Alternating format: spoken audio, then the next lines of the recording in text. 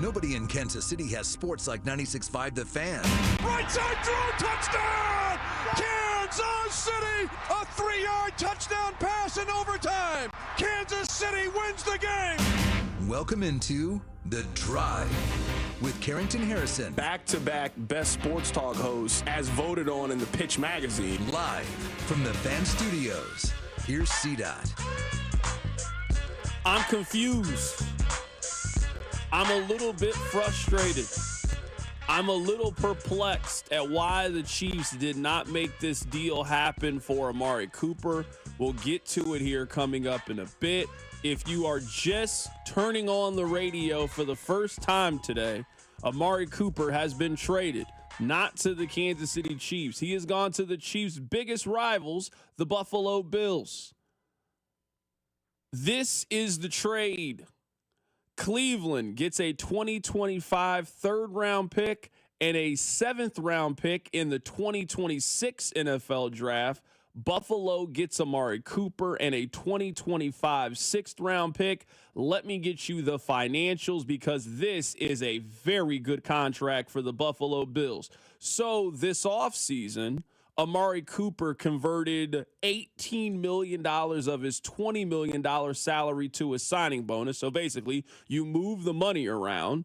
So the Buffalo Bills, at least on the books, Amari Cooper counts for $806,000 from now until the end of the season, and you gave them a third-round pick. There is so much to break down with this move. We also saw Davante Adams get traded. I never thought it was realistic to think that the Raiders were going to trade him to Kansas City. I also don't know if the Chiefs would have maybe did the conditions that the Jets put on the trade for Davante Adams. I'm more focused in on Amari Cooper. I told you guys this yesterday. I've told you guys this over the course of the last, I would say, 10 days or so, that Amari Cooper was number one on my wish list. I think he made a lot of sense. The Bills were a team, and I mentioned them yesterday, so it was like I had a crystal ball. I mentioned that Buffalo made a lot of sense for him too, and that they were going to be very serious players. They needed another weapon on the outside. They went and got that weapon in Amari Cooper, and they got it at a very cost-controlled price. So we'll dive into this more. We are going to head around the NFL. We're going to go to Cleveland. We're going to go to Buffalo. We're going to go to Tennessee and find out if DeAndre Hopkins is available. A couple of the big-name wide receivers are off the table. Davante Adams is gone. Amari Cooper is gone. We'll see if Deontay Johnson gets traded. There's a couple of other names out there, a wide receiver. But at least for me, my big fish, the receiver that I thought made the most sense, was the best fit for Kansas City. He is now off the board in Amari Cooper. We'll get to that after Rob gives you a chance to win a pizza. Pizza time on the drive. Carrington, dial me up right now. Call number 6 to 586-7965 to win a pizza from our friends over at Pizza Tasio. Pizza Tasio is Kansas City's best New York-style pizza and has taken over the town. They got locations all around this fine city like Waldo, Belton, North KC, OP, and Midtown. Pizza Tasio has a killer selection of craft and local beers plus unique wines. So whether you're hungry enough for a whole pie or just a slice or two, be sure to visit them now at pizzatasio.com. That's pizza, Tascio.com. I need you guys to do me a couple of favors. Number one, I need you listening to The Drive every single day at 2 o'clock. Number two, I need you to tell one friend. I don't need you to tell two friends that if you want some of the best pizza in Kansas City and you're getting ready for the NFL trade deadline, which is exactly 3 weeks from today, the best place to do that is right here with us at 96.5 The Fan. So again, I gave you guys the numbers. This is what the trade was for Amari Cooper, who is now the newest member of the Buffalo Bills. The Browns get a third-round pick and a seventh-round pick. Amari Cooper is now a Buffalo Bill. Also, they have acquired a 2025 sixth-round pick. He is going to count on the books for less than $1 million, a little bit more than $800,000 it was to acquire this player. This is why I'm so confused by the move. And we will take phone calls. We can read texts. This is the biggest thing in Kansas City. It's a bye week. 913-586-7965. The Chiefs have 2 third-round picks for this upcoming draft.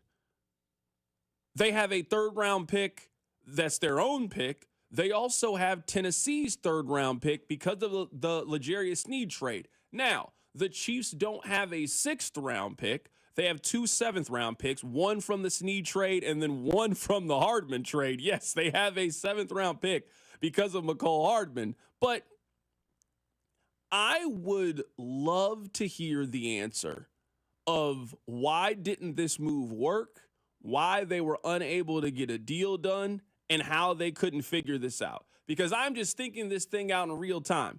I'm going to guess that Tennessee's 3rd-round pick is a better selection than what Buffalo is. Cleveland obviously had no problem trading him in the conference. They traded him to Buffalo. So he was going to the highest bidder, right? We have no reason to think it's a Davante Adams situation where even if the Chiefs were the highest bidder, we are not trading him inside our division and to our hated rival. We will send him clear across the country. There's no reason to think that's the way that Cleveland felt about Amari Cooper. They traded him with Buffalo, so he was going to the highest bidder.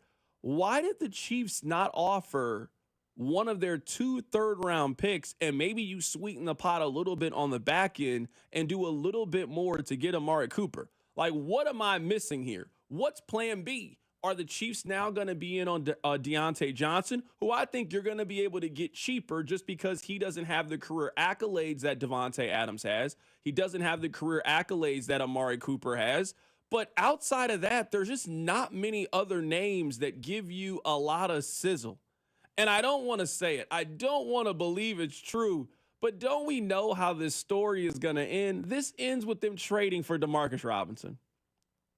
Now, I don't have any issues with Demarcus Robinson. I'm happy to bring Demarcus Robinson back as a 3rd or 4th option. But this was an opportunity to get a legitimate one on your roster, not just for the rest of this season, but also give yourself the flexibility to do something at the end of the year. And now that you see the cost, this was a very reasonable cost. We talked about it yesterday. A 2nd-round pick to me was unrealistic for Amari Cooper, but a 3rd-round pick, a possible top 100 pick, makes a lot of sense when you think of the kind of player that he is and the kind of impact, and also that there were going to be a couple of wide receiver poor teams that were in the mix. This was a very, very makeable trade for Kansas City, and you would have to think, just based on that compensation and what the cap space was, the Chiefs just didn't want Amari Cooper on their team. Now, what does that mean? Does that mean that they are happy at the position and that they're not going to be players at the trade deadline? Does that mean that Cleveland didn't want to trade him to Kansas City? Like, there are so many branches that I think stem from this, and it just makes it a very interesting topic, Rob. But as we kick things off today, and we can take phone calls, 913-586-7965. We can read your text. I imagine that many of you feel the same way that I do. I don't want to make it seem like this is the biggest thing in the world and that getting Amari Cooper was the only way that you could get back to the Super Bowl. But if I had to make a checklist on what receiver I thought made the most sense for Kansas City, what wide receiver do I think fit what they need and what they want to do, Amari Cooper was at the top of the list. And then when you see what he basically got traded for, it just doesn't make a lot of sense to me why Kansas City wasn't more in this market and why they were not the team that got this deal done. I understand why the Chiefs weren't in on Davante Adams. I think the Davante Adams trade is really bad for the Jets, so I'm happy the Chiefs weren't in on this. My lean is if the Chiefs done the Cooper trade, I'm on the fence about it. But looking at the compensation, it is surprising that Brett Veach and co. weren't in on that, and it makes you wonder if the Bills were just more aggressive. I mean, it might be that simple. Are the Chiefs waiting? Are the Chiefs, hey, we're going to figure it out what we got, and then we'll evaluate closer to the deadline? That's basically what we had heard the minute the Rashid Rice news initially broke. Remember, it was, hey, we're going to kind of wait and see on that. We're going to see where we're at. But it was a deal is going to get done. We opened the show once with, hey, a deal will happen, but it'll happen close to the deadline. Well, as we get closer and closer to the deadline, names come off the board. The names available are no longer, to quote you, dogs. They're not game changers. It's now just Slayton from the Giants, Demarcus Robinson, maybe Deontay Johnson. So that's the group now you pick from. I wonder if age is a factor. I wonder if price is a factor. I wonder if, availability to re-sign is a factor. There are a lot of things at play here, but just on the surface, I'm a little surprised the Chiefs weren't in on that market. It's possible the Bills just beat them to the punch. Yeah, I'm seeing a lot of text right now. CDOT, mark my words, the Chiefs are going to go pick up DeAndre Hopkins. I rather would have had Amari Cooper than have DeAndre Hopkins. Amari Cooper is the younger of the two players. Of late, he's been the healthier of the two players. He's been more productive out of the two players, and his contract is more favorable. Now, what's the cost to acquire DeAndre Hopkins as opposed to the price to acquire Amari Cooper? I don't have that answer. But we now know what it was to go acquire Amari Cooper. From a trade asset standpoint, we're talking about a top 100 pick for a guy who was probably, one of the top 40 wide receivers in the National Football League. That feels pretty favorable to say. And I know you're thinking, well, that's not that high. I mean, this is just a really deep position right now in the National Football League. There's teams that have 3 of the top 40 guys in the league. So calling him a top 40 wide receiver is not disrespectful by any means. Amari Cooper has proven that he is a more than capable and more productive player in this league. So the acquisition cost wasn't that high. He wasn't that much on the salary cap. That's a player that we all would like for the Chiefs to bring back and sign in free agency. I'm seeing a lot of people say, well, a third-round pick is really high for a rental. The Chiefs have an offseason need at wide receiver again. You're going to have Rashee Rice coming off an LCL tear, and he's also going to be suspended, we believe, at some point next season. And you're going to go through a year in which Hollywood Brown will have missed possibly the entire season. The Chiefs are going to be in the exact same spot that they've been for the last 4 off seasons and needing to go pick up a wide receiver that helps. Maybe I am missing something because I cannot wait for their press conference tomorrow. I can't wait to sit down and talk to Nate Taylor and learn a little bit more behind the scenes about what happened with this deal. But just from the outside looking in, everything about this contract to me made a lot of sense. Everything about this deal I think fits what the Chiefs need, and it was in their price range. The Chiefs have a need right now at wide receiver. Their best wide receiver right now is who? Juju Smith-Schuster? Is it Xavier Worthy? So this team doesn't have a lot of depth, doesn't have a lot of proven production at wide receiver. They needed to go get proven wide receiver, and I think the best possible fit is now off the board. Now, again, I don't want to overreact, and I don't want to act like the sky is falling. You can still go get Deontay Johnson. You can still go get DeAndre Hopkins. You still got 3 weeks until the deadline. But my number one person on the wish list has now been scratched off. We are going to bounce around the NFL over the course of the next 4 hours. Coming up on the other side, we will head to Buffalo, New York. Amari Cooper is the newest member of the Buffalo Bills. We'll get their reaction next. Keep it right here. It's The Drive. The Drive with Carrington Harrison on your home for Kansas City sports. 96.5 The Fan. Brought to you by DM Injury Law. Have you or a loved one been in a car wreck? Contact DM Injury Law today and get the money you deserve. Car wreck? Remember, Mike's got this. This is a special report from the Missouri Lottery. Please do not attempt to put giant checks in the bank's pneumatic tubes. You will be provided with a bank-compatible check or just cash. The Missouri Lottery. Play responsibly.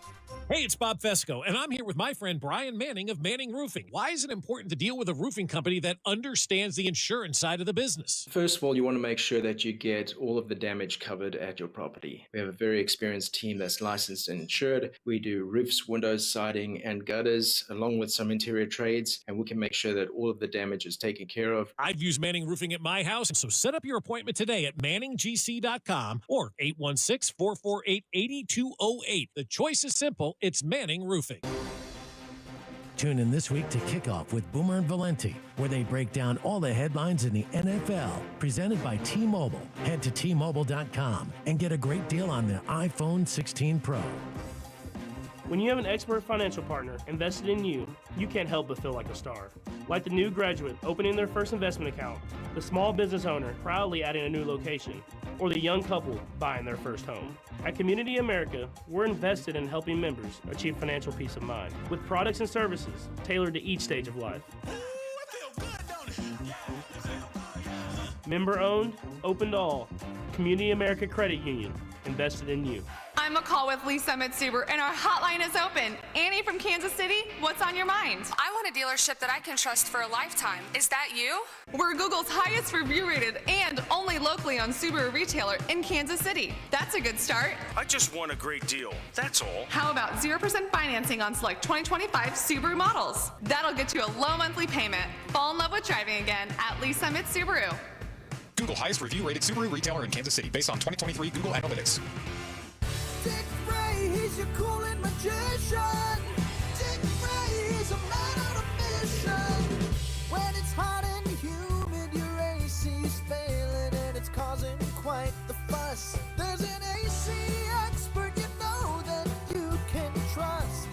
He's there for us. Call Dick Ray, he's your cooling magician. Hey, it's Dick Ray. Schedule your AC tune-up, only $79. 913-DICK-RAY. Our favorite reason to choose Diamonds Direct over any other jeweler? Free service for life with no fine print. That's right. When you buy your engagement ring or any piece of jewelry at Diamonds Direct, you will never have to pay a dime in the future for sizing, cleaning, or routine maintenance. At Diamonds Direct, there's no gotcha clause, no fine print, no looking for ways to void the warranty. Diamonds Direct, the jeweler you can trust with a no questions asked 100% free lifetime warranty with no strings attached. Come see us to learn more. Reason number 52 to choose Diamonds Direct over any other jeweler. Only Diamonds Direct gives you a 110% diamond upgrade guarantee. Diamonds Direct will give you 110% of your original purchase price toward the new stone. That's 10% more than you paid the first time. Guaranteed appreciation. Who else does this? There's no fine print and no minimum purchase requirement. It's 10% more, period. Buy with confidence. Diamonds Direct. Your love, our passion. This is the story of the one. As a facility technician installing a new welding station, he knows getting the ventilation right is critical for safety. That's why when questions arise, there's Grainger.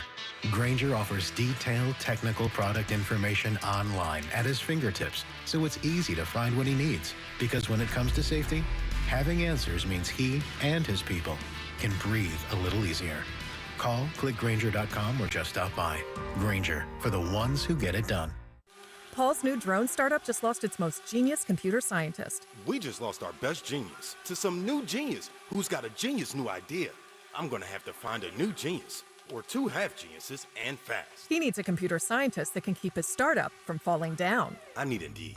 Indeed you do. When you sponsor a job on Indeed, it's easier for talented candidates to find it, which makes it easier for you to hire them. Visit Indeed.com/credit and get $75 towards your first sponsored job. Terms and conditions apply. The best things in life, they come in twos. 2 scoops of ice cream, 2 tacos. And now for a limited time, get our best deal of the year. Buy any phone when you switch to Consumer Cellular and get 2 months of service free. That's right, the same fast, reliable nationwide coverage as Big Wireless, now with 2 months free. Proof the best things in life really do come in twos. Visit consumercellular.com or call 1-888-FREEDOM. Second and third month of monthly base service fee waived for new customers with the purchase of a phone and activation by September 2nd, 2024. Taxes, fees, and third-party charges will apply. See website for additional details. Get in zone, AutoZone. Welcome to AutoZone. What are you working on today? Using the Labor Day weekend to get some work done? We got you. Stop by any store to save on oil, fuel system cleaner, wipers, and more. Looking for an end of summer wash? We've got deals for that too. Don't want to leave the garage? Get same-day delivery on AutoZone.com. Do Labor Day your way by getting something done at AutoZone. Get in zone, AutoZone. Restrictions apply. You're listening to 96.5 The Fan from the Mission Plumbing, Heating, and Cooling Studios. Chiefs fans, it's Justin Reed. Welcome to The Drive with C-Dot on your home of Chiefs football. 96.5 The Fan. Let's head to Buffalo, New York right now and be joined by Jeremy White to hear what he thinks as Amari Cooper is the newest member of the Buffalo Bills. Jeremy, how you doing, man? Doing good. This is a good day for the Bills. I think people have it in proper perspective. They needed some help, and the fact that they went and got some is it's a good day, especially off a win on Monday Night Football. I was looking at that team, and there aren't many weaknesses that I would say are on that Buffalo Bills team, but I did think that they needed a number one wide receiver. That's to be expected after the loss of Stephon Diggs. Keon Coleman, I like him for the future. I don't think he's developed into that true number one. It felt like they needed somebody on the outside, and then you guys go pick up Amari Cooper. Yeah. Yeah, and like there's, the top dog alpha number ones, and the Bills had one of those in Stephon Diggs for a couple seasons. And Amari Cooper might not be as he currently is at that level, but he's going to help quite a bit. Like the room, I called you months ago to talk about MVS because the Bills went out and signed MVS, and he made the team, and he's done pretty much nothing on this team. And on the outside, it's been MVS and Mac Hollins and Keon Coleman. So a little bit of credibility is really what Amari Cooper is for the Bills here. So they've been really, really rough at this position. It stuck out the last 2 weeks. And then even last night, like we're seeing it as Josh Allen's making plays, he just needs more help. So a move to get him some help and a very welcome move. Right now, we're talking to Jeremy White to learn about the trade for Amari Cooper. He is now the newest member of the Buffalo Bills. In terms of a scheme, in terms of a fit, why do you think that Amari Cooper is possibly a better fit in Buffalo than he was in possibly in Kansas City? That's a good question. Like right now, they're probably asking a little more of Keon Coleman than they want to. There's a play last night where the ball's supposed to go to Kincaid, and Troy Aikman noted on the broadcast that Coleman didn't exactly do the right thing. There's a play against Houston where there's an RPO or whatever, and the hot read is to throw to Coleman. He's not looking. He hits him in the back of the head. So I think this might just be an opportunity to kind of, two birds, one stone, get a guy that can play in place of Coleman or also help play in place of Mac Hollins, but also help bring Coleman along as he's such a young player. So scheme fit, they're really looking for anything they can find. Curtis Samuel has not really popped off. Mac Hollins gets more targets than he probably should. If they're going to switch those Mac Hollins targets, like 6 or 7 a game, switch those over to Amari Cooper, I think they'll just get better dividends from that. So we'll see how the fit is. The Bills' scheme is constantly in flux these last couple seasons. They kind of don't know who they want to be. So hopefully this helps clear that up a little bit. Was he a guy that you guys were talking about? Because a couple of the names that have come up a lot in Kansas City, Amari Cooper's name has come up a lot, Deontay Johnson, Darius Slayton. Were you guys having similar conversations in Buffalo over the course of the last 2-3 weeks? Yeah, talking about Devontae Adams. And I wonder, it happened so quickly after Adams that I wonder if the Bills were in on that. And once that ship sailed, they pushed the Cooper button. Like, all right, well, let's go get that guy because he'll help. Deontay Johnson, less so. Not for any reason. I think he's a heck of a player and could help a lot of teams. But in terms of what they need, they really need a guy on the outside. This is a team that drafted Keon Coleman, who might be best used as a power slot. Maybe that gives him the opportunity to do that a little bit with Cooper outside a little more. They have so many slot options. Khalil Shakir is pretty good, and Dalton Kincaid plays there, and they like to put Dawson Knox there. It's like a team that's built solely to win over the middle, and teams had dared them to throw outside the numbers. So Cooper can do that a little bit more than maybe Keon Coleman can at this point. So it's one of those moves where just, sliding everyone down one spot makes the room look a whole heck of a lot better. Right now, we're talking to Jeremy White for a couple more minutes, getting his thoughts on the breaking news. Amari Cooper has now been traded to the Buffalo Bills. What do you think of the compensation? I would say right now our text line is pretty split. I wanted the Chiefs to go make this move. I now feel sort of vindicated the fact that Buffalo went out to make this move because Buffalo is in a similar situation to Kansas City, needing a number one wide receiver. Some people are arguing that a third-round pick is a little bit too much for half a season worth of work. Where do you kind of sit on the compensation that was given up for Cooper?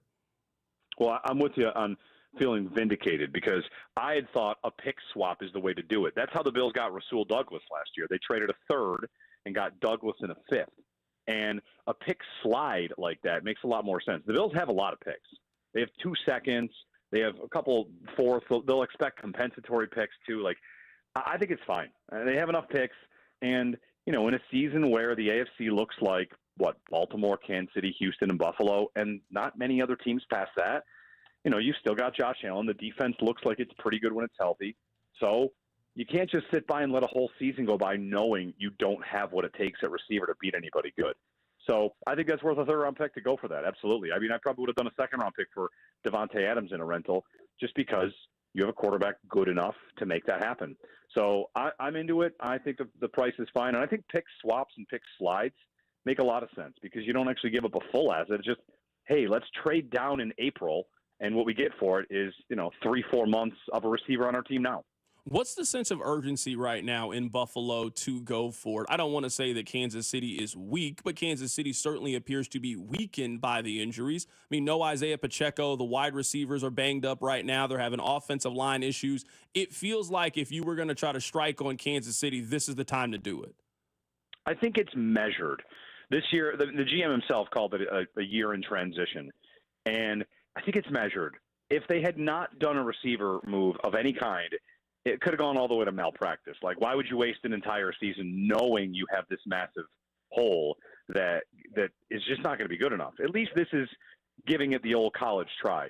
Next year, I think expectations will be raised up quite a bit. They'll have all their cap space back. They're eating like $62 million in dead cap this year. They'll add a bunch more picks. So I think next year will ratchet up expectations. But, for now, why not? They're good again. They expect to win the division again. And this just it really fills a massive hole. I would say it was one of the biggest holes, not just on the team, but in the conference. Like, what other team has a hole this big?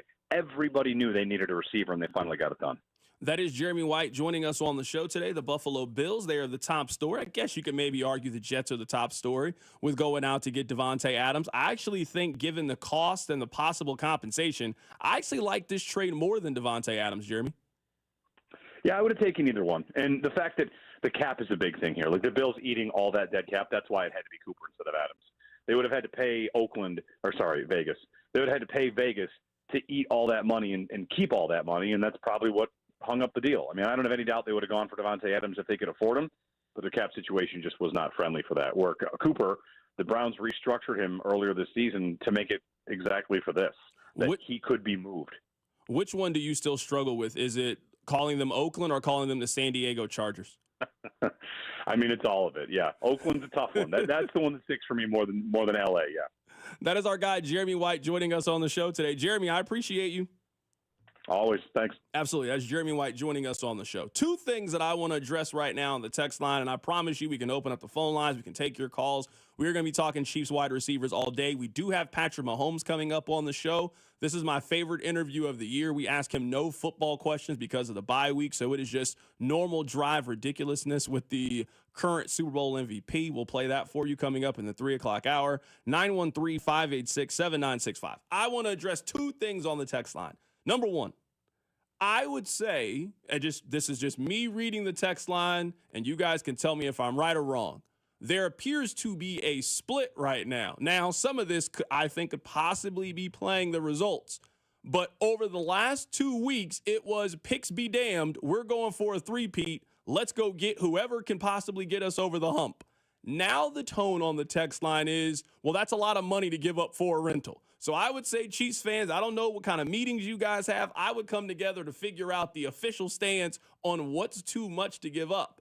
When you have 2 third-round picks, I am less concerned with maybe the acquisition cost because you don't lose anything. Think about it. You made the trade for L'Jarius Sneed. You feel very confident in your cornerback situation. You've got 2 third-round picks to play with. What better scenario than to use one of those third-round picks to go fill by far and away your biggest need right now on the roster? So I don't think that the third-round pick is too much for it. That's about in line with what I think Amari Cooper is. This is also what I would say, 913-586-7965. I would also say it's one of those things you get what you pay for. If you want the Chiefs to spend a 6th or a 7th round pick, you can certainly find a wide receiver that is in that conversation. I don't know if that wide receiver really moves the needle. I don't know if that wide receiver is necessarily different from what you already have on the roster. They do not have an Amari Cooper on their team right now. They have a couple Amari Coopers. Those guys are injured right now. They do not have an Amari Cooper on their roster. You know what they do have? Darius Slayton. Now, if they go get Darius Slayton, that's certainly not a bad thing, but they already have a Darius Slayton. So, sure, if you want them to trade one of these 7th-round picks, they do a pick swap, they go pick up Darius Slayton. Maybe they trade their 5th-round pick, they go pick up a wide receiver in that vein, sure. Maybe they bring back a Demarcus Robinson.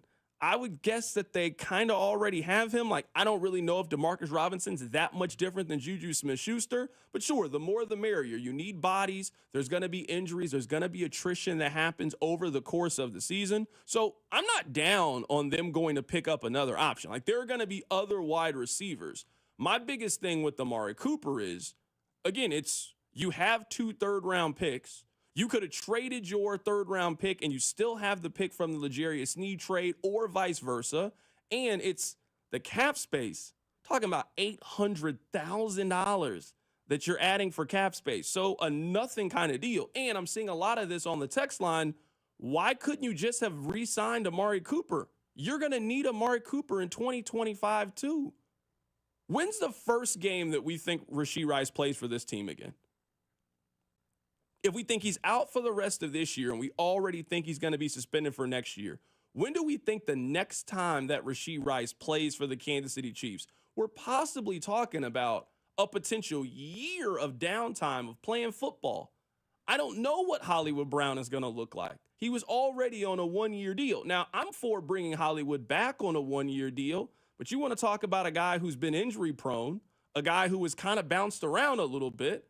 You're going into 2025 with, if those are your two options, still having some question marks at the position. So I would have been for bringing Amari Cooper back. He's in Kansas City. He has a strong second half of the season. He balls out. He has success in the playoffs. Why would you not want to come back to Kansas City, especially when you've been in Oakland and you were just on the Cleveland Browns? Amari Cooper has never played in a meaningful football game his entire NFL career. He's got the opportunity to do that. Now he's going to Buffalo. They'll play in a meaningful game this year. He also had a chance to win a championship in Kansas City. You could have re-signed Amari Cooper. We've seen enough of these free agent contracts that teams are not bursting down the door for 30-year-old wide receivers at free agency. Not with the current crop that's coming out in college. Not with the guys that are always available every year in trade. You could have re-signed Amari Cooper, and you still can. Who knows what happens in Buffalo, but I'm also going to guess in Buffalo, they also want to bring him back because they need a wide receiver too. Buffalo is almost in the exact same situation that Kansas City's in. Kansas City got Xavier Worthy. They got Keon Coleman. Look at some of the options. Curtis Samuel. The Chiefs have Curtis Samuel. The Chiefs have a Mac Hollins on their team. The Chiefs have capable tight ends. Like, the wide receiver room between Buffalo and Kansas City are very, very comparable, where you know what Buffalo is going to be on the market for this offseason? Amari Cooper. So I understand why Buffalo did this deal. And that was the team that I was most worried about making a trade, and you were going to have to compete with to go out and make that move and get a deal done. The Chiefs just simply didn't want Amari Cooper, which is perfectly fine within their right. If they're not willing to go get Amari Cooper and spend that third-round pick, then maybe we have to temper our expectations on the kind of receiver they are going to acquire here over the course of the next couple of weeks. I'll say this. This is just something me and you are going to disagree on, and that's fine. I lean toward I would have done this Amari Cooper deal, but I'm not as, all in on it as you are. We talked about it yesterday. We're talking about it today. I don't think there was any chance the Chiefs were re-signing Amari Cooper if they had traded for him.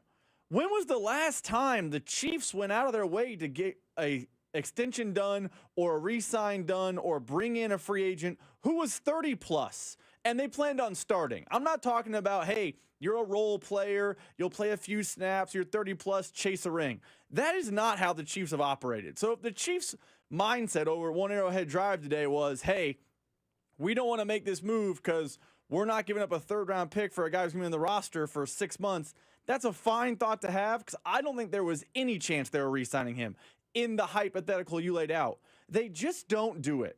Brett Veach is an ageist. If you are not 27, 28, or younger, you ain't getting multiple years from the Kansas City Chiefs. Unless your name is Travis Kelce, who's a first-ballot Hall of Famer, or Chris Jones, who also, by the way, is probably a first-ballot Hall of Famer, and two guys where Brett Veach was in the room when they were drafted. Outside of that, that is just not how they operate. They do not look for 30-plus-year-olds. So if the power structure is saying we weren't doing this because we aren't re-signing him and we don't want a rental, that is a fine mindset, from my opinion, to have. Text line 913-586-7965. Take this call, Rob. We'll take this call here in a bit. We're also going to head to Tennessee here coming up in a bit. We're going to be very wide receiver heavy today on the show. We're going to go to Tennessee to find out if DeAndre Hopkins is available, what the possible acquisition cost could be for him, and if he's a possibility in Kansas City, just trying to get an idea if the Chiefs are going to make a move between now and the deadline. who are some possibilities? DeAndre Hopkins. We know the Chiefs have had interest in DeAndre Hopkins over the course of the last couple of years. Is he a player that would make sense for the Chiefs to go out and get? We're going to head to Tennessee coming up in about 15 minutes. I would like to play what Nate Taylor had to say. He was on Cody and Gold earlier. He was asked, were the Chiefs in on Amari Cooper? He doesn't think so. Okay, here's my full reaction. I don't believe the Chiefs are in on Amari Cooper. That makes sense because, again, as I said earlier, there are still other options. This is actually good for the Chiefs, though, because it now gives you, as I've talked about before, a baseline as to what the market is from a trade compensation standpoint if you are to trade for a receiver, whether that is DeMarcus Robinson or Tutu Atwell or Deontay Johnson or Tyreek? DeAndre Hopkins? You gonna say something cool? Darius Slayton? Oh, okay. He's looked good the last 2 weeks when Neighbors has been out. I don't know if that's just a product of that, but he's been impressive. I just want to keep reminding people that Darius Slayton exists, and I think you should look at him. I think you should watch his tape and, see what happens. Now, of course, you need both parties to agree to this. Of course, the Chiefs and the Giants have already executed a trade before with Kadarius Toney. Slayton is not Tony, okay? Not from a dynamic standpoint and from a mercurial standpoint, but he is a functional, really good NFL receiver who is working right now under Mike Kafka, who could, say a nice word or two to Andy Reid. Text line 913-586-7965. I want to read this text for you guys. C-Dot, we don't need a new wide receiver this year to go win the Super Bowl. You are panicking and you want the Chiefs to go all in every single year, and that's what bad teams do. Good teams do what the Chiefs do, which is disagree with you most of the time. Now, I don't know if some of you are going to be able to answer this question honestly, but these are the Chiefs receivers. And I want you to really ask yourself, you could be on the side of you don't want them to go get anybody, and that's a perfectly fine side to be on. Maybe you don't want them to go make a trade. I have made it very clear. I want the Chiefs to go make a trade. I wanted Amari Cooper. Now, there are other options that they can make that I'd be happy with. These are their wide receivers. And I want you to think about this in the context of knowing when the Super Bowl is. So the Chiefs are right now 5-0, right? They have 12 more regular season games to play, and they also have, at a minimum, 3 postseason games to go. So the Chiefs have, we believe, at a minimum, 15 games left. That is an entire NFL regular season back in the day. Their wide receivers right now are Juju Smith-Schuster, Xavier Worthy, Justin Watson, McCole Hardman, and Sky Moore. Do you trust those wide receivers to hold up for an entire NFL season worth of games? Because the history would tell you, just aside from the injuries that they already have on their team, Rashee Rice is not coming back. I don't think Hollywood Brown is coming back, but he could. Be a pretty big deal if he came back with 3 weeks left in the regular season and was a big help, but I don't want to completely shut the door out on that. I would say that's like found money. When you find a $20 bill in your pants pocket when doing the laundry, that was still your money. You just forgot about it. Now, you go out and spend it, great. Hey, you're going to buy something. Oh, man, I thought this $20 was gone. That was always your money. You just misplaced it for a time. Do you trust that group of wide receivers to hold up from a production standpoint and from a physical standpoint for the next full regular season worth of games? Because if you think the Chiefs are winning the Super Bowl, they have 15 games left in the season. You trust Juju to hold up for 15 games? You trust McCole Hardman to hold up for 15 games? You trust 5'10", 185-pound Xavier Worthy to hold up for the next 15 games? Or are they possibly going to need one or two other options or one or two other guys to emerge where if you have another injury in that wide receiver room, if Juju has to miss a month of games, if something happens to McCole Hardman, you can then weather the storm with said player. So to me, we can disagree on the who. Maybe you think I'm overreacting about Amari Cooper. It is no question in my mind the Chiefs have to go make a move for somebody. You got to go get a DeMarcus Robinson. You got to go get a Darius Slayton. You just got to simply prepare for more football things happening. This is their roster today in October with no other additional injuries happening. Is it realistic to think that over the course of the next 15 games that the Chiefs will not come across another injury to another player?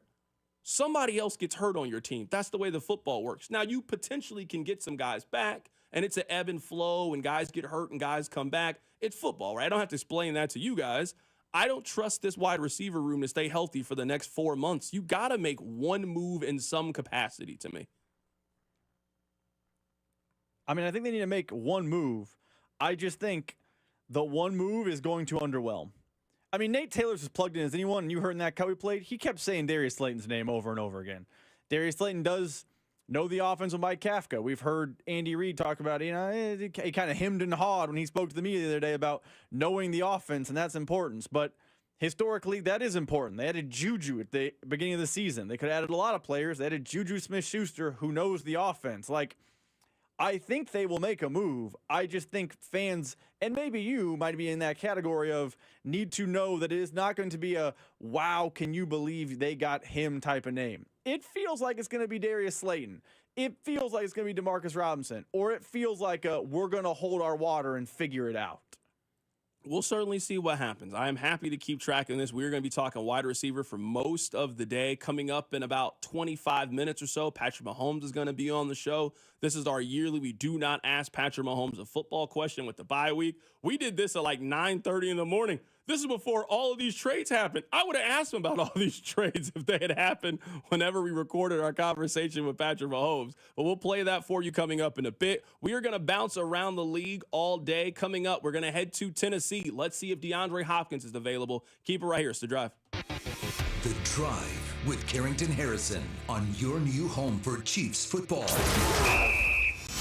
96.5, The Fan, brought to you by DM Injury Law. Have you or a loved one been in a car wreck? Contact DM Injury Law today and get the money you deserve. Car wreck? Remember, Mike's got this. Order for Jennifer C. Is this my double shot, double cream, double froth, double pump, double hot, double whip, double sleeve? Yeah. Can you handle that much caffeine? Hey, did you know Discover automatically doubles all the cash back you've earned at the end of your first year? Well, I do now. Seriously, did you know Discover automatically doubles all the cash back you've earned at the end of your first year? Yeah, you just said that. Did you say I just said that? Yeah, I'm cutting you off. Did you say you're cutting me off? You earn, we match. Unlimited cashback match. See terms at discover.com/creditcard. You're always better with a roof from JR. We've had more than our fair share of hail and wind this year. Are you playing Roofer Roulette? That's when you bet your roof and your home on the first random roofer to ring your doorbell. Why do that when JR & Company offers a free hail and wind report online at jrstormcheck.com? Just plug in your address and we'll pull a multi-year storm report. You'll know exactly what your roof has been put through and if you even need an inspection. If you do, no one is more thorough and works better with your insurance than locally owned, veteran-owned JR & Company. And if you need a new roof, remember, a roof from JR comes with a lifetime warranty on workmanship. Don't play Roofer Roulette with your home. Visit jrstormcheck.com. And remember, You're always better with a roof from JR. Visit jrstormcheck.com. The Chiefs, Cardinals, Royals, Blues, and our two soccer teams, the Current and St. Louis City SC, are all endorsing Amendment 2. Here's why you should support it too. Right now, Missouri sports fans are taking their money and placing their bets in Kansas and Illinois. We're losing our money to other states, money that could be invested in our schools. Amendment 2 fixes that. By legalizing sports betting, Amendment 2 will generate over $100 million for Missouri schools over the next 5 years. And there's a strong constitutional guarantee ensuring the revenue from sports betting will go to education. Kansas and Illinois know sports betting is a winner for their fans and taxpayers. It's time for Missouri to get into the game. Amendment 2 means over $100 million for Missouri schools. Join the Chiefs, Cardinals, Royals, Blues, Current, and St. Louis City SC in supporting Amendment 2.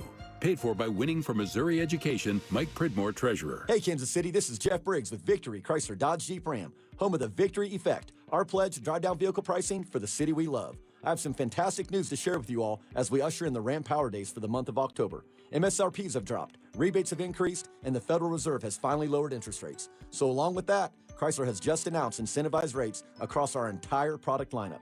Now, through the end of the month, well-qualified buyers can get rates as low as 4.9% for 72 months on all 2025 Ram 1500s in stock. Not only can you take advantage of this great interest rate program, but as you all know, I'm going to throw unprecedented discounts on top of the incredible rates to get you an affordable monthly payment. If a Jeep or SUV is more of your liking, then come check out the new Wrangler or the new Jeep Grand Cherokee with special rates as low as 0% and once again paired with Victory's industry-leading pricing. Visit us at Kansas City's only automotive outlet mall, the Legends Auto Plaza, on the southeast corner of 435 and Parallel, just east of Nebraska Furniture Mart, or online at victorymotorskc.com, where our first price is better than their last. After you use Bounce Dryer Sheets and realize how fresh, soft, less wrinkled, and less staticky your laundry can be, you'll put a sheet on your every time. Like those socks that smell like they've been through a marathon. Put a sheet on it. Or that blanket that's got wrinkles on its wrinkles. Put a sheet on it. Maybe even your chatty coworker who keeps distracting you. Okay, Bounce Dryer Sheets can't do it all. But for fresher, softer, better laundry, put a sheet on it with Bounce. Let's face it, nowadays most companies have to rely on dozens of expensive, disconnected platforms to run their business. And even then, things can get a little, well, stressful. But with Odoo's all-in-one management software, packed with a suite of fully integrated business applications, every process is streamlined. Tasks are automated, and success is just a few clicks away. See how Odoo can take your business to the next level at odoo.com. That's ODOO.com. Prescriptions require an online consultation with a healthcare provider who will determine if appropriate. Restrictions apply. See website for details and important safety information. Subscription required. Price varies based on product and subscription plan. Hey guys, did you know there's a generic form of Viagra that works just the same but is 95% cheaper? And you can get it online at hims.com/joy. Through Hims, you'll get a free medical consultation to determine the ED medication that's best for you. Discreet shipping if prescribed, a 100% online process, and a range of treatment options, including trusted generic alternatives to the name brands, at up to 95% off. ED is personal, and at Hims, so is treating it. Just go to hims.com/joy and get connected to a licensed medical provider online for free, with zero copay, no expensive appointments, and no awkward face-to-face conversations. To start your free online visit, you need to go to this exclusive address, hims.com/joy. That's hims.com/joy for your free online visit. HIMS.com/JOY. Chiefs fans, it's Hollywood Brown. Welcome to The Drive with Carrington Harrison on your home for Chiefs football. 96.5, The Fan. Let's head to the phone lines right now. We're going to bounce around the league today to find out what receivers could possibly be available. Let's go to the phone lines right now and be joined by Zach Bingham. He is our go-to Tennessee Titans guest. He is with A to Z Sports. Zach, man, it's been a while, man. We appreciate you coming on today. I know. I appreciate you having me. Good to talk to you. Absolutely. Before I ask you about DeAndre Hopkins, I just have to ask you a very important question. Now, the Titans had Will Levis at quarterback, and this was public knowledge. Like, you could Google it, you could see it. I'm not sure if Calvin Ridley knew that was going to be the case because how frustrated he was after the game. I mean, you didn't know that you were going to have a tough time in Tennessee playing with Will Levis? Oh, man. I know. Well, one of our reporters, Sam Phelan, was the one that asked him the question in the locker room that yielded that response. And, you know, the reaction from Titans fans is absolutely. I mean, Calvin Ridley has a reason to be upset. And the Will Levis experience has been just that through the first several weeks of the season. A really bad play, bonehead mistakes, and then gets hurt in the Monday night game, and now he's coming back from an injury and throws the ball short, gets intercepted. The Colts win, and you know they're a one-win team at 1-4. So it's been a struggle for the Tennessee Titans, and Calvin Ridley's upset because he signed a 4-year contract. So DeAndre Hopkins didn't. I think he sees some light maybe if he's able to escape, but we'll see over the next several weeks if that's going to happen. All right, so let's talk about DeAndre Hopkins. Let's start with this. How has he played in his time at Tennessee? Well, DeAndre Hopkins has been with what the Titans have put around, whether it's Ryan Tannehill or Will Levis or Mason Rudolph. I think he has been a reliable wide receiver. He still has his hands, which is, I think, the best part about DeAndre Hopkins' game. He is a skilled receiver that has a route tree still, even with his age, can get open, can get to the sideline, and with the right quarterback, I think can be very successful. And I think him, like Calvin Ridley, have been frustrated. I don't think that DeAndre Hopkins thought that this was going to be how it was going to be when he joined Tennessee. And obviously the turnover with a brand new coaching staff, out goes Mike Vrabel, which he had connections with the Texans. In comes Brian Callahan and Calvin Ridley and some new offensive pieces. He thought things were going to be a lot better, and they've gotten off to a rough start. But I still think, as they say, DeAndre Hopkins has tread on the tires. When you mention the tread on the tire, and now we saw what Davante Adams went for. We saw what Calvin Ridley went for. You mentioned light at the end of the tunnel. Do you think that he's expecting to be traded between now and the next couple of weeks? I definitely think conversations will and should be had. Whether a deal gets done, I think that's the beauty of the NFL, and we'll navigate that over the next several weeks. And it's October 15th, and teams are wheeling and dealing, and you get the right wide receiver, then you can really do some damage. I think looking at what Amari Cooper and Davante Adams got, I think the one thing that you have to take into account is DeAndre Hopkins sat out most of training camp with a torn MCL. He still has that, and he's not going to get surgery. So whatever team is going to trade for DeAndre Hopkins, he's not 100%.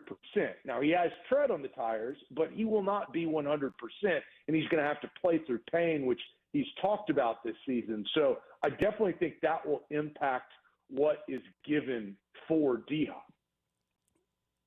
Right now, we're talking to Zach Bingham with A to Z Sports in Nashville. Zach, let's say that the Chiefs want to give back the Titans their third-round pick. The Chiefs have a third-round pick based on the L'Jarius Sneed trade, and I want to ask you about him coming up in a bit. But let's say that the Chiefs want to give back that third-round pick. Do you think that's enough to go get DeAndre Hopkins? I mean, if I was Rand Carthon, the general manager of the Tennessee Titans, you're sitting here as a one-win team. You just lost to the Colts. Things are not looking great. And, on the horizon, the Titans are at Buffalo to face Amari Cooper and company. And then they're at Detroit, who just beat down the Cowboys, right? So, I know that is not probably the vision that the Titans front office looks at. But if you were to tell me that the Chiefs were willing to give up that third-round pick for DeAndre Hopkins, me personally, I take that deal. I do. Right now, we're talking to Zach Bingham here for a couple of more minutes. I do want to ask you about L'Jarius Sneed. I saw he was a little bit frustrated. He maybe hasn't played up to the expectations, certainly given the contract. How are things going with him in Tennessee? Well, it's tough because he was, leader on the defense, came in there. Obviously, the trade with the Chiefs, as you referenced, a lot of hype came in there, and I felt like, leader in the locker room. I feel like he did all of the right things and has done all the right things, and then got exposed, to be honest, played very, very poor this past week against the Colts. The main reason why the Colts got back in that game and eventually won and beat the Titans was because he could not cover on the back half of the defense.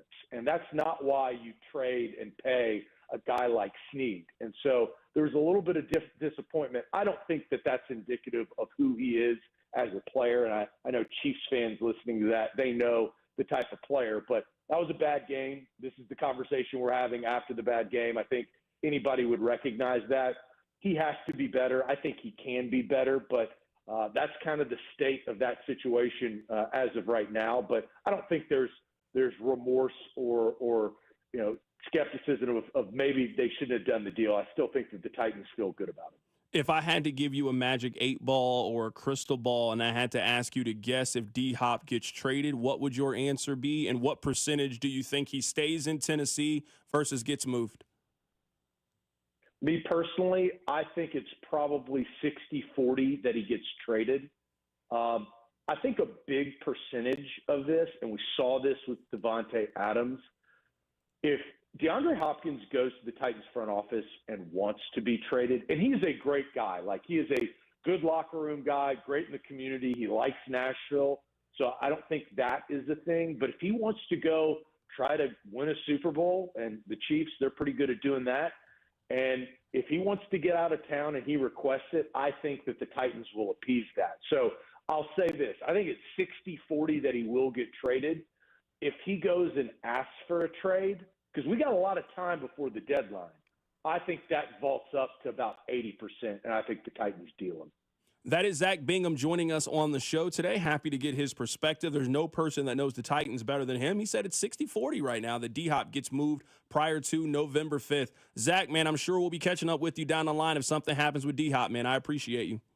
Yeah, appreciate you too. Absolutely. That is Zach Bingham joining us on the show. So DeAndre Hopkins, he signed a 2-year, $26 million deal with the Tennessee Titans. He is now in the second year of that contract. I mean, I'm looking at the deal right now. It's not that bad. Now, it might be a little bit outside of the Chiefs' price range, but you can always restructure. You can always move some things around if you really want to make it work. So his base salary is at $8.2 million. He had a roster bonus, a couple of workout bonuses, incentives, all of those things. His cap hit is around $18.3 million.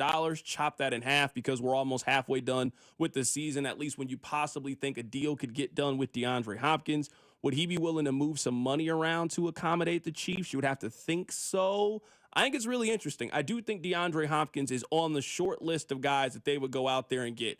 Cross off Davante Adams. I never put him on the list. Amari Cooper now has to be off the list. I would say DeAndre Hopkins, Deontay Johnson, Demarcus Robinson, Darius Slayton. There's a handful of guys that I would still have on that short list that the Chiefs could possibly make a deal. We got Patrick Mahomes coming up on the show in about 15 minutes. Keep it right here. It's The Drive. The Drive with Carrington Harrison on your new home for Royals baseball. 96.5 The Fan. Brought to you by DM Injury Law. Have you or a loved one been in a car wreck? Contact DM Injury Law today and get the money you deserve. Car wreck? Remember, Mike's got this. This afternoon, expect mostly sunny skies with a high of 57. Weather brought to you by Robert Half. Robert Half's recruiting professionals use their award-winning AI to connect businesses with highly skilled talent. Learn more at roberthalf.com/talent today.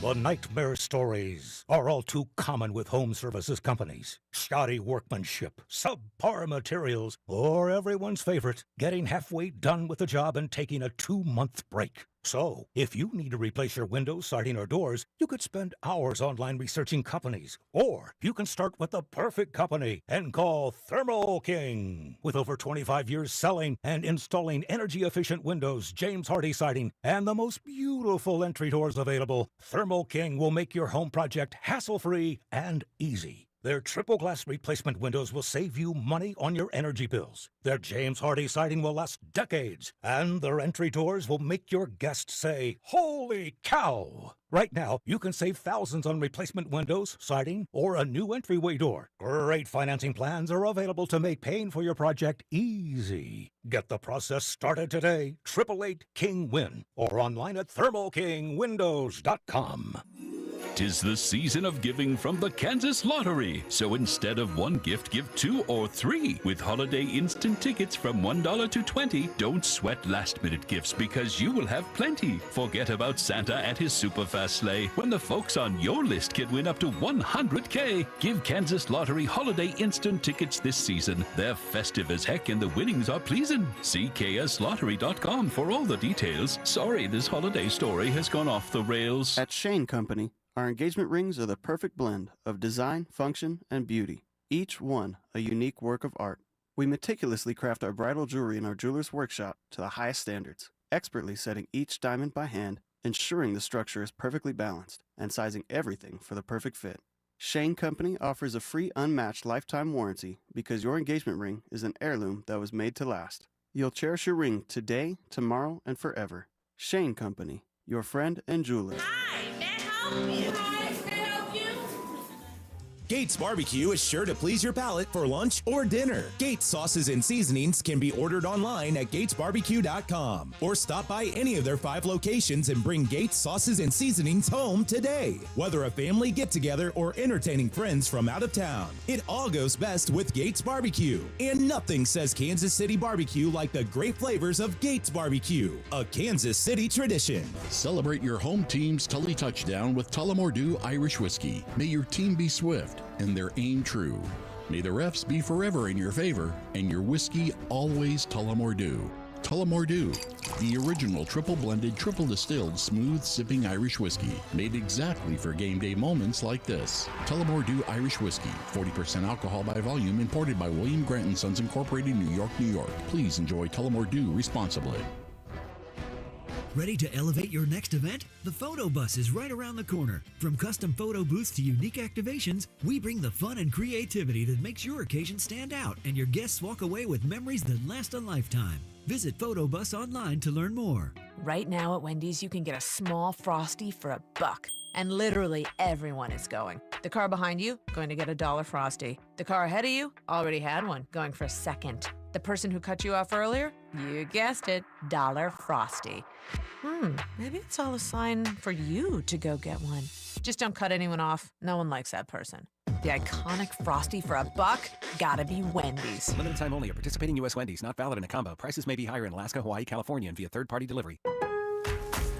Our Labor Day savings start now at Lowe's. Right now, buy one, get one free on Valspar Reserve or HGTV Home by Sherwin-Williams Infinity or Showcase Interior Paint via Lowe's gift card rebate.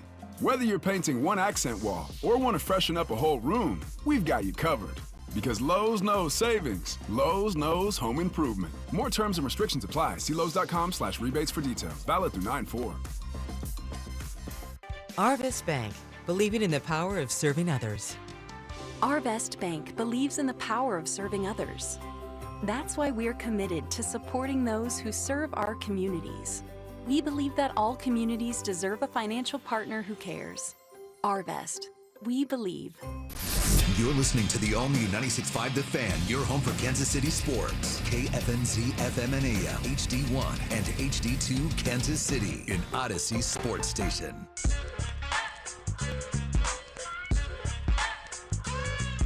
All right, coming up in about 15 minutes, we'll be joined by the quarterback of the Kansas City Chiefs, Patrick Mahomes. We continue our yearly tradition coming off the bye week. We will not ask Patrick any football questions. We will just ask him random drive, ridiculous questions that hopefully he will answer.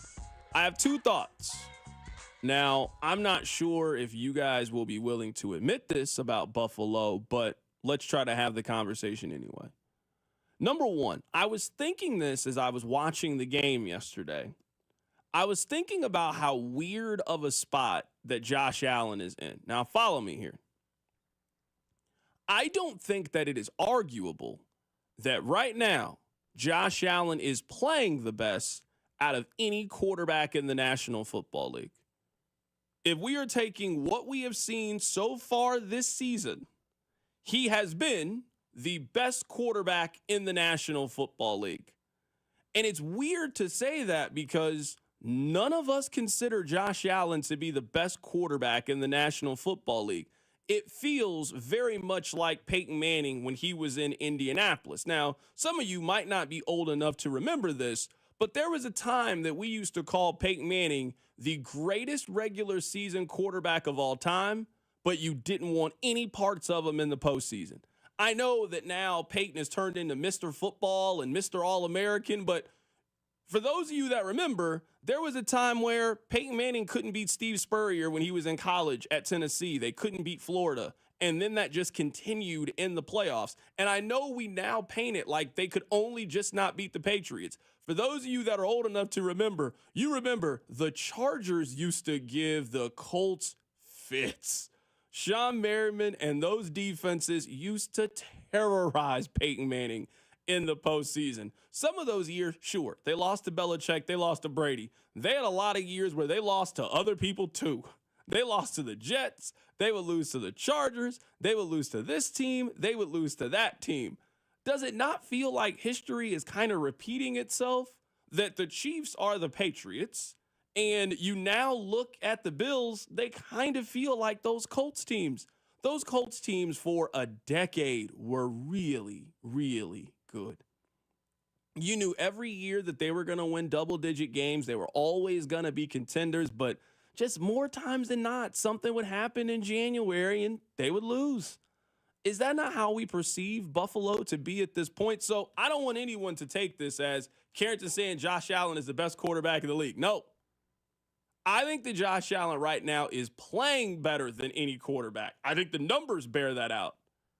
But it's weird that he's not the best quarterback in the league, and I don't even think he's close to being the best quarterback in the league, despite playing the best. It very much feels like Peyton Manning when he was in Indianapolis. It very much feels like Aaron Rodgers in 2012 and 2013 and some of those years with the Packers where, hey, the best quarterback on the field was Aaron Rodgers. But once it got cold, once it got to January, nope, no thanks. I'll take number 12 in New England, and we're going to continue to win championships. That's the first thing I was thinking. Second thing is, and this is where I think Chiefs fans have to tip their cap a little bit. You want to know who thinks and wakes up every single day about how to beat Kansas City? It's Buffalo. Now, they don't do it right every single time. I would have never traded Xavier Worthy to the Kansas City Chiefs, but this move to go get Amari Cooper is a move that if you are calling into Buffalo Sports Talk, the conversation that you are having, not only did we go get Amari Cooper, we kept him off the Chiefs. How many times have we had that conversation over the course of the last couple of years about wanting the Chiefs to make a move? And one of the positives is, well, he didn't go to Baltimore. He didn't go to Buffalo. He didn't go to this team. I mean, that's going to be the conversation. I don't know if it's going to work for Buffalo. It probably will not work for Buffalo. And I've got like 35 years of data to tell you that Buffalo is not winning the Super Bowl this year. But I think we have to at least tip our cap to how well Josh Allen is playing. And in my opinion right now, he should be the favorite to win NFL MVP. What he is doing with that roster, they don't have their running back last night in James Cook. They trade their number one wide receiver, and Josh Allen still continues to be playing at an elite level. And I think always in the spirit of competition, you at least have to tip your cap. Man, Buffalo is serious about trying to win a championship. Buffalo has a quarterback. They've got a team in place to make a run, and every day they wake up thinking about how can we beat Kansas City. It will probably not be successful, but Baltimore, I don't think wakes up with that intention every day. I don't think San Francisco wakes up with that intention every day. I think we know enough about Buffalo that they wake up every single day with hatred for Patrick Mahomes in their heart and trying to win a Super Bowl. And that's how, over the course, I would say, of the last 18 months, Buffalo has become their biggest rival. I agree with everything you're saying. I would also say this is why I sometimes get a bad rap on this show as being overvalue picks guy and, don't want to trade up guy and anti-moving forward guy, and those things are true. But you said something there that was very interesting to me. You said Buffalo doesn't always go about it right. Trading Xavier Worthy to the Chiefs was probably a mistake. I can easily argue the reason the Bills got Amari Cooper is because of the Xavier Worthy trade. In the Xavier Worthy trade, the Bills acquired the following: picks 32, 95, and 221. Draft capital in October and in April. That they eventually used to go get what they needed. Really, really matters. That's fair. And I come off as the, come on, Rob, all in on the three-peat guy. Why are you being so, long distance driven and not short-sighted? Sometimes trades in April have ripple effects that carry into the season. The Bills got Keon Coleman and then had leftover draft capital to maneuver around in last year's draft, and they know they're a trade-back type of team, so they feel like they're going to have the capital to move around in next year's draft. We haven't really talked about it today, but it's noteworthy. They also got capital for trading Stephon Diggs, True. too. Do you know what? We haven't talked about it yet today, but it's noteworthy. After like the first 3 rounds of next year's draft, you know how many picks the Chiefs have? Not so many. They have been moving and wheeling and dealing with those picks, and that's great. Super Bowls last forever.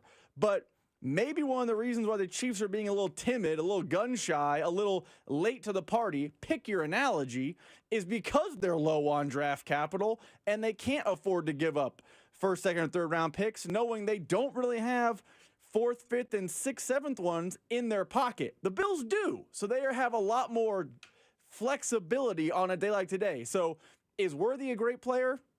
Maybe. The jury's still out. He's looked good at times to the Chiefs. But to say, well, the Worthy trade was a mistake, you shouldn't have given him to the Chiefs, maybe giving Worthy to the Chiefs gave you the opportunity to beat them to Amari Cooper. I want to play what Nate Taylor had to say coming up in about 5 minutes or so. We're going to head to the phone lines and be joined by Patrick Mahomes. It is our yearly We Don't Ask Him Football questions coming off the bye week. So Nate Taylor was on the midday show earlier, and he was asked the questions. Are the Chiefs now prepared to make a move, or are they going to wait until the trade deadline? Here's what Nate Taylor said.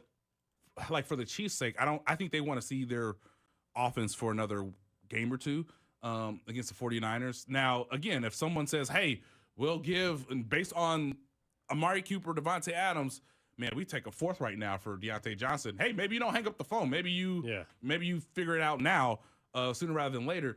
But I think most teams will play off of this. It'll help the conversations, or it'll, temper it to some degree. You get another game or two in, and then, because of the deadline, the interest will obviously, ignite again. But I don't, unless you're a seller, unless you're the Carolina Panthers, and you can say, based on that deal with the Cleveland Browns, we now know what we can sort of get or what our framework is.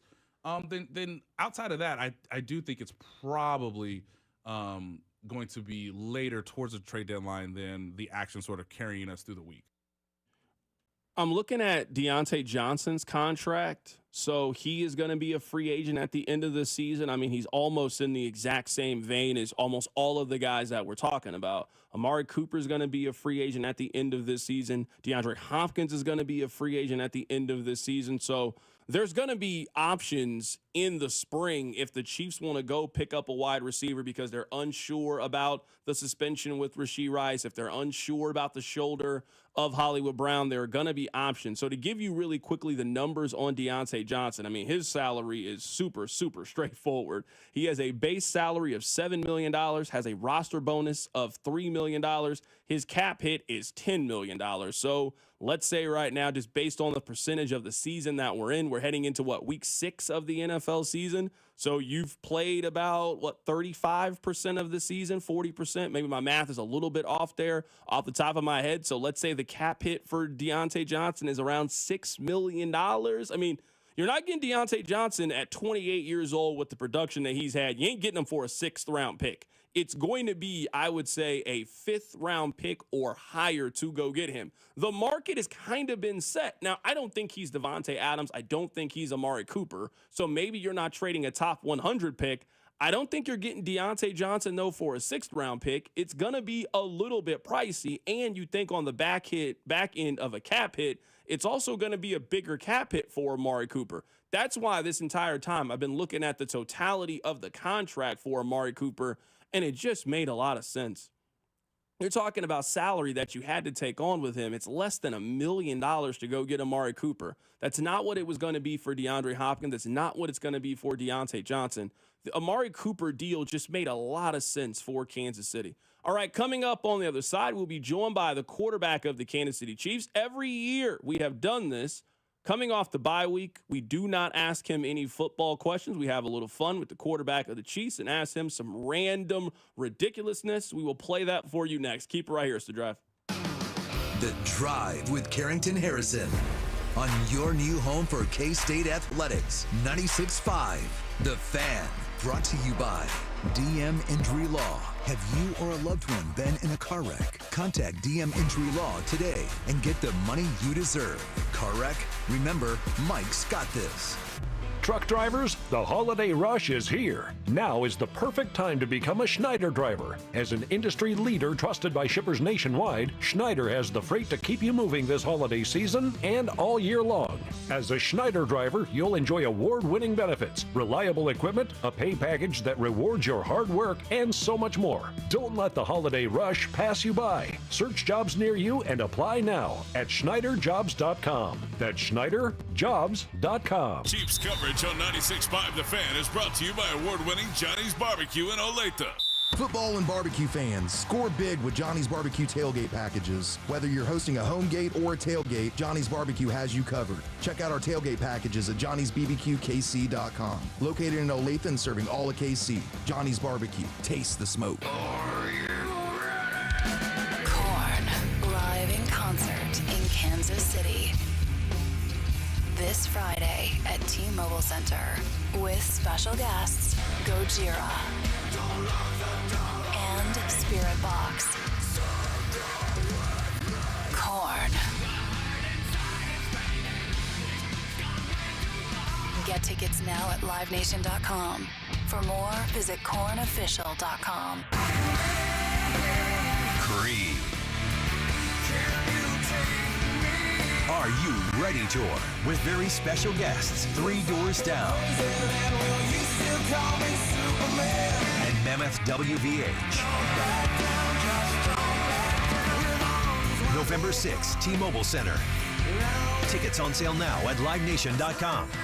Don't miss Creed with 3 Doors Down and Mammoth WVH on the Are You Ready Tour. The Chiefs, Cardinals, Royals, Blues, and our 2 soccer teams, the Current and St. Louis City SC, are all endorsing Amendment 2.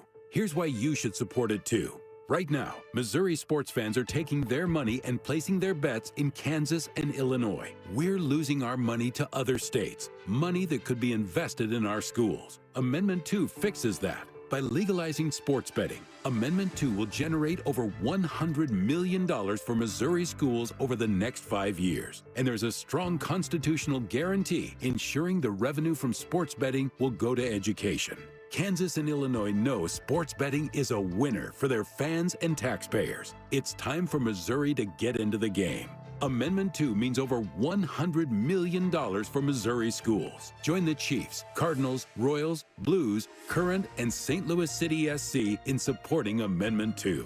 Paid for by Winning for Missouri Education, Mike Pridmore, Treasurer. Is joint pain, soreness, and achiness getting in the way of your best life? Football legend Emmitt Smith refuses to back down to pain. That's why he's a huge advocate for QC Kinetics and their natural approach to getting you relief. Look, we get one trip around, so I wouldn't ever let pain stop me from hanging out with my race team, traveling with my family, or golfing with my friends. Emmitt's got it right. And QC Kinetics uses regenerative medicine to relieve that never-ending pain in your knees, hips, shoulders, and back. And the best news, there's nothing foreign being introduced into your body. Just your own body's natural healing properties. No surgery or no downtime. If pain's holding you back, maybe it's tennis, pickleball, running, hiking, or spending time with special people in your life, what are you waiting for? This is precious time.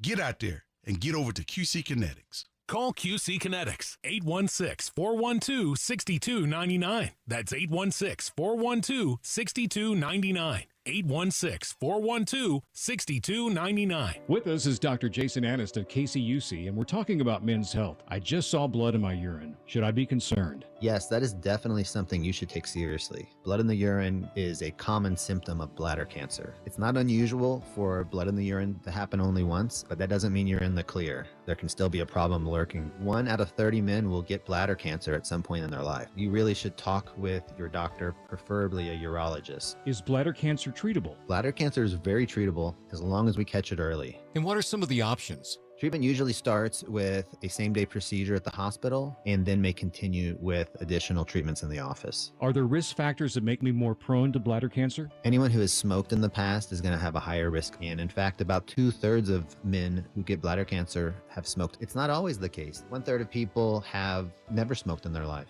See the experts at Kansas City Urology Care. At KCUC, you see the best in KC. To make an appointment, visit kcuc.com. Your attention is precious. Pulled in a million directions for a million different reasons. Blue Cross and Blue Shield of Kansas City works hard to make sure your health insurance isn't one of the many things distracting you from what's important. By making healthcare easier to navigate, we help keep your focus on the moments that matter most. Like dinner with loved ones, letting you focus on you. That's the benefit of Blue. Learn more at bluekc.com. Your attention is precious. Pulled in a million directions for a million different reasons. Blue Cross and Blue Shield of Kansas City works hard to make sure your health insurance isn't one of the many things distracting you from what's important. By making healthcare easier to navigate, we help keep your focus on the moments that matter most. Like dinner with loved ones, letting you focus on you. That's the benefit of Blue. Learn more at bluekc.com. I'm Brian Tedesco, CEO of Blaupunk Americas, the pioneers of the car stereo. Today, we're not just about sound systems. We are revolutionizing the e-bike scene with Blue.Bike. Thanks to AmericanEagle.com, our online presence now features a dynamic e-commerce website that showcases the quality and affordability of our foldable e-bikes. And our collegiate e-bikes, just perfect for the college fanatic. These e-bikes offer a new way to experience freedom on 2 wheels, no matter your age. When we needed a top-notch website to match our cutting-edge e-bikes, we turned to AmericanEagle.com. They made the impossible seem easy. tackling digital challenges like pros. Check out the Blue Dot Bike website to see AmericanEagle.com's amazing work in action. Need the best in website and digital marketing solutions? AmericanEagle.com is your go-to. They've been a game changer for us, and they can be for you too. Visit AmericanEagle.com or call 877-WEB-NOW-1. That's 877-WEB-NOW-1. Meet Cheryl. Hey. She's on vacation and lost in the moment. Unfortunately, so is her Chase debit card. It's gotta be somewhere. Maybe she lost it at salsa night. These skirts should have pockets. Or maybe she lost it at Pilates. 3 and 2 and... But she's not worried. With the Chase mobile app, she can lock her card till it turns up. Tools that help protect. One bank that puts you in control. Visit chase.com/checking. Chase, make more of what's yours. Chase mobile app is available for select mobile devices. Message and data rates may apply. JP Morgan Chase Bank, N.A. member FDIC. Here's traffic, brought to you by DM Injury Law. Have you or a loved one been in a car wreck? Contact DM Injury Law today and get the money you deserve. Car wreck? Remember, Mike's got this. The Cordell and Cordell traffic cams showing some slowdowns happening behind a collision eastbound 470. This is just past 50 Highway. It is off to the left shoulder, but we're seeing traffic back up to Northwest View High Drive. I'm Lori Pearson for 96.5 The Fan Traffic. You're listening to 96.5 The Fan from the Mission Plumbing, Heating, and Cooling Studios.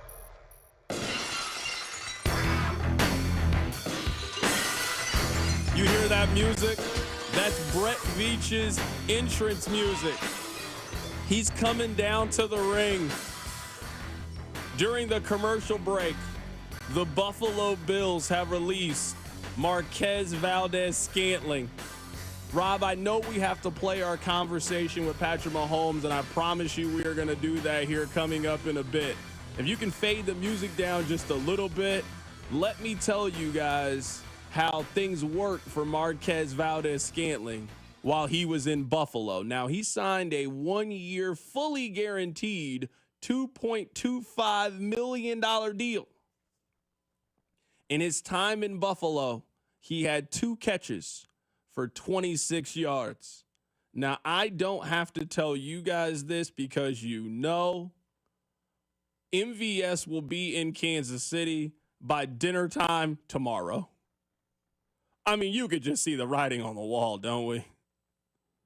Rob, come on now. You know I'm not telling any stories here. When I play that Stone Cold theme music, when you hear that entrance, you know Brett Veach loves a reunion. They brought back Juju. They brought back McCole Hardman. I mean, at this point, let's just bring the whole band back together. They also said not that long ago, in fact, a couple of days ago, they talked about bringing guys back that know the system. Who knows the system better than MVS? Yeah, man, I think it's probably what Adam was saying too. Just I think that helped Juju in his situation coming back in and jumping in. It helped McCole coming back. But I'm not telling you other guys can't come in and help out. So I mean, that's not. I don't think that's an issue. It's just going to take them a little bit longer to figure it out and get on the same page with Pat and all those things. It won't be quite as what you've seen with these other guys that have been in it. But and I'm not saying that we need to bring anybody else in. You asked a question. I'm just saying that I'm answering your question on that, man. So. Well, I mean, I think we know how this ends. You know what, Rob? We might need to start taking some of these lists and start scratching some names off, man. They're not going to get Deontay Johnson. Their options are DeMarcus Robinson or MVS. We're going to play let's make a deal here, and there's 2 doors. One door is DeMarcus Robinson. The other door is MVS. They might get crazy and go get both of them. I mean, don't let that money burn a hole in your pocket. Not when MVS is available. If MVS isn't on the Chiefs, then he's not going to be on the league. We saw what he was like at the end of his time in Kansas City, and he couldn't get on the field over Mac Hollins in Buffalo. He got replaced by Mac Hollins. MVS is joining the Chiefs by dinner tomorrow. He's gonna post a selfie with Taylor Swift Thursday at noon. happy to be back. They probably didn't even clean out MVS's locker. This is exactly what happened with McCole Hardman. Remember, McCole Hardman went to the Jets. It wasn't working out. He got beat out by a couple people. He was back on Kansas City, and he was taking pictures with T Swift. I'm telling you. You heard the Stone Cold music. That Brett Veach right now coming to the ring in the Royal Rumble, ready to go get his receiver. MVS is coming back. I'm not reporting that. I'm just simply telling you that we have seen enough Chiefs football to know exactly what's going to happen. MVS is going to be on the team by the end of the show today.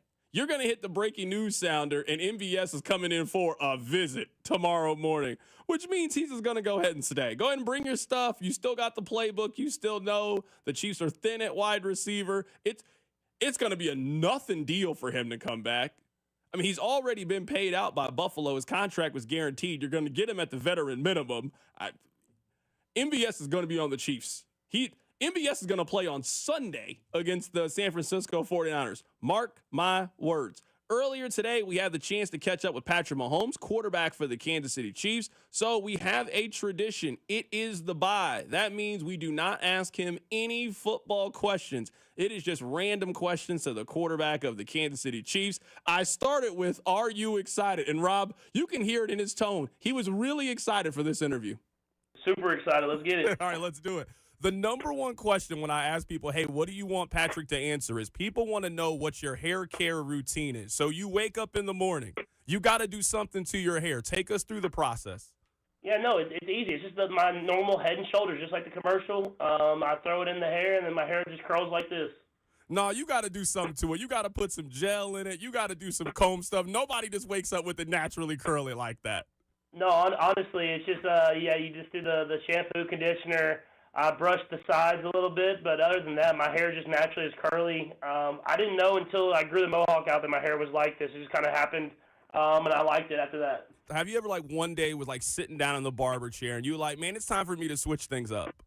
Oh, I think about that all the time. I know the Netflix show showed that. I've wanted to cut my hair for a while now, but we've had a good thing rolling, and I don't like changing stuff up, so I'll keep it as long as we keep rolling. All right now we're talking to the quarterback of the Kansas City Chiefs, Patrick Mahomes. What is your favorite Pop-Tart flavor?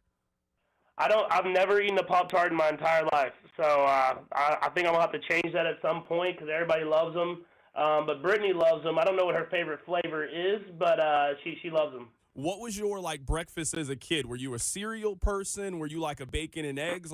8-year-old Patrick Mahomes, you're watching cartoons on a Saturday. What was your breakfast like?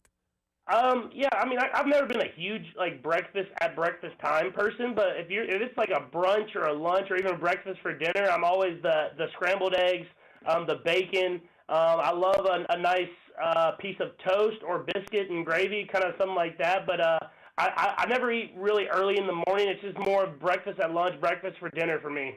Okay, it's good to know that you like bacon. One of the questions I had down, so scale from 1 to 10, how crisp do you like your bacon? So 1 is super floppy, 10 is the crispiest, almost break your teeth off hard. How crispy do you like your bacon to be?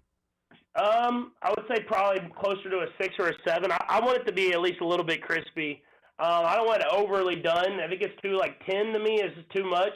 But I want it to be a little bit crispy, and then you get a little bit of floppiness in there, just nothing too crazy.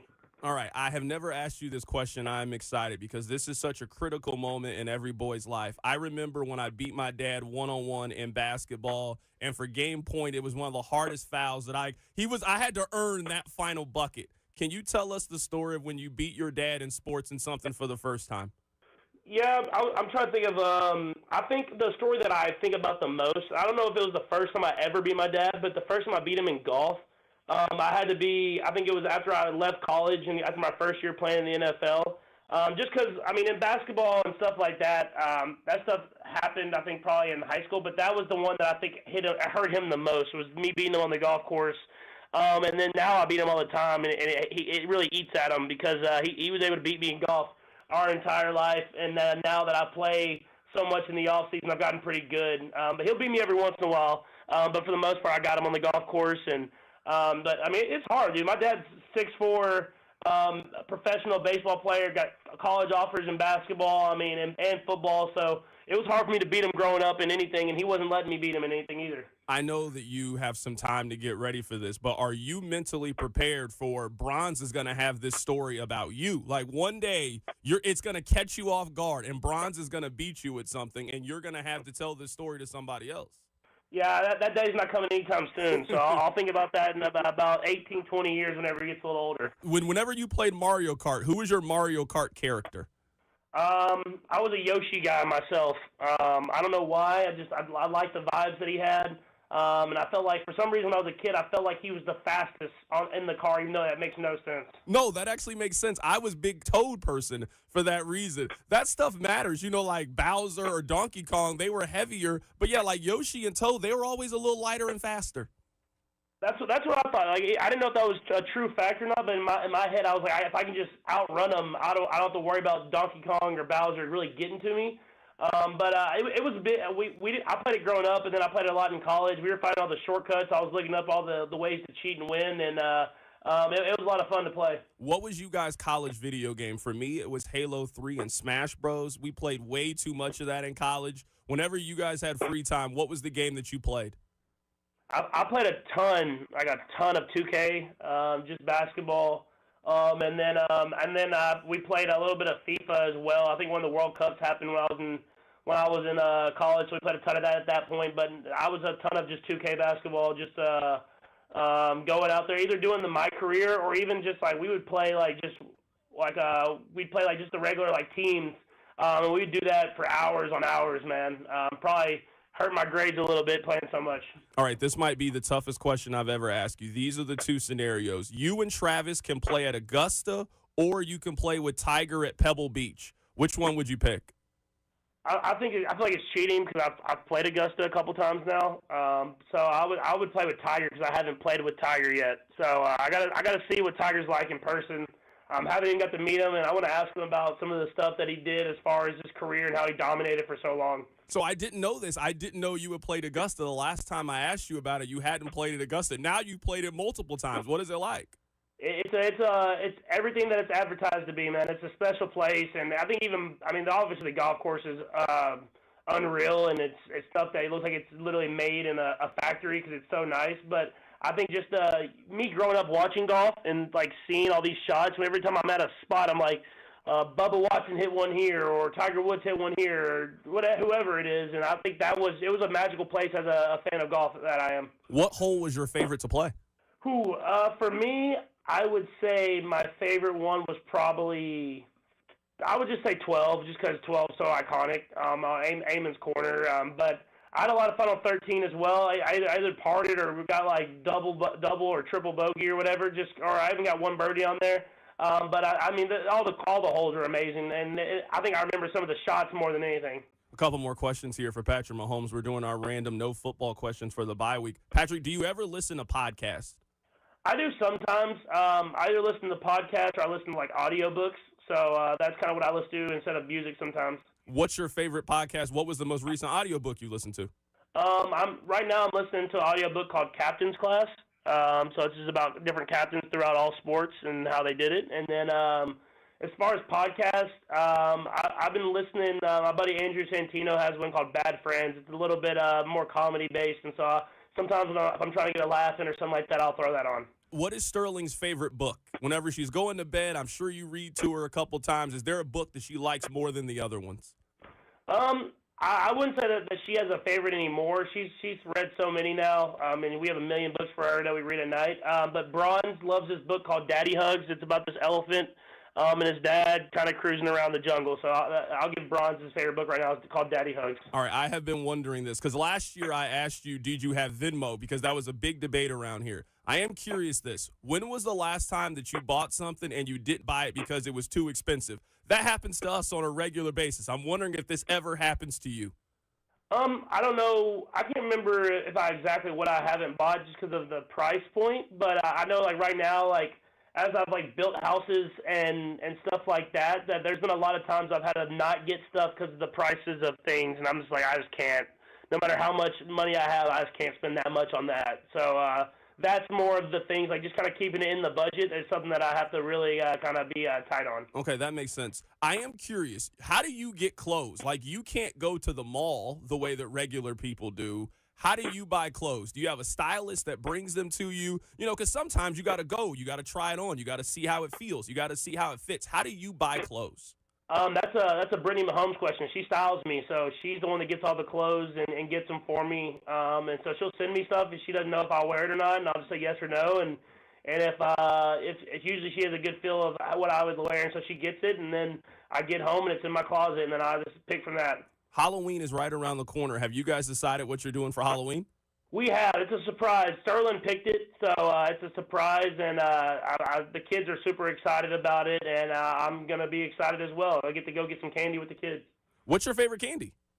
My favorite candy is probably any type of, like, gummy, like Sour Patch Kids, either Jolly Rancher gummies, stuff like that is probably my favorite candy. And then every once in a while I'll get some, like, Reese's Pieces or M&Ms or something like that, but mostly the sour gummies. All right, last thing here, and I appreciate you having a little fun with us today with our random questions. I have to ask you, has Taylor ever baked something for you, and what did she make you?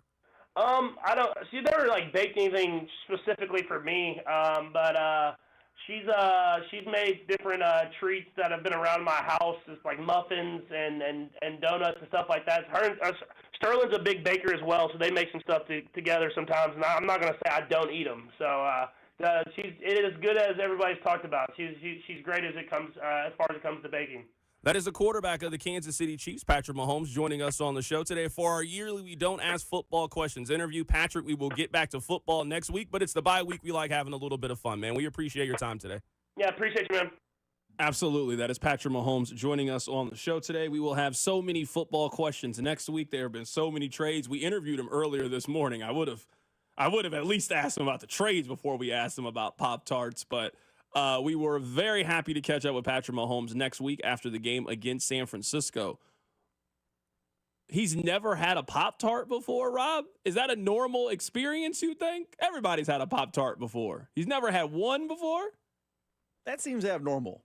Like, it's one thing to be like, hey, I prefer it toasted versus not toasted. Hey, I like this flavor to that Which side of the camp are you on? Are you on toasted Cold. or not toasted? Cold. Take it right out of that little foil package, open it up, eat it. You're not getting the best out of it, though. No, I am getting the best out of it. No. I don't want it hot. Yuck. No. Toaster strudel hot, not a Pop-Tart. No thanks. Yeah, I'm actually not a toasted or cold. I like to put it in the microwave for like 5 to 7 seconds. What's your favorite flavor? Because there's only one right answer here. It's s'mores, right? Text line 913-586-7965. It's s'mores. That's the best version of Pop-Tarts. I actually prefer the cinnamon brown sugar as number one. Oh, that's the best one. That's the best one. And then wild cherry is 2. One of those, like in the off season where Pat does those things with like GQ or Esquire, he shoots those videos with those big publications. He should do a Pop-Tart taste test just right there in front of everybody. This is the first Pop-Tart I've ever had. I would love to have a Pop-Tart and just see what it's like. I actually was much more of a toaster strudel individual than Pop-Tarts. Both of them delicious, but toaster strudels just clearly the superior breakfast pastry if you were going to eat one of them. I do like that Patrick just lives such an incredible life that he can casually just say, I've played Augusta multiple times.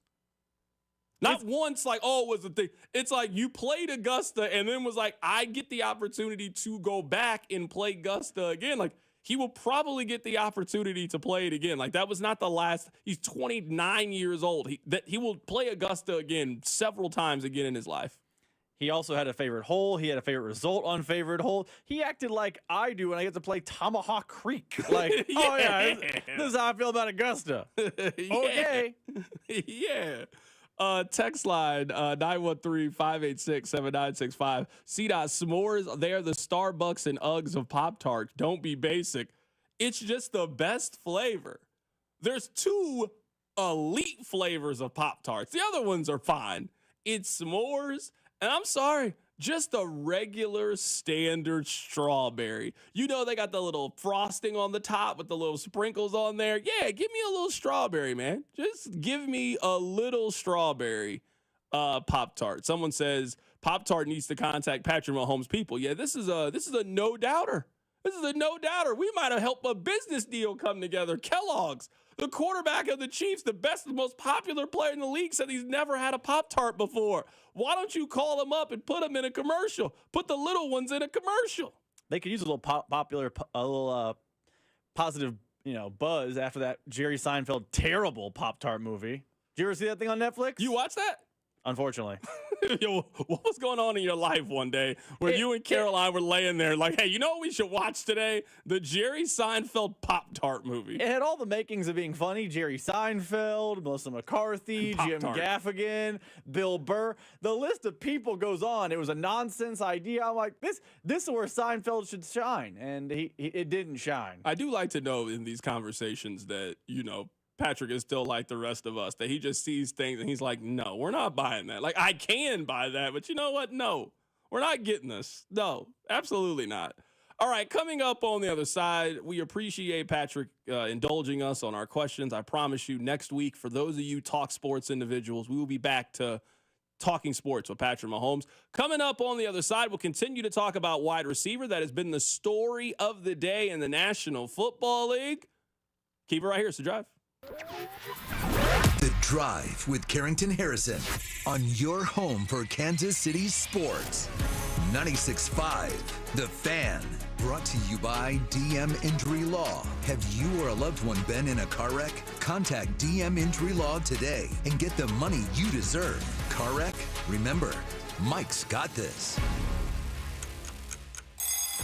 You've been waiting, and now is the time. Golden Oak Lending has fixed mortgage rates at 4.875%. But don't wait, this rate won't last forever. Call today and take advantage of our low 4.875 fixed rate.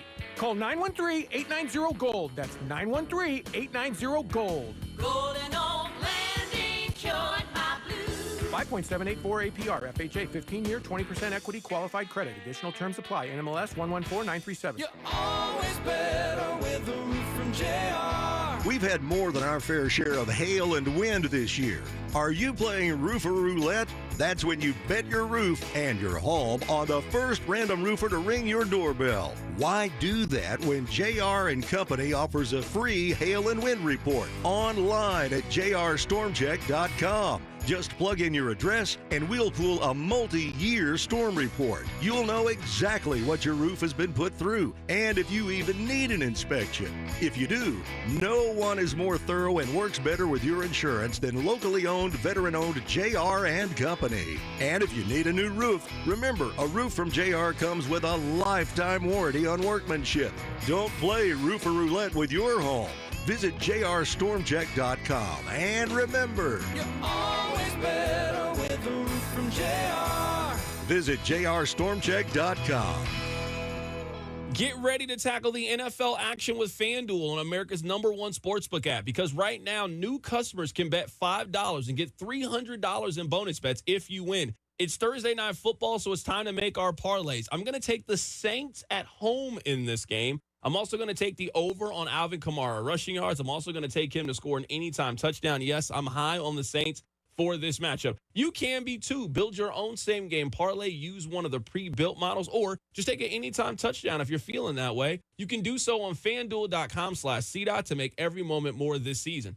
FanDuel, an official sportsbook partner of the NFL, and also 96.5 The Fan. 21 and present in Kansas. First online real money wager only. $5 first deposit required. Bonus issue is non-withdrawable bonus bets, which expires 7 days after restrictions apply. See terms at sportsbook.fanduel.com. FanDuel is offering online sports wagering in Kansas under agreement with Kansas Star Casino, LLC. Gambling problem? Can help is your best bet. Call 1-800-522-4700. Visit ksgamblinghelp.com.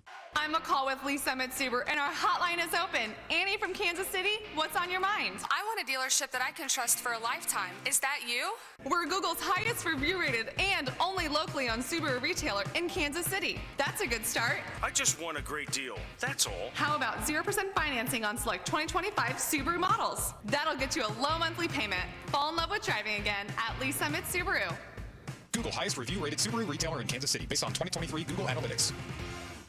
Dick Ray, he's your cooling magician. Dick Ray is a man on a mission. When it's hot and humid, your AC's failing and it's causing quite the fuss. There's an AC expert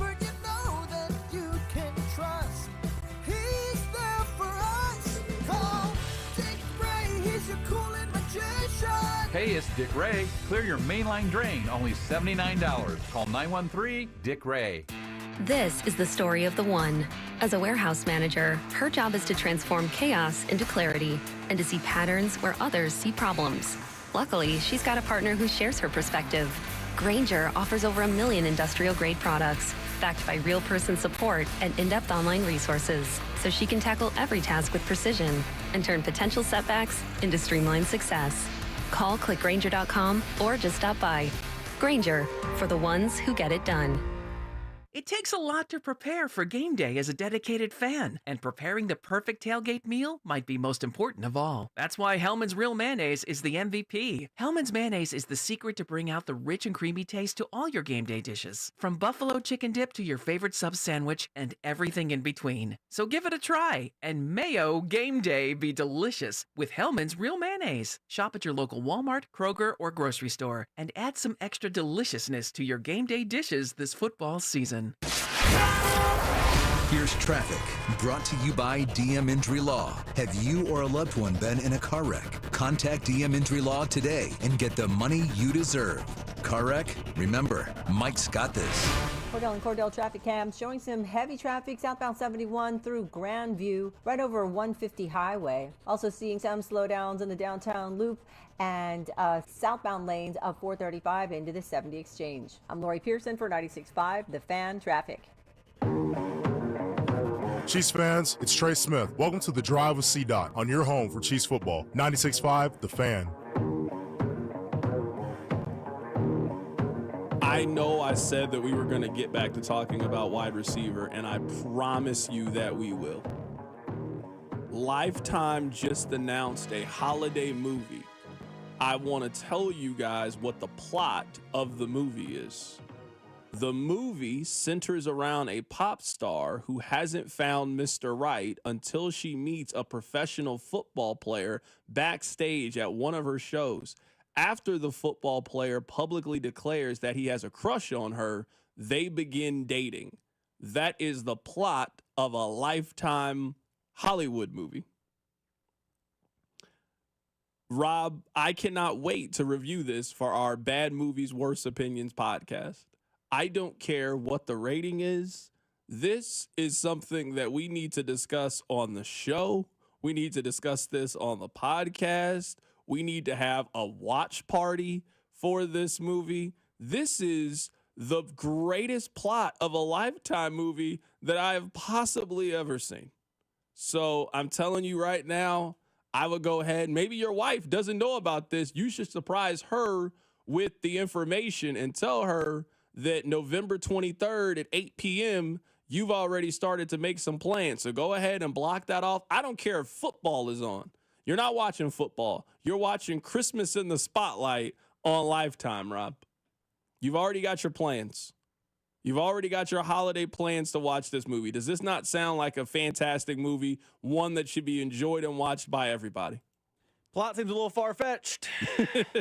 Have we ever seen a football player and a pop star start to date? No, I can think of. No, never happened before. Completely original. This is like when they put that little disclaimer at the beginning of Law and Order episodes where they say that this is just a coincidence. It's not based on a real story. And you're thinking, hold on, that was that story I remember reading in the newspaper like 3 weeks ago. No, they're doing that with this Lifetime movie. So I cannot wait. This is one of the 12 new holiday films on Lifetime. If you would like to know that, Rob, Christmas in the Spotlight, November 23rd. You can catch that at 8 p.m. All right, let's get back to this. Very serious football things. I apologize for derailing us with Lifetime movies. I'm back. I'm focused. I'm ready to go. I'm not even saying this to be funny. I am not joking. This is a real serious matter. We all know that MVS is coming back, right? Like, I know we were joking with the Stone Cold entrance, and he is 100% coming back, right? Think about it. McCole Hardman, disaster with the Jets. The Chiefs traded for McCole Hardman. They traded for him. Juju Smith-Schuster got released by the New England Patriots. Chiefs ran to go get Juju Smith-Schuster. Isn't this where they complete the triangle and they bring back MVS? Knows the system, knows the scheme, fits into the locker room. They're a little thin at wide receiver, and it also gives them a break in case of emergency if an injury happens, because an injury will probably happen. I said that earlier, and someone said, well, why are you going to jinx us? I mean, if you think they're winning the Super Bowl, they have 15 more games left at a minimum. That's with them even getting the bye. They have a minimum of 15 games left in the season. They will probably encounter another injury. So you need to build up the depth, put some more wide receivers in the cupboard. One of those wide receivers is going to be MVS. Now, I'm not saying that means they are not going to go make a trade still. A trade is certainly still possible. I would still side with they are going to make a trade versus they are not going to make a trade. But I am telling you that if there is one thing that we know about Brett Veach, when Brett Veach is single, he is not going out to meet new young ladies. No, he is going in his phone and he is texting the ones from 2-3 years ago from the last time that he is single. They don't bring in new wide receivers in this scenario. No, they go get that old thing back. Man, whatever happened to Amanda? Man, let me see what Amanda's doing. Let me go on her Facebook and see if she's married. Oh, it says divorced? Quick message. They're bringing MVS back. I'm not joking. This is serious. I got a straight face on. You can see it right now on the Twitch straight face. They're going to get MVS. Immediately, they are going to get MVS. I would bet MVS going to Kansas City, and maybe this is 6 in one hand, half dozen other, semantics, whatever. I would bet he's on the practice squad. I bet he's a practice squad member, and then within 2 to 3 weeks, he gets activated, and then we'll know like what the long-term plan is. But MVS is in some form or fashion a Chief. Maybe it's the Kareem Hunt plan where they bring him in, practice squad, and then they eventually elevate him. Maybe it's just practice squad for practice squad's sake, like they did with Melvin Gordon all those years ago. But the betting money is that he is a Chief in some form or fashion. And I'm saying this half joking, half very honest. If the Chiefs cut Justin Ross in the practice squad to make room for MVS, the text line that day is going to be absolutely beside themselves. And it's going to be great content. I mean, are they? I mean, Ian, I guess to be serious, you don't have to cut him. Just put MVS on the practice squad. Yeah, kind of like what Justin happened Ross already on the practice squad. To make room, you can't carry an endless number on the practice squad. It's not just vibes and we get to 150 like it's college football. Yeah, of course. But I mean, we all know that this number, you can manipulate the number a little bit. Somebody gets injured, you put them on the IR, you bring in MVS, and then you can it's constantly evolving, kind of like scholarship limits in college football. Sure, there's a limit to scholarships. Trust me, you can always create room for one more if you need to. So that's why I'm saying is, at least for MVS, I'm not saying I want MVS back, but the Chiefs need a wide receiver. A wide receiver who was on the team last year is now available. They are going to get that individual. 100% going to get him. He's physical. He can run block on the outside. He knows the system. He knows the scheme. And, I mean, he's an upgrade over Sky Moore, is he not? You guys know where I stand on MVS, Mr. Applebee's, Mr. 2 for 20. You know where I am on him. He's an upgrade over Sky Moore. I think they're going to get MVS, man. I'd be stunned if MVS is not on the team by Thursday. Legitimately stunned if he is not on the team. It would go against almost everything they've done for the last 3 years. Every time MVS was available, they have gone to get the MVS equivalent.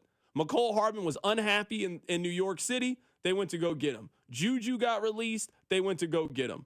Mike Pennell was available. They went to go get him. They always bring these guys back. MVS is coming back. I mean, again, I'm not doing like I agree. I don't want MVS back, but it would surprise me if he's not in some form or fashion. That includes the practice squad back with the Chiefs.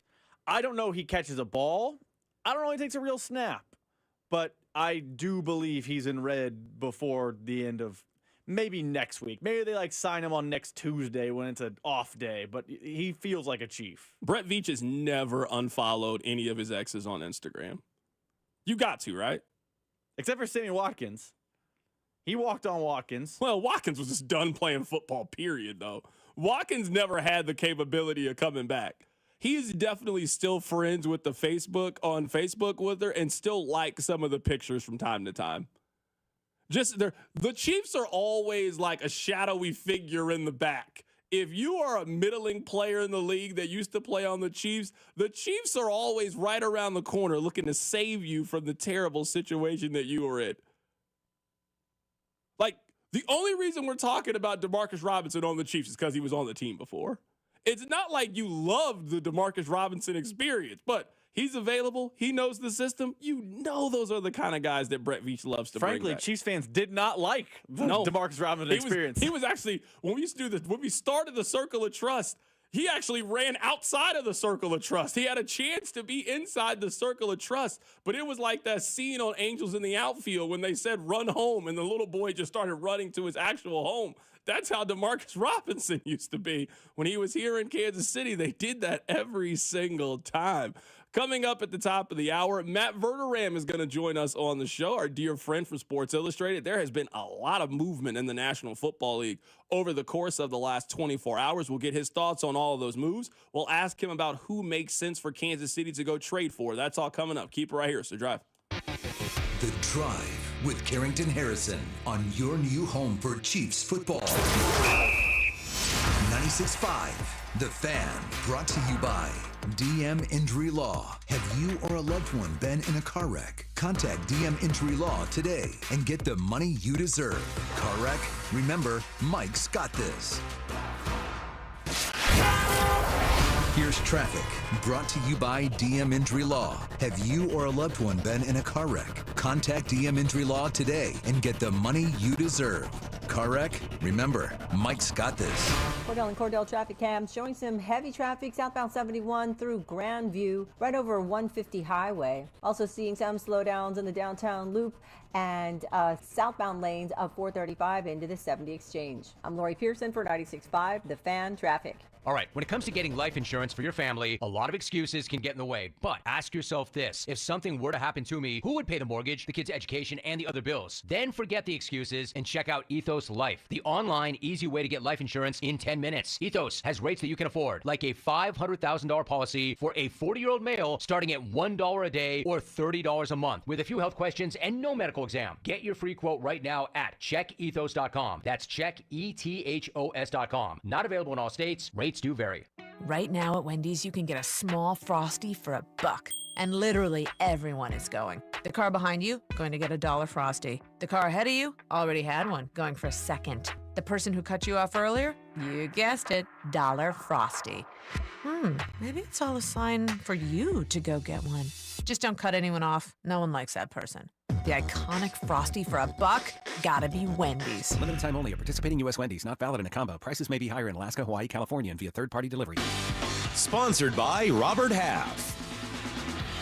9 out of 10 hiring managers are having difficulty hiring. Robert Half is here to help. Our recruiting professionals utilize an award-winning AI to connect businesses with highly skilled talent. At Robert Half, we know talent. Visit roberthalf.com/talent today.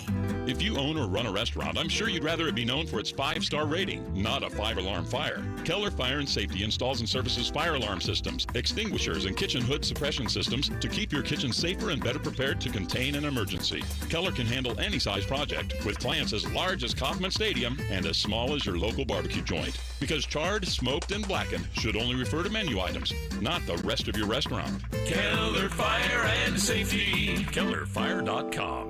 The Chiefs, Cardinals, Royals, Blues, and our 2 soccer teams, the Current and St. Louis City SC, are all endorsing Amendment 2. Here's why you should support it too. Right now, Missouri sports fans are taking their money and placing their bets in Kansas and Illinois. We're losing our money to other states, money that could be invested in our schools. Amendment 2 fixes that. By legalizing sports betting, Amendment 2 will generate over $100 million for Missouri schools over the next 5 years. And there's a strong constitutional guarantee ensuring the revenue from sports betting will go to education.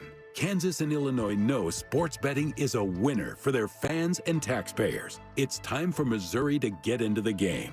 Amendment 2 means over $100 million for Missouri schools. Join the Chiefs, Cardinals, Royals, Blues, Current, and St. Louis City SC in supporting Amendment 2.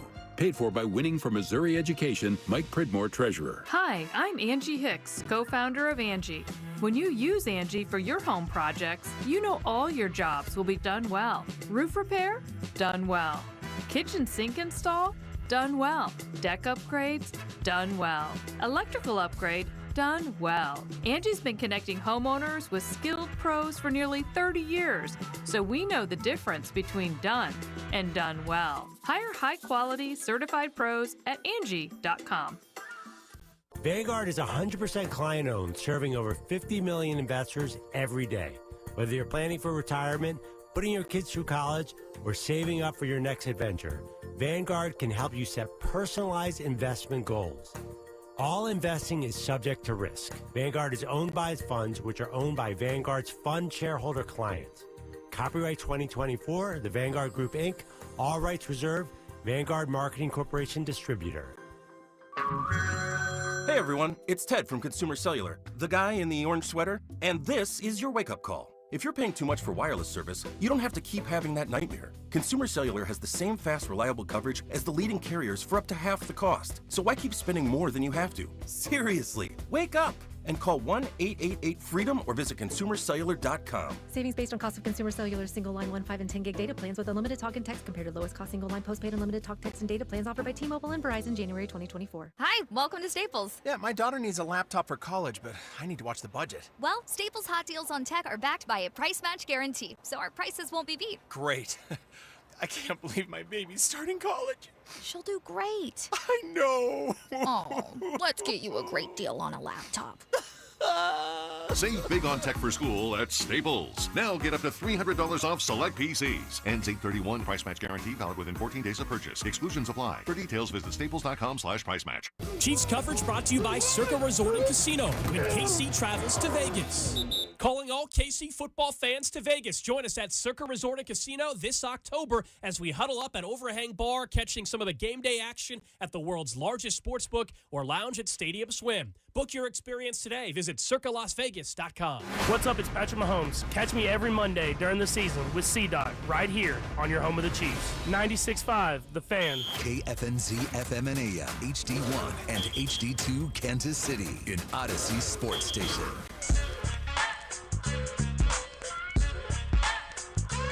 Let's head to the phone lines right now to recap what has been a very busy last 24 hours in the National Football League with one of my favorite people to talk football with, Matt Verderam of Sports Illustrated. Matt, how you doing today, my man? I'm very busy today. How are you doing? I'm doing great, man. Happy to have you on the show today. Let's just start with this. I am surprised that the Chiefs were not more of a player for Amari Cooper. Just everything to me made sense to go get Amari Cooper. When you think about the draft pick compensation that was given up, the Chiefs have 2 third-round picks. You think about how much the cap space was to acquire him. It was less than $1 million. I'm really, really surprised that the Chiefs lost out on Amari Cooper. I am too. Listen, I wrote a piece about a week ago over on Sports Illustrated where I kind of detailed different connections that teams have. And Cooper doesn't have an obvious connection to the Chiefs in the sense like they didn't have an offensive coordinator tied to him or something like that. But the Chiefs are somewhat cap challenged. They have about $4.9 million in space.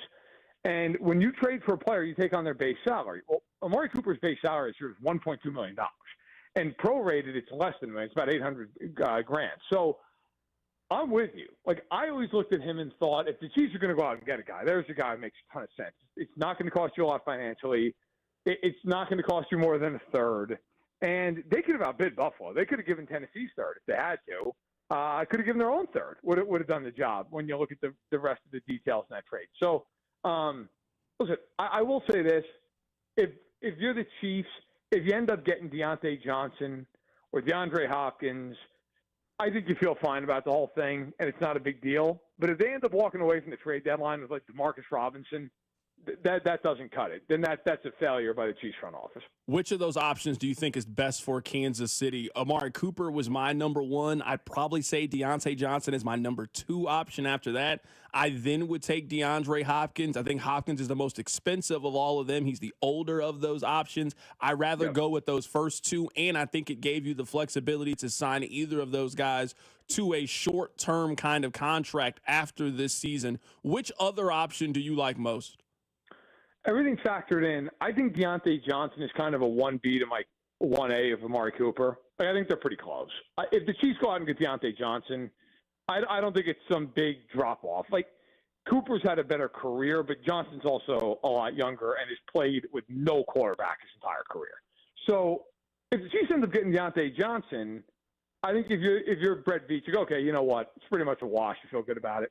Hopkins, it's hard to say. He's older. He was productive last year, had 1,000 yards, but has not been off to a good start this year. But again, they have no quarterback. So it's a little bit more, I think that's a little bit of a step down. And then after that, then you get into the Darius Slaytons of the world, who's a good player. He's not great. He's definitely not the three guys we just talked about. You get into old faces, which the Chiefs are all about. MVS just got released. I can't imagine that they bring MVS back, but if they do, that's going to be met with reactions. Let's put it that way. DeMarcus Robinson. I can see the Chiefs flipping a 7th-round pick to the Rams. Mike Williams, to me, I don't get why they'd go after him. Like, he just doesn't look right physically. I just don't see it. Adam Thielen's another guy in Carolina that you look at and go, okay, maybe. I mean, he makes sense. He's got this year and next year on his deal. He's older, but he's still productive. There's a lot of receivers out there. I'll give you one other name to watch. I don't think they do it, but it's a name, Christian Kirk. I think financially it's kind of a no-go for the Chiefs, but Jacksonville is going to unload guys, and Kirk is somebody who I think would be an amazing fit in Kansas City's offense. I just don't know that financially that it would work out for him. I mean, Matt, you know they're bringing MVS back, right? Like, that's We're not a going question. to need like an hour-long segment. Okay, I'm just saying that's not a question to me. That's a debate. You're in question about it. I already got MVS playing Sunday against San Francisco. It's one of those things. If they had 2022 MVS and lost him, I'd be like, oh, yeah, no question. He was so bad last year that I almost feel like Mahomes might throw himself in front of that. I mean, maybe he would. Maybe he'd say, look, I know him and I believe. But if you're the Chiefs, like, you're not playing him in front of Worthy. You're not playing him in front of Watson. You're not playing him in front of Juju. That's it. Like the DeMarcus Robinson thing, I feel like that's much more like they'll just, here's a conditional 7th-round pick, and DeMarcus Robinson will come in and play 40% of snaps. But, look, this whole year, it seems like the whole team has been getting the band back together. Why not? Just go get them both, and we can move forward. Last thing here about the Chiefs, and I do want to get your thoughts on the rest of the moves around the National Football League. What do you think is the most the Chiefs would spend now? Because I was looking at the compensation for Amari Cooper. I mean, that's how much it costs if you want to get a wide receiver that moves the needle. Darius Slayton is a fine player, but Darius Slayton doesn't really move the needle, and the Chiefs have like 4 versions of Darius Slayton already on their team. What's the most you think the Chiefs would spend at the deadline to go get another wide receiver? I think that realistically, the most that anybody's going to cost is probably Deontay Johnson. And that's probably a 3, maybe even a 4. But I think because the Chiefs are who they are and where they're drafting, I think it would probably be their 3rd-round pick. I think that's probably the right answer. I don't think it'd be Tennessee's pick. I think it'd be their own. I will throw one curveball, and I think this has like a 0.1% chance of materializing, but I also think it can't be completely discounted.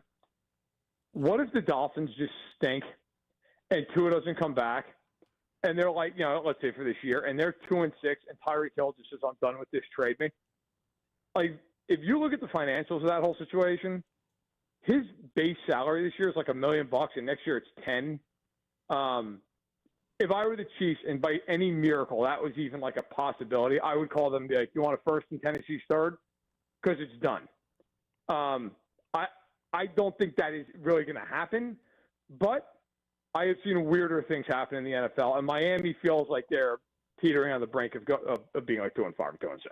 Right now, we're talking to Matt Verderame for a couple more minutes. He is with Sports Illustrated, breaking through some of the big wide receiver trades. Let's keep it with Amari Cooper and keep it with Buffalo.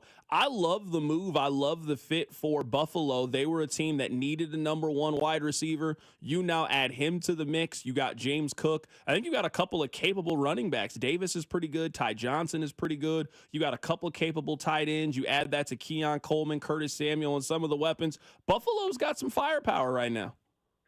Yeah, they do. Look, you know what? If you're the best, I wrote last night after they beat the Jets, I wrote a reaction piece for Sports Illustrated. I wrote the Bills need to add a receiver to be a real contender.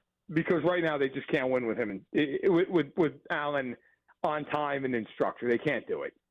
Cooper gives them that. Now, I think there's layers to this. The Bills are definitely better, and between Cooper, Shakir, and Kincaid, that's look, not an unbelievable trio, but it's a solid trio. And when you factor in Allen in the run game, that should be a good offense. I do think that they still are not as good as they were a year ago. I still think that's true. Diggs is a better player, at least was a better player than Cooper. And while Gabe Davis has never been a guy that I've been overly fond of his game, he's better than any of these guys are trying now. He's better than Keon Coleman at this point. He's better than Mac Hollins. So I still think, all told, the Bills were a better team a year ago than they are right now. But I think they'll wake up tomorrow a better team than they woke up today. And so, look, right now in the AFC, I think 5 teams matter. And it's Buffalo, Houston, Baltimore, Kansas City, and until they're dead and buried, Cincinnati. The rest of these teams, yeah, you might get a playoff team or two. Yeah, obviously you're going to have to. I don't think any of them are meaningful contenders. Looking at the other major trade that has happened, Davante Adams is now a member of the New York Jets. I mean, there were only 2 teams to me that he was going to go to. He was either going to go to the Jets or the Saints. I think we knew that the Jets had to be the favorite. I mean, I knew whenever Mike Williams didn't catch that ball and that ball got intercepted, at that moment, Aaron Rodgers looked at somebody and said, I will never throw another pass to Mike Williams. Yes, it was over immediately, which, by the way, is funny in the sense that Rodgers just absolutely buried him in a press conference after the game. And, like, Aaron, to be fair, though, you also underthrew that ball by like 10 yards. Yeah, he did. I mean, it's just a terrible throw. I don't care what his excuse is, an awful throw. But in any event, you know what? Like, I graded this thing this afternoon, and I gave the Jets a D and the Raiders an F. When is the last time a team 2 games under 500 traded away a top 100 pick for a 32-year-old player, and he's going to be 32 in December? When did that? That never happens. And there's a reason it doesn't happen. It's because it's dumb. They're not winning the Super Bowl. I don't care if they've run Davante Adams. Can Davante Adams coach? Can he play the run? Can he get a pass rush? Because if you can't do any of those things, they're not going anywhere. And Rodgers, look, I think he's been fine this year. He's not been anywhere near the player he was when he was winning MVPs. And that's fine. He's 41 years old this season. But, they're not good.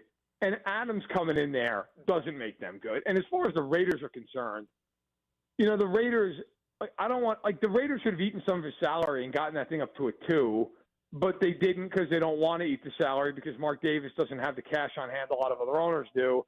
And now you got to sit there. They gave up a first and a second-round pick 2 years ago for Adams and had Derek Carr for a year and then had Garoppolo, O'Connell, and Minshew throwing them passes. I mean, that's a catastrophe of a trade. So, yeah, look, in the end, I think both teams kind of win the Bills-Browns trade. I like it for both teams. I don't like the trade for Adams for either side. Last question here, Matt. We do our yearly during the bye week. We don't ask Patrick any football questions, and we ask him random questions. We asked him what his favorite Pop-Tart flavor is, and he said that he's never had one before. Do you have a favorite Pop-Tart flavor? Wait, he's never had a Pop-Tart? That's what he said earlier today on the show. He said he's never had one before. That's worse than him putting ketchup on a steak. Thank God for him. He's good at football. A brown sugar cinnamon all day. Heat it up for 11 seconds. You're good to go. That is our guy, Matt Verderame, joining us on the show. Matt, man, I appreciate you. No problem. Anytime. Absolutely. That's Matt Verderame joining us on the show today. We are talking wide receivers. We have not had time to take you guys' phone calls. I promise you we will in the next segment. 913-586-7965. I believe that the Chiefs should have made the trade for Amari Cooper today. I want to hear you guys' thoughts. We'll do that next. Keep it right here. It's The Drive. The Drive with Carrington Harrison on your new home for Royals baseball. 96.5 The Fan. Brought to you by DM Injury Law. Have you or a loved one been in a car wreck? Contact DM Injury Law today and get the money you deserve. Car wreck? Remember, Mike's got this. When it comes to car buying, you deserve options. So at Volkswagen Lease Summit, we have 3 incredible promotions to pick from. Choose no payments for 90 days, 0% APR for up to 60 months, or we'll double your down up to $3,000. Pick out your car, then pick your promo at VWLeaseSummit.com. Tune in this week to Kickoff with Boomer and Valenti, where they break down all the headlines in the NFL, presented by T-Mobile. Head to T-Mobile.com and get a great deal on the iPhone 16 Pro. Fall in the Midwest is pleasant. The air is crisp, the temperatures are mild, and all is right with the world. But every one of you knows that lurking around the corner is creepy old man Winter. He wants to come into your home, put his feet up on the couch, and take over the remote. That's why you need to replace your drafty old windows with triple glass replacement windows from Thermo King. Triple glass? But weren't you told that double glass windows were all you'd ever need? Think again. Triple glass windows offer double the insulating barriers against creepy old man Winter than double glass windows. And their super strong frames are guaranteed to never twist, warp, fade, or fail. And right now, Thermo King is selling their triple glass windows for the same price as double glass. Who would do such a thing? Thermo King, that's who. So don't let this beautiful weather fool you. Protect your home from creepy old man Winter and call Thermo King today. 888-KING-WIN or online at thermokingwindows.com. You've been waiting, and now is the time. Golden Oak Lending has fixed mortgage rates at 4.875%. But don't wait, this rate won't last forever. Call today and take advantage of our low 4.875 fixed rate. Call 913-890-GOLD. That's 913-890-GOLD. Golden Oak Lending cured my blues. 5.784 APR, FHA, 15-year, 20% equity qualified credit. Additional terms apply. NMLS 114937. I'm McCall with Lee Summit Subaru, and our hotline is open. Annie from Kansas City, what's on your mind? I want a dealership that I can trust for a lifetime. Is that you? We're Google's highest review rated and only locally owned Subaru retailer in Kansas City. That's a good start. I just want a great deal. That's all. How about 0% financing on select 2025 Subaru models? That'll get you a low monthly payment. Fall in love with driving again at Lee Summit Subaru. Google highest review rated Subaru retailer in Kansas City based on 2023 Google Analytics. Dick Ray, he's your cooling magician. Dick Ray is a man on a mission. When it's hot and humid, your AC's failing and it's causing quite the fuss. There's an AC expert you know that you can trust. He's there for us. Call Dick Ray, he's your cooling magician. Hey, it's Dick Ray. Schedule your AC tune-up, only $79. 913-DICK-RAY. Hi, it's Derek Johnson, and I know there's nothing better than being part of a team. A group of great people you can count on and learn from. The Sheet Metalworkers, local number 2, are growing their team and looking for quality men and women who want to build Kansas City's future. While you're making KC a better place, you'll also get great pay and benefits while gaining lifelong skills. Explore the possibilities at sheetmetal2.org. That's sheetmetal2.org. And take a step towards a fulfilling and rewarding way of life. Hey, it's Rex here with RexBuysKC.com, your local KC home buyer. If you own a property in the Kansas City or surrounding area and want to sell it fast and at a fair price, write this number down, 816-330-6000. I'm a private real estate investor, not some hedge fund or large national chain. My family and I live right here in KC. I can pay cash and close on your timeline, even in as little as 3 days. Here at RexBuysKC.com, we're improving Kansas City one house at a time. I buy inherited houses, vacant houses, foreclosure houses, behind in payment houses, my tenant won't pay the rent houses, and properties that need complete rehabs. Do you own a house that's trashed and needs thousands of dollars in repairs? Great. If you own a house and want to sell it fast, call me at this number, 816-330-6000. That's 816-330-6000, or go to RexBuysKC.com. That's RexBuysKC.com, and I look forward to working with you. Our favorite reason to choose Diamonds Direct over any other jeweler? Free service for life with no fine print. That's right. When you buy your engagement ring or any piece of jewelry at Diamonds Direct, you will never have to pay a dime in the future for sizing, cleaning, or routine maintenance. At Diamonds Direct, there's no gotcha clause, no fine print, no looking for ways to void the warranty.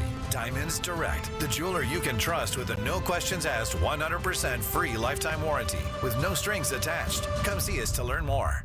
Reason number 52 to choose Diamonds Direct over any other jeweler. Only Diamonds Direct gives you a 110% diamond upgrade guarantee. Diamonds Direct will give you 110% of your original purchase price toward the new stone. That's 10% more than you paid the first time. Guaranteed appreciation. Who else does this? There's no fine print and no minimum purchase requirement. It's 10% more, period. Buy with confidence. Diamonds Direct. Your love, our passion. I'm at a smoothie bar asking people if they'd switch smoothies with me for $574. Oh, I'll switch. So what about $574 if you switch your home insurance to Allstate? That's a headache. Nope, it's painless. Oh, so it's easy money. Yep, check Allstate first and you could save hundreds on quality home insurance today. You're in good hands with Allstate. Not available in every state. Based on the national average annual savings for new home insurance customers surveyed in 2023 who switched to Allstate and reported savings. Savings vary. This is the story of the one. As a warehouse manager, her job is to transform chaos into clarity and to see patterns where others see problems. Luckily, she's got a partner who shares her perspective. Grainger offers over 1 million industrial-grade products, backed by real-person support and in-depth online resources, so she can tackle every task with precision and turn potential setbacks into streamlined success. Call clickgrainger.com or just stop by. Grainger, for the ones who get it done. Here's traffic, brought to you by DM Injury Law. Have you or a loved one been in a car wreck? Contact DM Injury Law today and get the money you deserve. Car wreck? Remember, Mike's got this. Stalled car blocking the right lane downtown eastbound 670 just before 35. Seeing heavy traffic northbound 35 into downtown, also at that 435 and 70 exchange. I'm Lori Pearson for 96.5 The Fan Traffic. You're listening to 96.5 The Fan from the Mission Plumbing, Heating, and Cooling Studios. Chiefs fans, it's Nick Bolton, MIZ. Welcome to The Drive with C-Dot on your home for Chiefs football. 96.5 The Fan. All right, this is a theory that I've seen multiple people say on the text line. Now, I am not going to say that this is not the case in some instances. I do not think that this was the instance, at least regarding Amari Cooper. So text line 913-586-7965. And if you're on hold, stay there. I promise we'll take your phone call here coming up momentarily. If you want to call in, now's the perfect time to do so. C-Dot, maybe the league has collectively decided that they are not helping Kansas City regardless of the trade. Like they would rather be our real competition, have the pieces that we seek. I don't think that's the case in this instance. Amari Cooper was traded to Buffalo.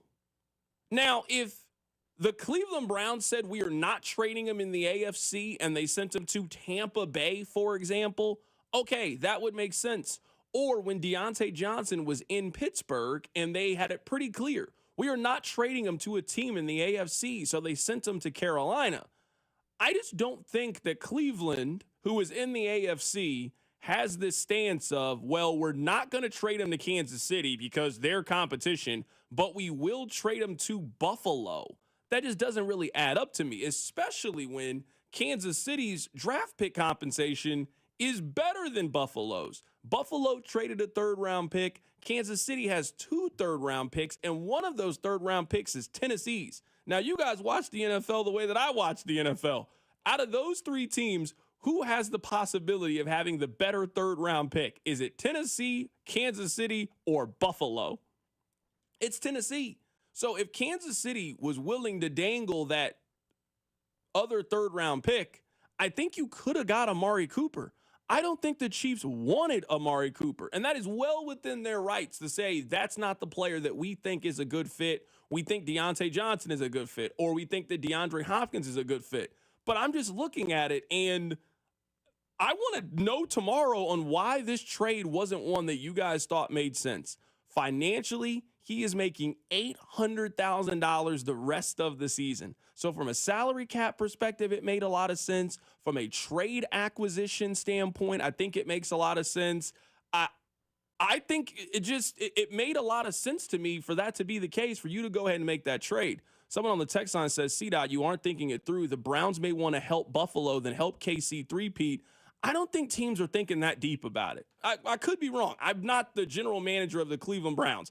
I am going to guess that if you were trading Amari Cooper and you were trading him in the AFC, you are not creating one team we're not going to trade him to, but we'll trade him to another Super Bowl contending team. No, you were trying to get the best assets that you can to help your team, who right now is in line to get the number 1 overall pick in the draft. If the draft started today, Cleveland would have the number 1 overall pick. So if you were telling me that Cleveland is that forward thinking that they don't want to make a trade with Kansas City, even though their draft pick could be 20, maybe 25 spots higher than Buffalo's because they don't want Kansas City to win the Super Bowl, you know what? Cleveland is a lot dumber than I think that they are.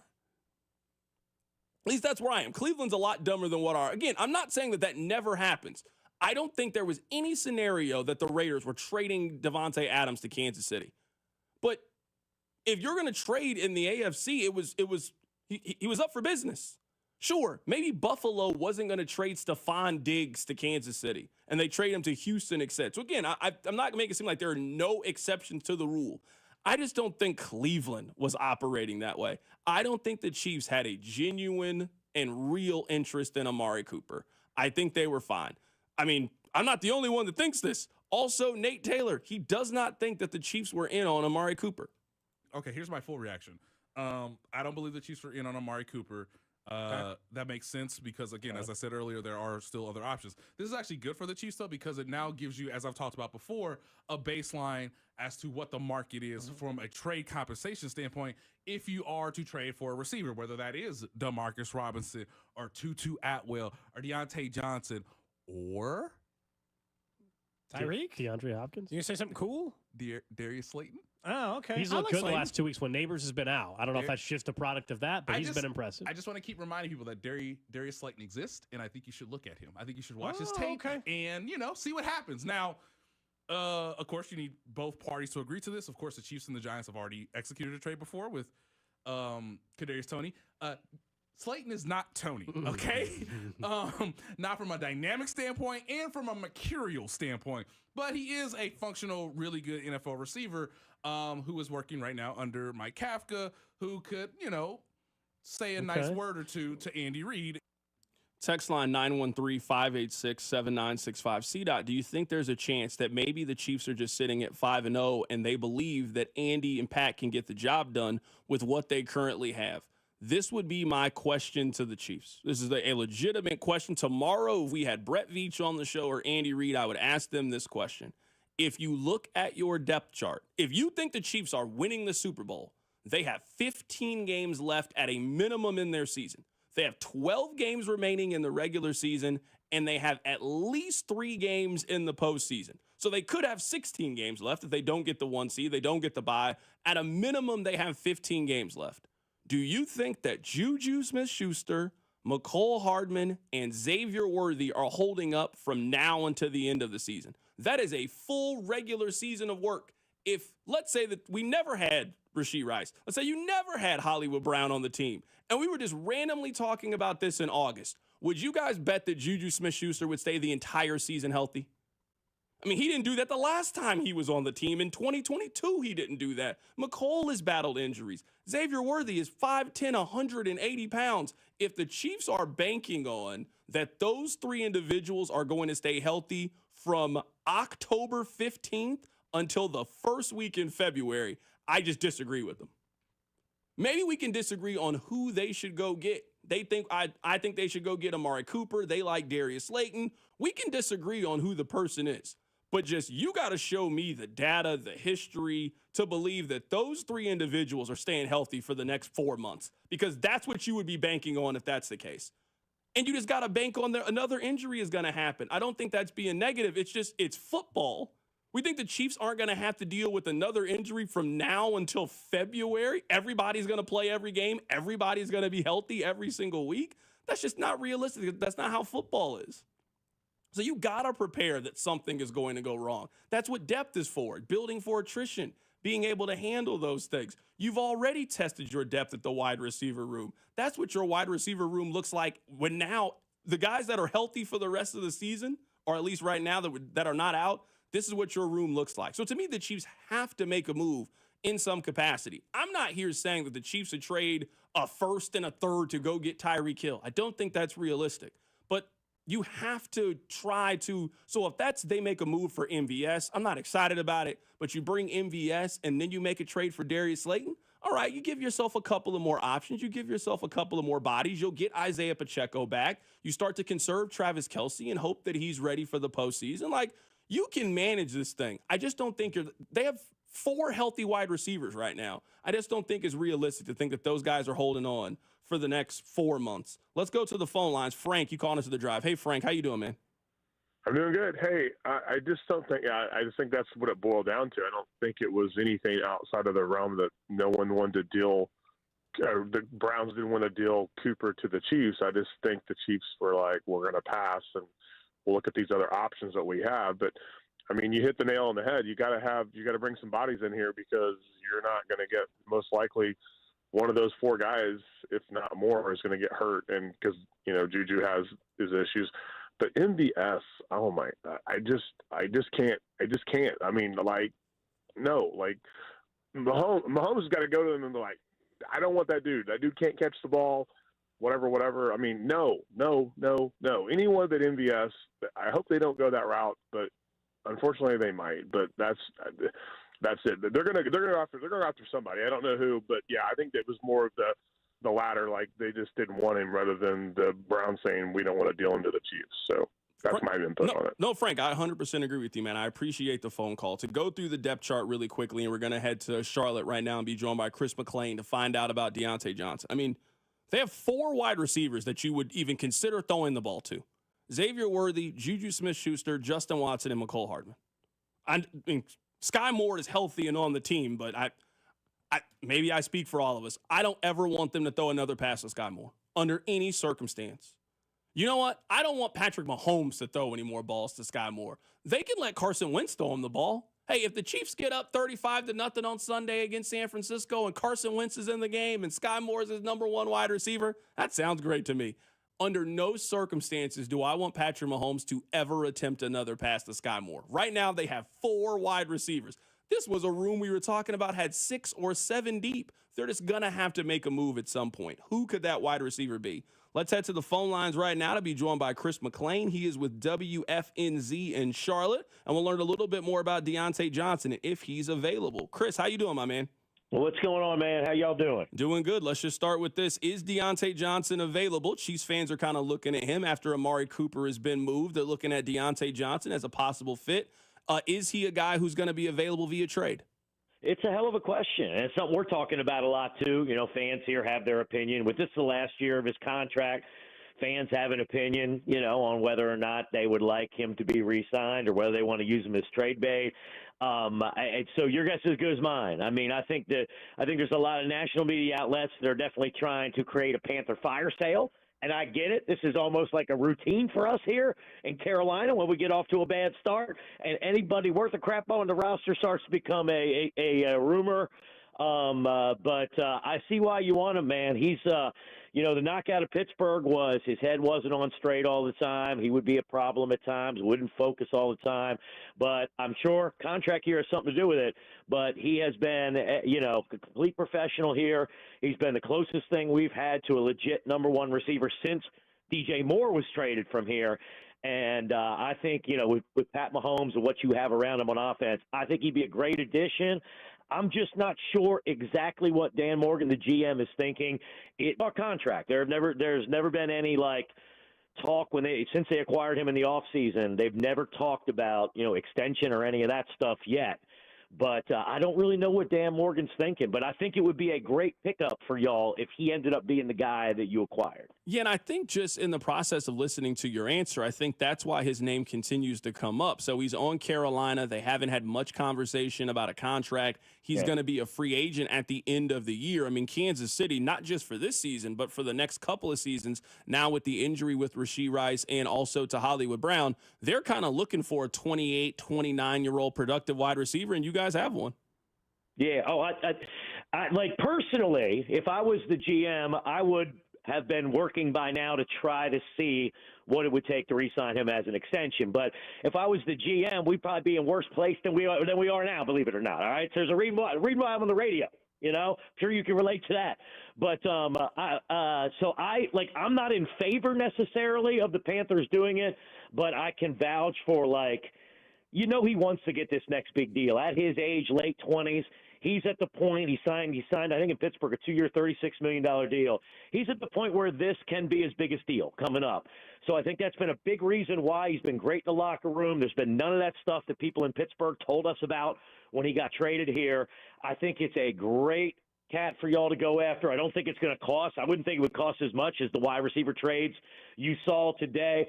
If I was GM, I would counter and say, do you have any interest in Adam Thielen? That would be the guy that I would want to trade.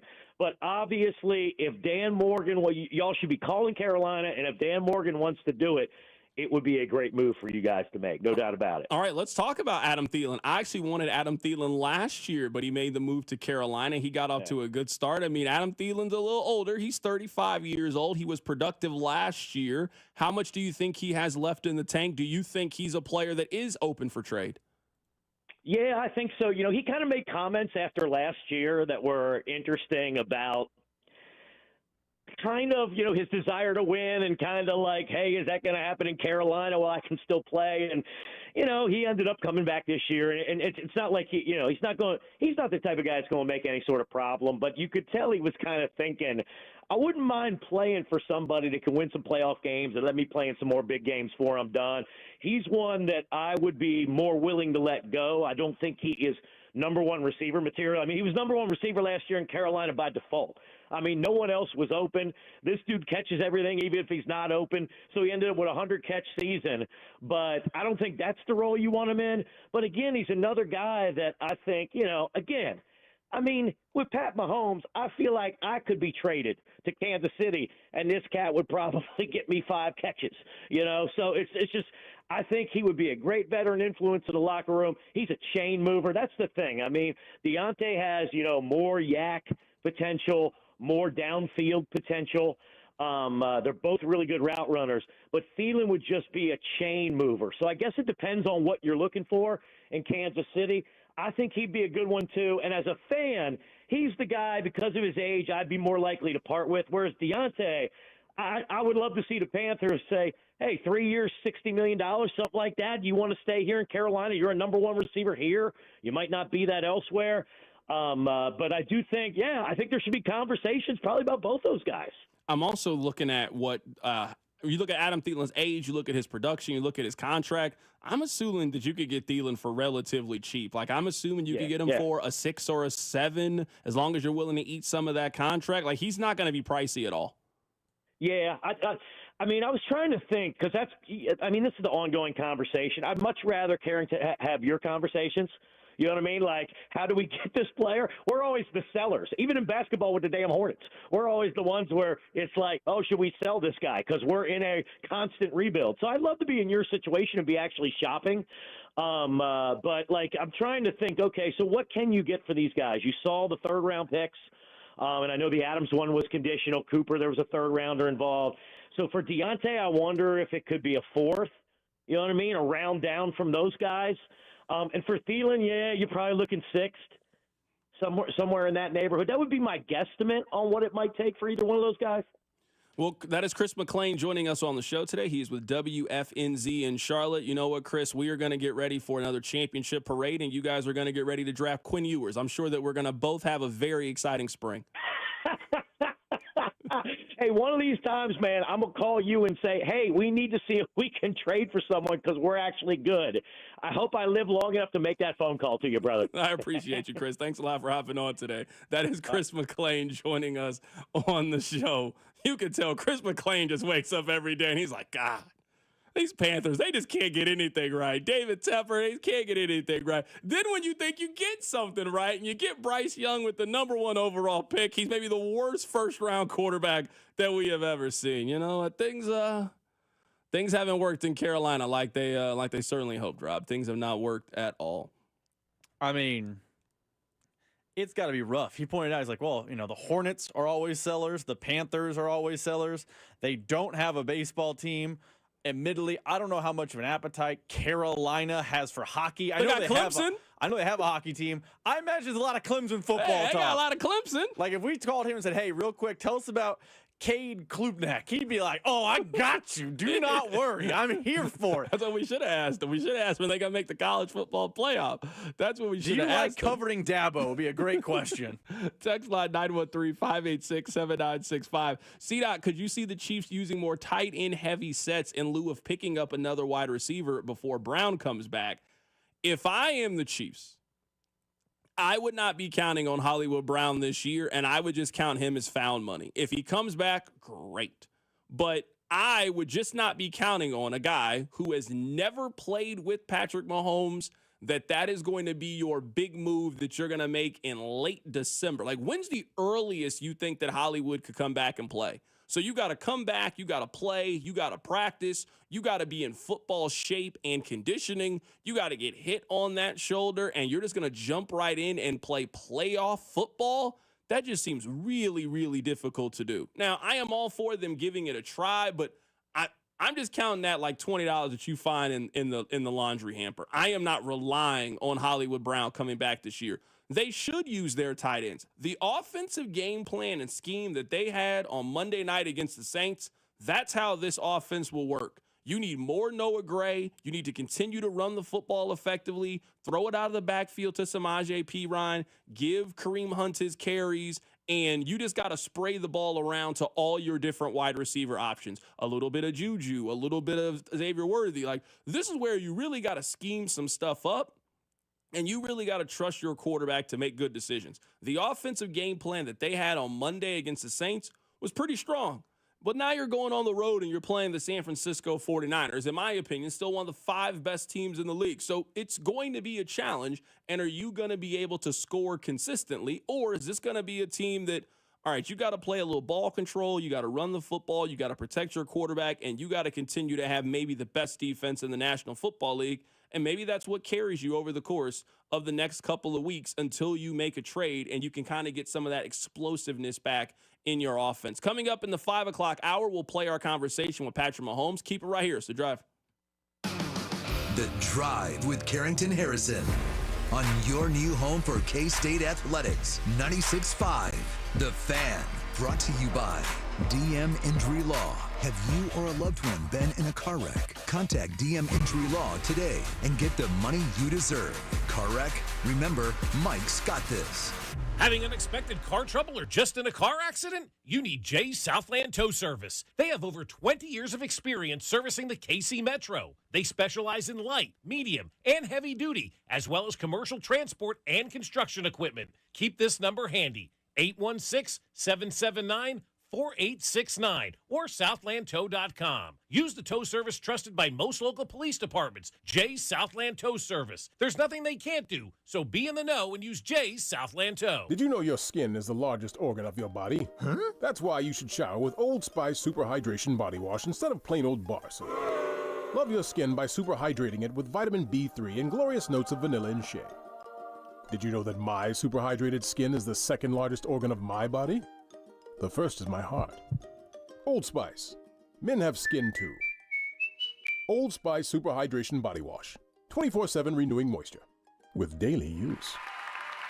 The Chiefs, Cardinals, Royals, Blues, and our 2 soccer teams, the Current and St. Louis City SC, are all endorsing Amendment 2. Here's why you should support it too. Right now, Missouri sports fans are taking their money and placing their bets in Kansas and Illinois. We're losing our money to other states, money that could be invested in our schools. Amendment 2 fixes that. By legalizing sports betting, Amendment 2 will generate over $100 million for Missouri schools over the next 5 years. And there's a strong constitutional guarantee ensuring the revenue from sports betting will go to education. Kansas and Illinois know sports betting is a winner for their fans and taxpayers. It's time for Missouri to get into the game. Amendment 2 means over $100 million for Missouri schools. Join the Chiefs, Cardinals, Royals, Blues, Current, and St. Louis City SC in supporting Amendment 2. Paid for by Winning for Missouri Education, Mike Pridmore, Treasurer. I'm Mitch Holtis, voice of the Chiefs. Everyone develops cataracts naturally as they get older. When your vision is affected by cataracts, you should see my doctor, Dr. Steven Silverstein at Silverstein Eye Centers. Dr. Silverstein is a world-renowned cataract surgeon who performs life-changing laser-assisted cataract surgery with premium lens implants to correct your vision up close and far away. Trust my eye doctor, Dr. Steven Silverstein, Silverstein Eye Centers, 816-358-3600 to schedule an appointment. Hey, it's Bob Fesco, and you don't have to keep living with all of that joint pain. Real, lasting relief is possible with help from QC Kinetics. People here are getting their lives back, getting their mobility back, thanks to QC Kinetics. QC Kinetics is the nation's leader in cellular therapies that can revitalize your joints. And I'm talking about advanced regenerative medicine, using your own body's healing properties, highly concentrated and carefully placed in your achy joint. Back pain, shoulder pain, knee pain. These are cutting-edge treatments that require no surgery, no drugs, and no downtime. It's a quick in-office procedure that can get you moving again. You owe it to yourself to learn more. Call QC Kinetics today for your free consultation. 816-412-6299. That's 816-412-6299. QC Kinetics off 435 in State Line and in Gladstone. 816-412-6299. Ready to take your business to the next level? In today's fast-paced marketing world, staying ahead isn't just an option, it's essential. That's where scale marketing comes in. We don't just help you compete, we make sure you win. Whether you're looking to grow, expand, or overcome stagnation, Scale Marketing is your performance marketing partner. We specialize in helping mid-sized B2C companies with teams of over 100 thrive. Scale Marketing is a full-service agency offering expertise in performance marketing across traditional and digital platforms, creative production, and data analytics. We treat your money like it's our own, ensuring every dollar is spent with purpose and every decision is driven by data. Our knowledgeable team stays ahead of the trends, crafting strategies that align with your business goals. Partnering with Scale Marketing means gaining a dedicated strategist and a team committed to your success. If you're ready to lead the market, visit scalemarketing.com today. That's scalemarketing.com. Here's traffic brought to you by DM Injury Law. Have you or a loved one been in a car wreck? Contact DM Injury Law today and get the money you deserve. Car wreck? Remember, Mike's got this. Traffic is sponsored by Park and Go, your top choice for all covered airport parking. Stalled car causing a lot of delays downtown. The Cordell and Cordell traffic cam showing the southern lanes of the downtown loop very heavy. Eastbound 670 just before 35. That right lane is closed for that stalled car. And a collision northbound 35 just past Johnson Drive. Also, though it is on the shoulder, still causing delays. Tackle your airport parking needs at Park and Go. Always the best service, always the best price. Open 24/7. Fast and free shuttle services. All spots are covered. Reserve your spot today at bookparkandgo.com. Park and Go, family owned and operated. I'm Lori Pearson for 96.5 The Fan Traffic. Chiefs fans, it's Rashee Rice. Welcome to The Drive with Carrington Harrison on your home for Chiefs football. 96.5 The Fan. We're going to head to Cleveland here coming up momentarily and be joined by Chico Borman to learn more about Amari Cooper. But before we do that, I just want to inform you guys know, or maybe some of you know, maybe some of you don't know, that Travis Kelce's ex, Kayla, she did a podcast a couple of days ago with Angel Reese. People weren't very happy about some of her comments. Rob, she is now on I Am Athlete to then respond to people's comments about her podcast. So she said this on a podcast, and now she has gone on another podcast to address what she said on the first podcast. For somebody who wants people to leave her alone and let her live her life, I don't know if this is the way to go about it. I just would leave that man and his girlfriend alone. He's moved on with his life. I don't know why you don't move on too, but you know what? I try to stay out of women's business. Let me go to the phone lines right now and be joined by one of my favorite people to talk to. He is in Cleveland today, Chico Borman. Chico, how you doing, my man? Carrington, all I can say is she's upset now. Imagine what she's going to say when your review comes out for the holiday Hallmark movie that apparently did I read that right? Where it's basically going to be the gist of it. The plot is going to be a pop star who can never find Mr. Right, and then she meets Mr. Right, kind of like Taylor and Travis? Yeah, that is going to be the plot of the movie. You know what I think it is? I think Kayla's mad that she couldn't go to Yankees Guardians yesterday. I think she saw that Taylor and Travis were just happy at that Cleveland Guardians game, and it's just really making her upset that she was at home. Kayla might have more success than Josh Naylor at the plate these days. I can tell you that. That's a whole nother issue. Right now, we're talking to our guy, Chico Borbin. Chico, you know what? I saw a play in the Browns and Eagles game. Amari Cooper ran a simple curl route. And when he turned around, that ball sailed over his head and went out of bounds. And you could just tell by his body language that he was done playing with Deshaun Watson. He was done playing in Cleveland. I imagine that this news did not come as a shock to any of you that he finally got traded. No, it didn't at all. And, I mean, I think if you go back, C-Dot, back to the summer when the trade rumors started with San Francisco and Brandon Ayuk and, look, Amari Cooper has been, always will be the consummate professional. But I think anyone, it would probably, bother you a little bit. He said all the right things coming back, but I think that played into it. And then I think he had kind of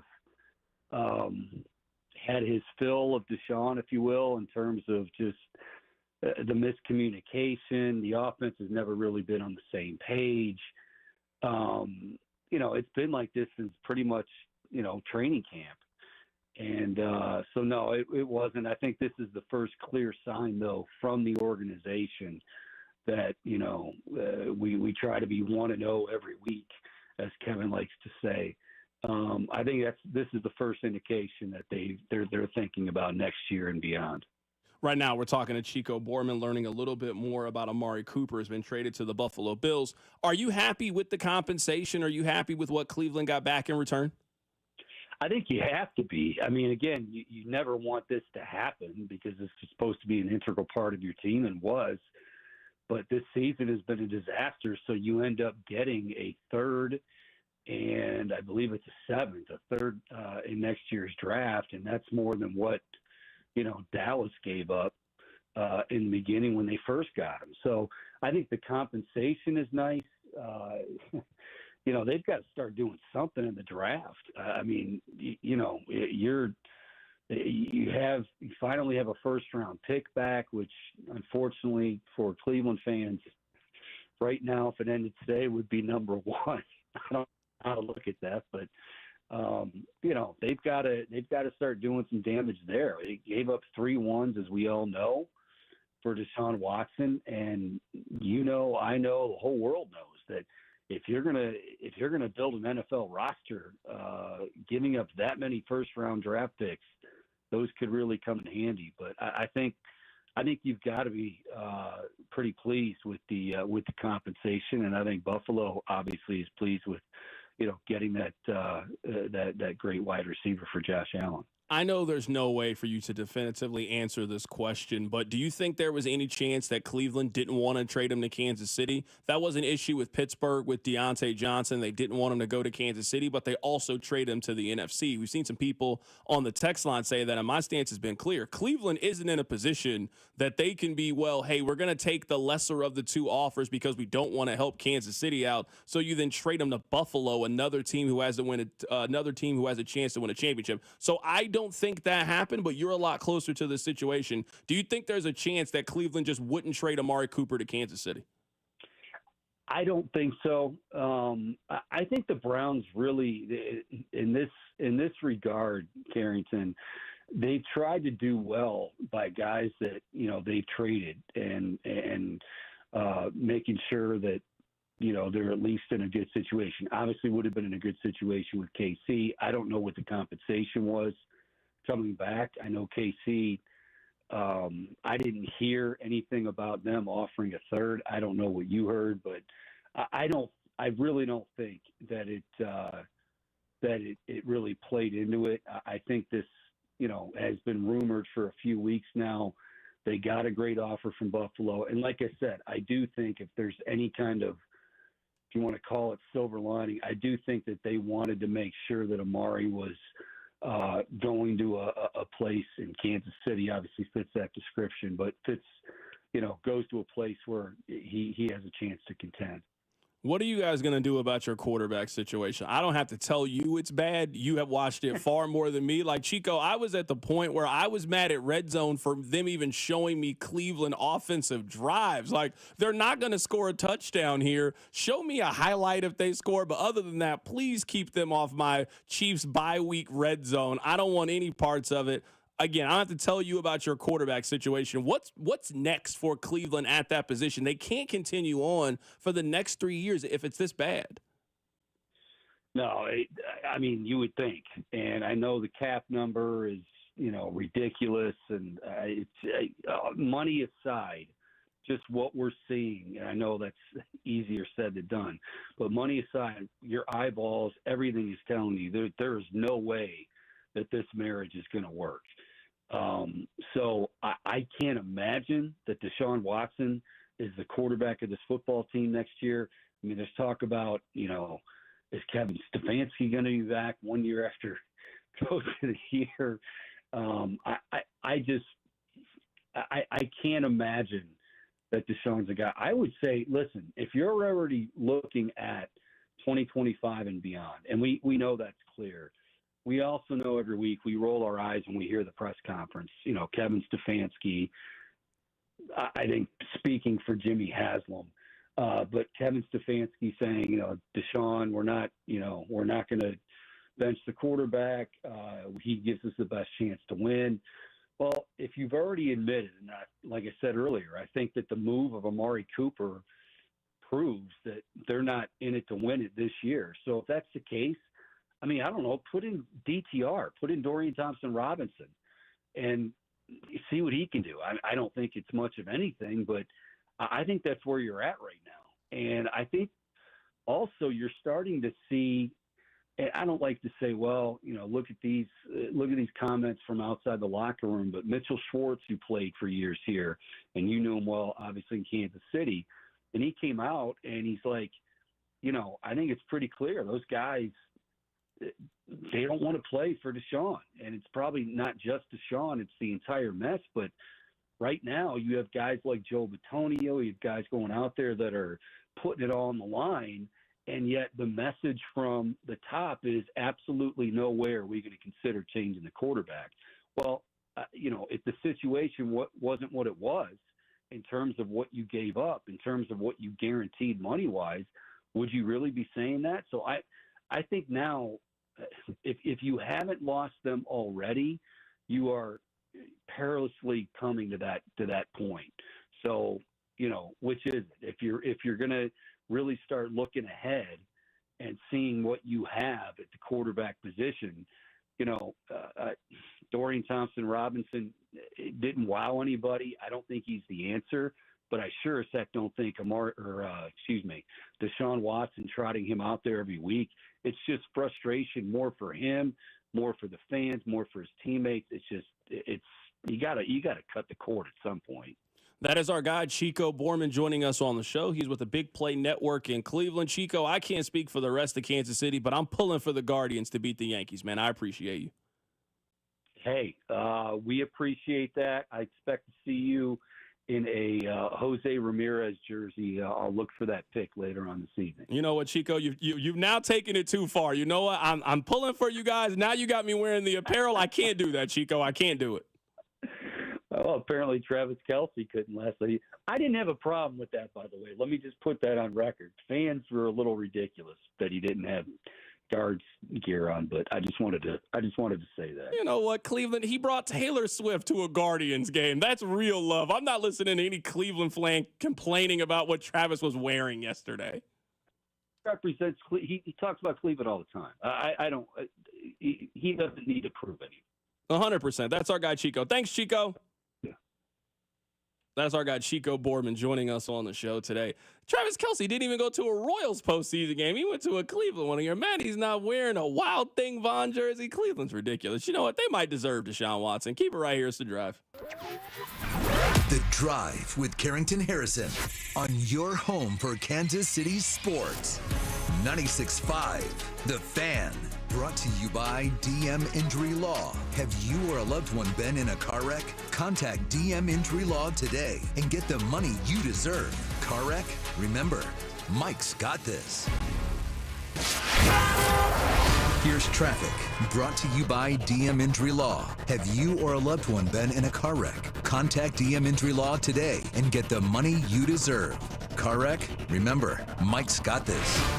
Traffic is sponsored by Park & Go, your top choice for all covered airport parking. Stalled car causing a lot of delays downtown. The Cordell and Cordell traffic cam showing the southern lanes of the downtown loop very heavy. Eastbound 670 just before 35. That right lane is closed for that stalled car. And a collision northbound 35 just past Johnson Drive. Also, though it is on the shoulder, still causing delays. Tackle your airport parking needs at Park & Go. Always the best service, always the best price. Open 24/7. Fast and free shuttle services. All spots are covered. Reserve your spot today at bookparkandgo.com. Park & Go, family owned and operated. I'm Lori Pearson for 96.5 The Fan Traffic.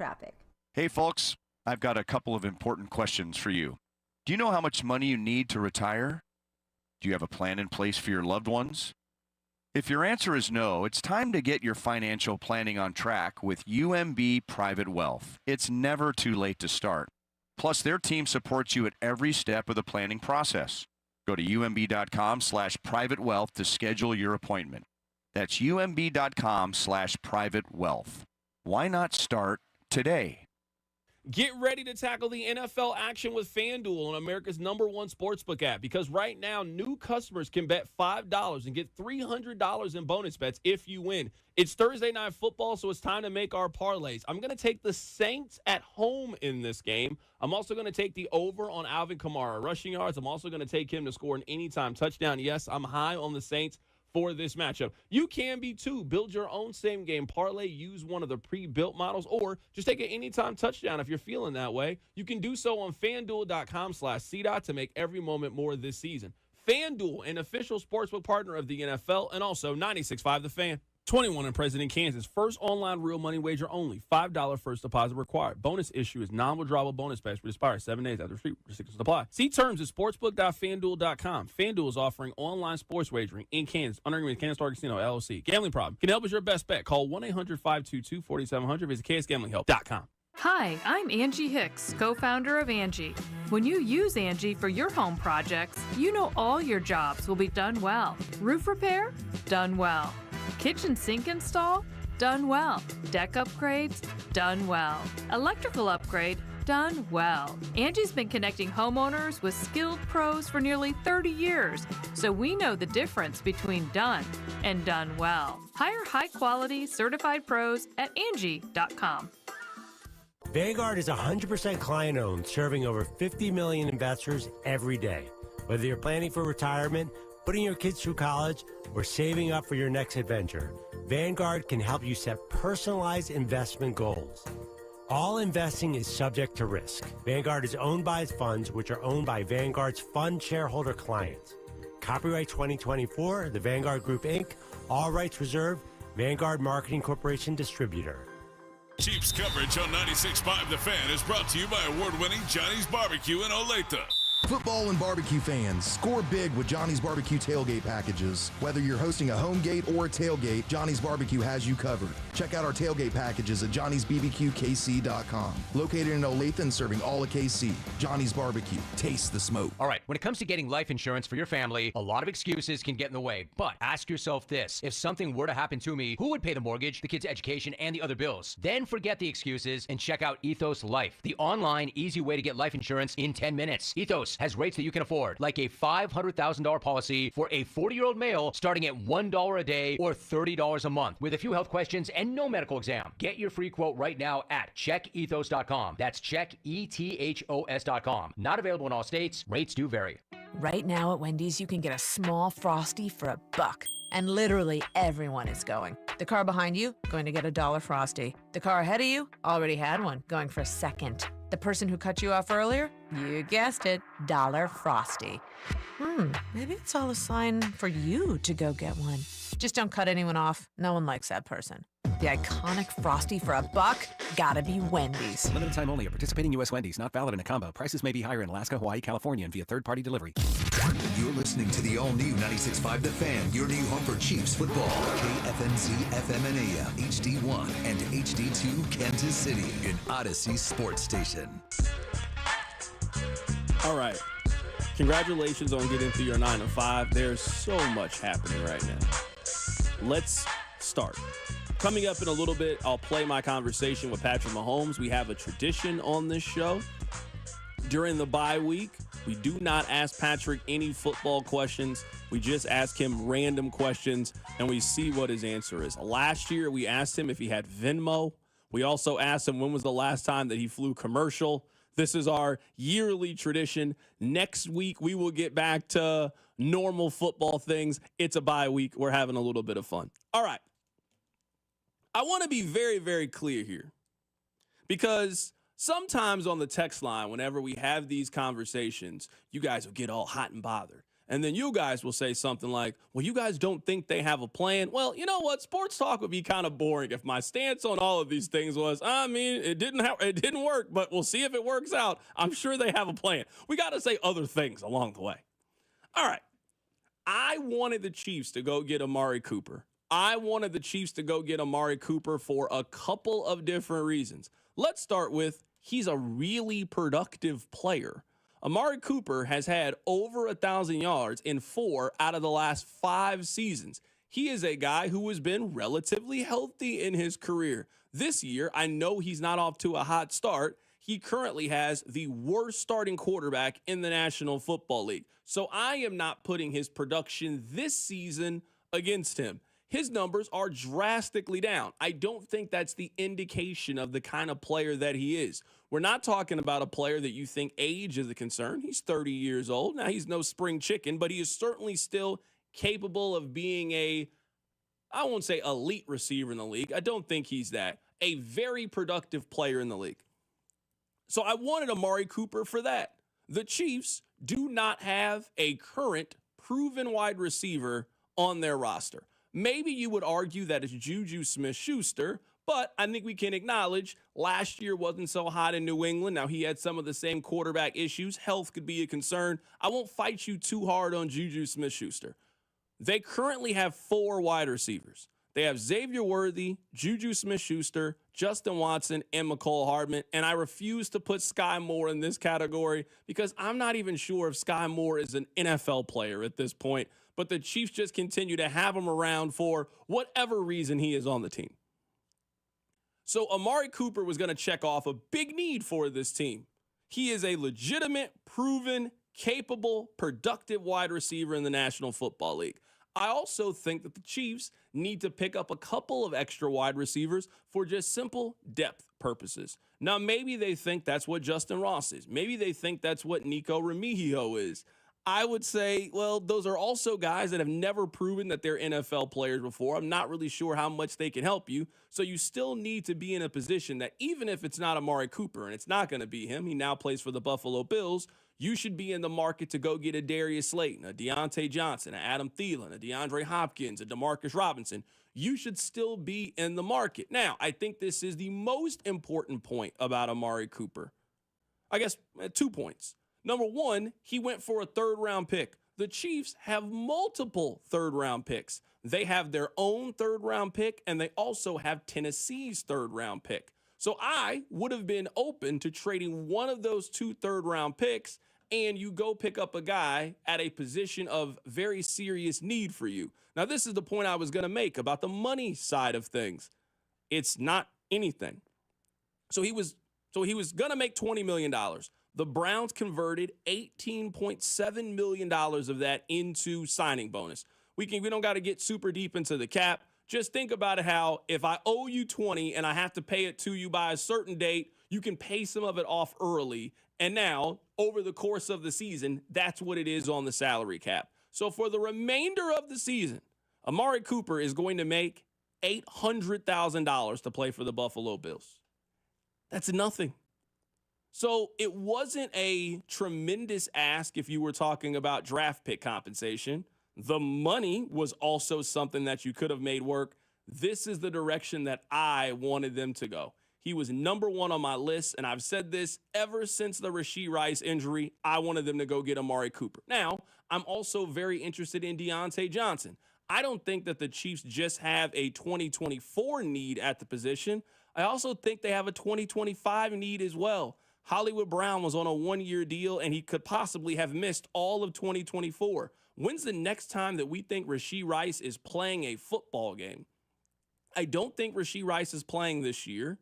I do think he is going to be suspended at the beginning of next season. So we're talking about that you don't think Rashee Rice is going to play until week 4, week 5, possibly of next season. So you need to start preparing for what you're going to do next season as well. I think the plan, at least my plan would have you bring in Amari Cooper now. He gets to know the system, plays with Patrick Mahomes. He fits into this locker room. At the end of the season, after he's won a championship, after he's had success, you offer him I'm not saying a long-term extension like it would have been 5 years for $100 million, but you offer him a deal kind of like what we saw DeAndre Hopkins sign when he went to Tennessee. You sign him to a 2-year, $28 million deal. You guarantee $15 million. And next season, you have Rashee Rice coming back, and you can work him into things. You got Amari Cooper on the other side. You got Xavier Worthy in year 2. You got some of the other options, and you were starting to prepare a little bit better for life after Travis Kelce. That's what I would have done if I'm the Chiefs, but the Chiefs decided to do something different. I still will maintain the Chiefs have to do something. You cannot go through the next 4 months with Xavier Worthy, Juju Smith-Schuster, Justin Watson, McCole Hardman, and Sky Moore. So we will see what they do. Maybe they go get Deontay Johnson. Maybe they bring back MVS. Maybe they bring on Darius Slayton. Maybe they go trade for DeMarcus Robinson. I do believe the Chiefs are going to do something. But at least on my wish list, my checklist, my number one want was Amari Cooper, and now he is off the board. I have had all day to chew on this deal. And we actually haven't talked at all about the Devontae Adams deal because Amari Cooper is the more interesting. But I'll say this first and foremost. I would have never done the Devontae Adams deal. The Devontae Adams deal, if the Chiefs had done that and tried to add him to the fold, I would have been on here. It wouldn't have been me chewing on it all day. I would have been white hot with rage. The more I think about it, the more I lean that this is fine. The Chiefs skipped out on Amari Cooper. I don't think it's good. I don't think it's a win that you avoided this deal. I don't think it's some calamity they didn't get it done. I lean it's okay. I lean it's okay under the notion they will get something done. If you do not want to give up a 3rd-round pick, which, let's be honest, if you're going to beat Buffalo, you probably had to give up the Tennessee pick, which is going to be what? The 5th pick in the 3rd round? Yeah, it would have been like the 73rd pick in the draft. You're going to give up a range. top 75 pick for 6 months of a player that I'm of the belief they would not re-sign. A guy who is 30+, and while he is productive, he is not some magic cure-all pill for the wide receiver issues. I lean toward I am okay with the Chiefs not making that deal under the notion of exactly what you said. They are going to do something. I think it's going to be more than last year's something. And last year's something was McCole Hardman, which turned out to be very important. Would we say that MVS? I mean, because to me, I think MVS is McCole Hardman. I put them in the same category. All right, I got you. Darius Slayton is a more than McCole Hardman, but I'd be fine with that. I think he's a less than Amari Cooper. That's kind of how I think the Chiefs are going to operate. It's going to be bargain basement-y, but not, oh man, take a flyer energy. I am okay with them passing on Cooper or not outbidding Buffalo to get Cooper with the mindset of, I believe the Chiefs will still do something. They are just going to wait it out, perhaps longer than you or I or the fan base is okay with, because it's been a slew of moves today. But I believe the Chiefs will do something. It just, in my opinion, it's fine that something wasn't Cooper. Yeah, and we're going to have to see kind of what that potential move is. Again, I think there's about 6 names that make sense that I think over varying degrees move the needle. I will be, at this point, I would say my updated list, what I want them to do. It was Amari Cooper. Cross him off the list. He plays for the Bills. Number 1 on the list would be Deontay Johnson. He fits almost everything I think they need. You could use him in the Rashee Rice role over the course of the next couple of months. You can have him be your yards after the catch. He's 28 years old. He's trying to get a big contract next offseason. He's 28 years old, so you can bring him back, and you've got a great 1-2-3 punch with Rice and Worthy for next season. He's also trying to ball out to prove himself for another team next year. Deontay Johnson would be number 1 on my wish list. I would say number 2 on my list would probably be DeAndre Hopkins. I think he fits on the outside, kind of what they have him do. They kind of need a bigger, physical, tough wide receiver. The contract is not that big of a deal anymore if you want to bring him in. I also don't think he'll be super expensive at his age and at his productivity. I would say DeAndre Hopkins is number 2 on my list. Darius Slayton would probably be number 3. I'd put Mike Williams at 4 on the list. And then I have Demarcus Robinson round out the top 5. That is how I would rank my wide receiver I want them to go grab over the course of the next 3 weeks. They still have time. I don't want to paint it like the sky is falling because they didn't go get Amari Cooper. But if this team is going to make a, I would say, noticeable improvement in a wide receiver room, that right now, I know they have the best quarterback, they got the best coach. In terms of wide receiver, they have the thinnest wide receiver room in the National Football League. And all of your margin for error, at least when it came to injuries, you don't have it anymore. You don't have any margin of error anymore for injuries or anything that can happen on your offense. We are talking about a team that over the course of the summer, we were debating who wide receivers 6 and 7 were and how many wide receivers they were going to keep. Fast forward a month into the season, Rob, they're down to 4 wide receivers on their team, and they have a guy in Sky Moore that I never want to see Patrick Mahomes throw Sky Moore the ball again. I don't even know why Sky Moore is on the team. You don't trust him in special teams, and he can't catch and he can't help you on offense. Sir, what exactly is it that you do here? So they have 4 wide receivers right now on this team, and McCole Hardman left the last game with an injury. They got to go do something over the course of the next couple of weeks. We will see what it is. We'll get back to wide receiver here coming up in a bit. We'll talk about Devontae Adams. We'll talk about Amari Cooper, who got traded to the Buffalo Bills. But earlier today, we got a chance to catch up with Patrick Mahomes. It is our yearly We Will Not Ask You a Football Question because it is the bye week. And let me tell you, Pat, super excited. Super excited. Let's get it. All right, let's do it. The number one question when I ask people, hey, what do you want Patrick to answer, is people want to know what your hair care routine is. So you wake up in the morning. You got to do something to your hair. Take us through the process. Yeah, no, it's easy. It's just my normal Head and Shoulders, just like the commercial. I throw it in the hair, and then my hair just curls like this. No, you got to do something to it. You got to put some gel in it. You got to do some comb stuff. Nobody just wakes up with it naturally curly like that. No, honestly, it's just, you just do the shampoo, conditioner. I brush the sides a little bit, but other than that, my hair just naturally is curly. I didn't know until I grew the mohawk out that my hair was like this. It just kind of happened, and I liked it after that. Have you ever, one day was, sitting down in the barber chair, and you were like, man, it's time for me to switch things up?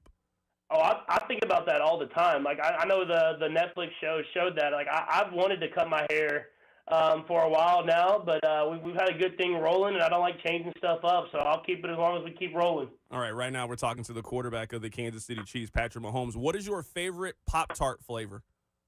I've never eaten a Pop-Tart in my entire life, so I think I'm going to have to change that at some point because everybody loves them.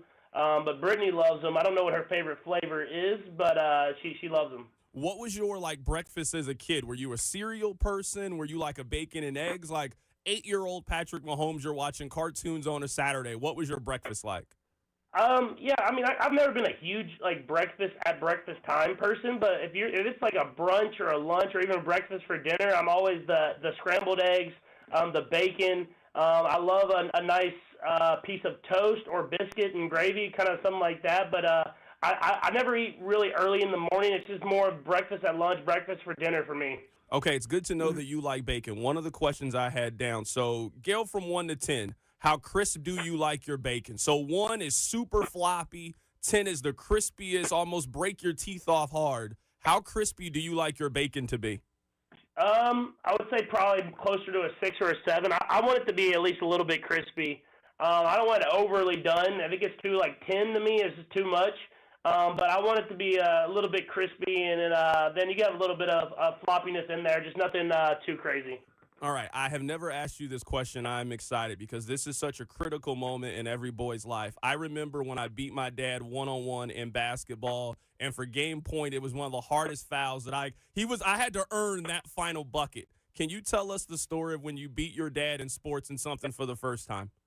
Yeah, I'm trying to think of, I think the story that I think about the most, I don't know if it was the first time I ever beat my dad, but the first time I beat him in golf, I had to be, I think it was after I left college and after my first year playing in the NFL. Just because, I mean, in basketball and stuff like that, that stuff happened, I think, probably in high school, but that was the one that I think hurt him the most, was me beating him on the golf course. And then now I beat him all the time, and it really eats at him because he was able to beat me in golf our entire life, and now that I play so much in the off season, I've gotten pretty good. But he'll beat me every once in a while. But for the most part, I got him on the golf course, and but I mean, it's hard, dude. My dad's 6'4", professional baseball player, got college offers in basketball, I mean, and football. So it was hard for me to beat him growing up in anything, and he wasn't letting me beat him in anything either. I know that you have some time to get ready for this, but are you mentally prepared for Bronze is going to have this story about you? Like one day, it's going to catch you off guard, and Bronze is going to beat you at something, and you're going to have to tell this story to somebody else. Yeah, that day's not coming anytime soon, so I'll think about that in about 18, 20 years whenever he gets a little older. Whenever you played Mario Kart, who was your Mario Kart character? I was a Yoshi guy myself. I don't know why. I liked the vibes that he had.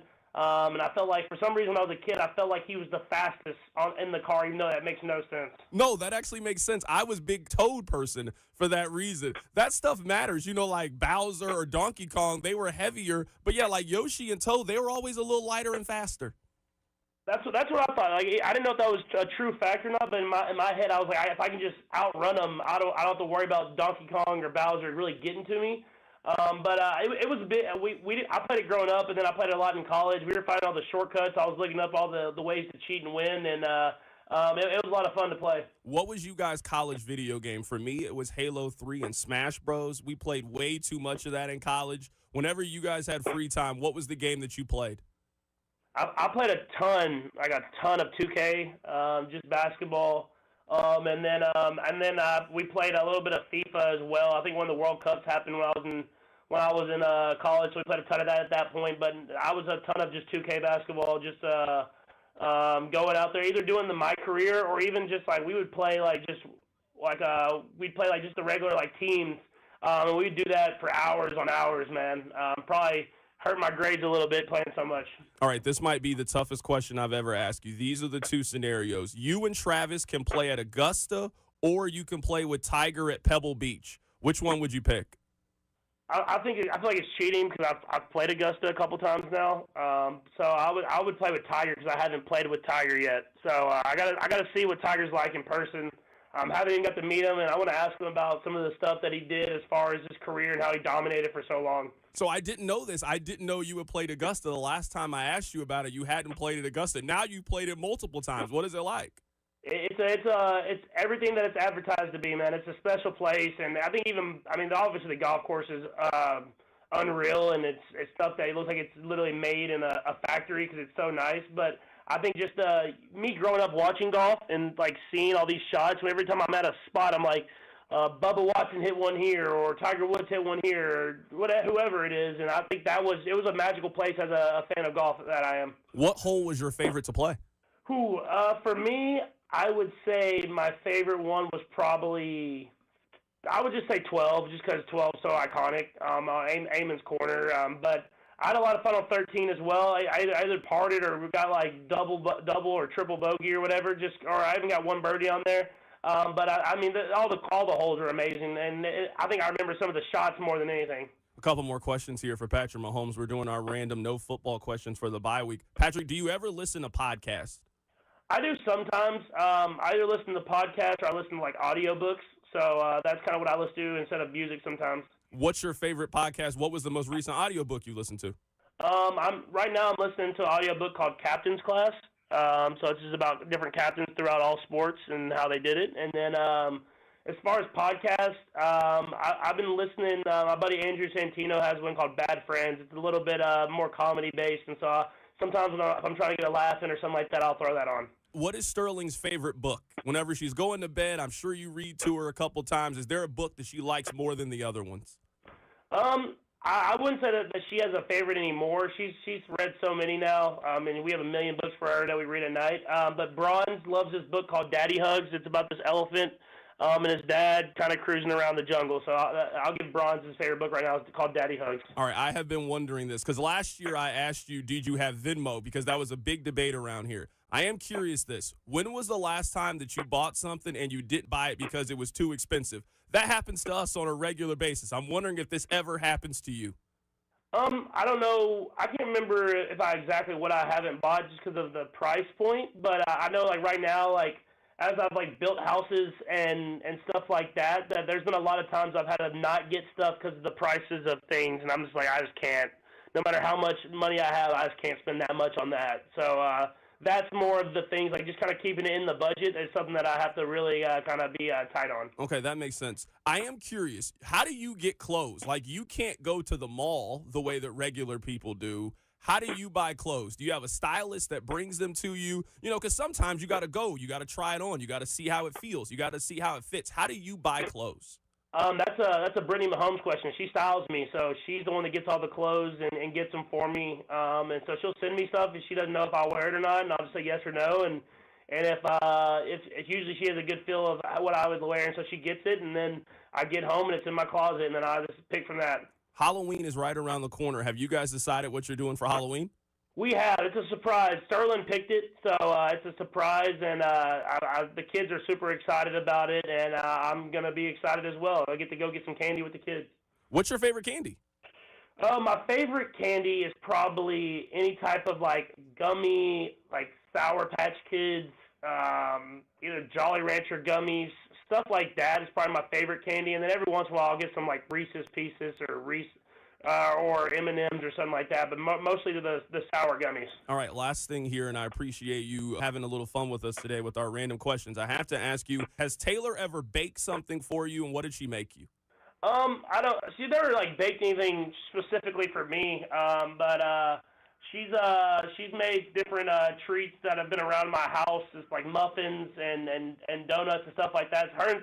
Sterling's a big baker as well, so they make some stuff together sometimes, and I'm not going to say I don't eat them. So it is as good as everybody's talked about. She's great as far as it comes to baking. That is the quarterback of the Kansas City Chiefs, Patrick Mahomes, joining us on the show today. For our yearly We Don't Ask Football Questions interview, Patrick, we will get back to football next week, but it's the bye week. We like having a little bit of fun, man. We appreciate your time today. Yeah, appreciate you, man. I just love the casually, I've played Augusta multiple times. Not just one time, just I've played Augusta multiple times. Just a different kind of life. Coming up on the other side, I keep seeing this sentiment on the text line. I want to respond to it. We'll get back to Devontae Adams. We'll get back to Amari Cooper and what the Chiefs could possibly do at wide receiver. Keep it right here. It's The Drive. The Drive with Carrington Harrison on your new home for Chiefs football. 96.5, The Fan, brought to you by DM Injury Law. Have you or a loved one been in a car wreck? Contact DM Injury Law today and get the money you deserve. Car wreck? Remember, Mike's got this. Hi. This weekly football recap is brought to you by MD Anderson Cancer Center. There were a lot of big wins in football this week, but none bigger than Detroit's victory over Dallas with a final score of 47-9. Also this week, it was Pittsburgh over Las Vegas 32-13. Cincinnati held on to a 17-7 win over New York, and Green Bay took down Arizona with a 34-13 victory. MD Anderson Cancer Center is doing whatever it takes in the pursuit of making cancer history. Learn more at findyourmdanderson.com. MD Anderson Cancer Center is again ranked #1 in the nation for cancer care by U.S. News & World Report's Best Hospitals rankings. Our physicians treat more types of cancers in a day than many see in their whole career. This unmatched depth of expertise, combined with our groundbreaking discoveries, gives our patients access to the most innovative treatment options. Learn more at mdanderson.org. Hey, it's Carrington Harrison from The Drive here for our new friends over at Heartland Men's Health. Did you know that over half of men over the age of 50 experience erectile dysfunction, and it can also affect younger men as well? ED just isn't a medical issue. It can take a toll on your confidence and your relationship. Well, at Heartland Men's Health, they believe that ED is treatable, and their expert team is offering up solutions with a success rate of over 90%. I want you to take back control, and just for $99, your initial visit includes a medical consultation, some tests, and even a test dose. And if that doesn't work, then your visit is free for the price of on the house. So check out one of their 3 area convenient locations, Overland Park, Independence, and North Kansas City. Men, do not settle. Pick up the phone and call Heartland Men's Health today at 844-447-6600 or check out the website, heartlandmenshealth.com. I'm McCall with Lee Summit Subaru, and our hotline is open. Annie from Kansas City, what's on your mind? I want a dealership that I can trust for a lifetime. Is that you? We're Google's highest review-rated and only locally owned Subaru retailer in Kansas City. That's a good start. I just want a great deal. That's all. How about 0% financing on select 2025 Subaru models? That'll get you a low monthly payment. Fall in love with driving again at Lee Summit Subaru. Google highest review-rated Subaru retailer in Kansas City based on 2023 Google Analytics.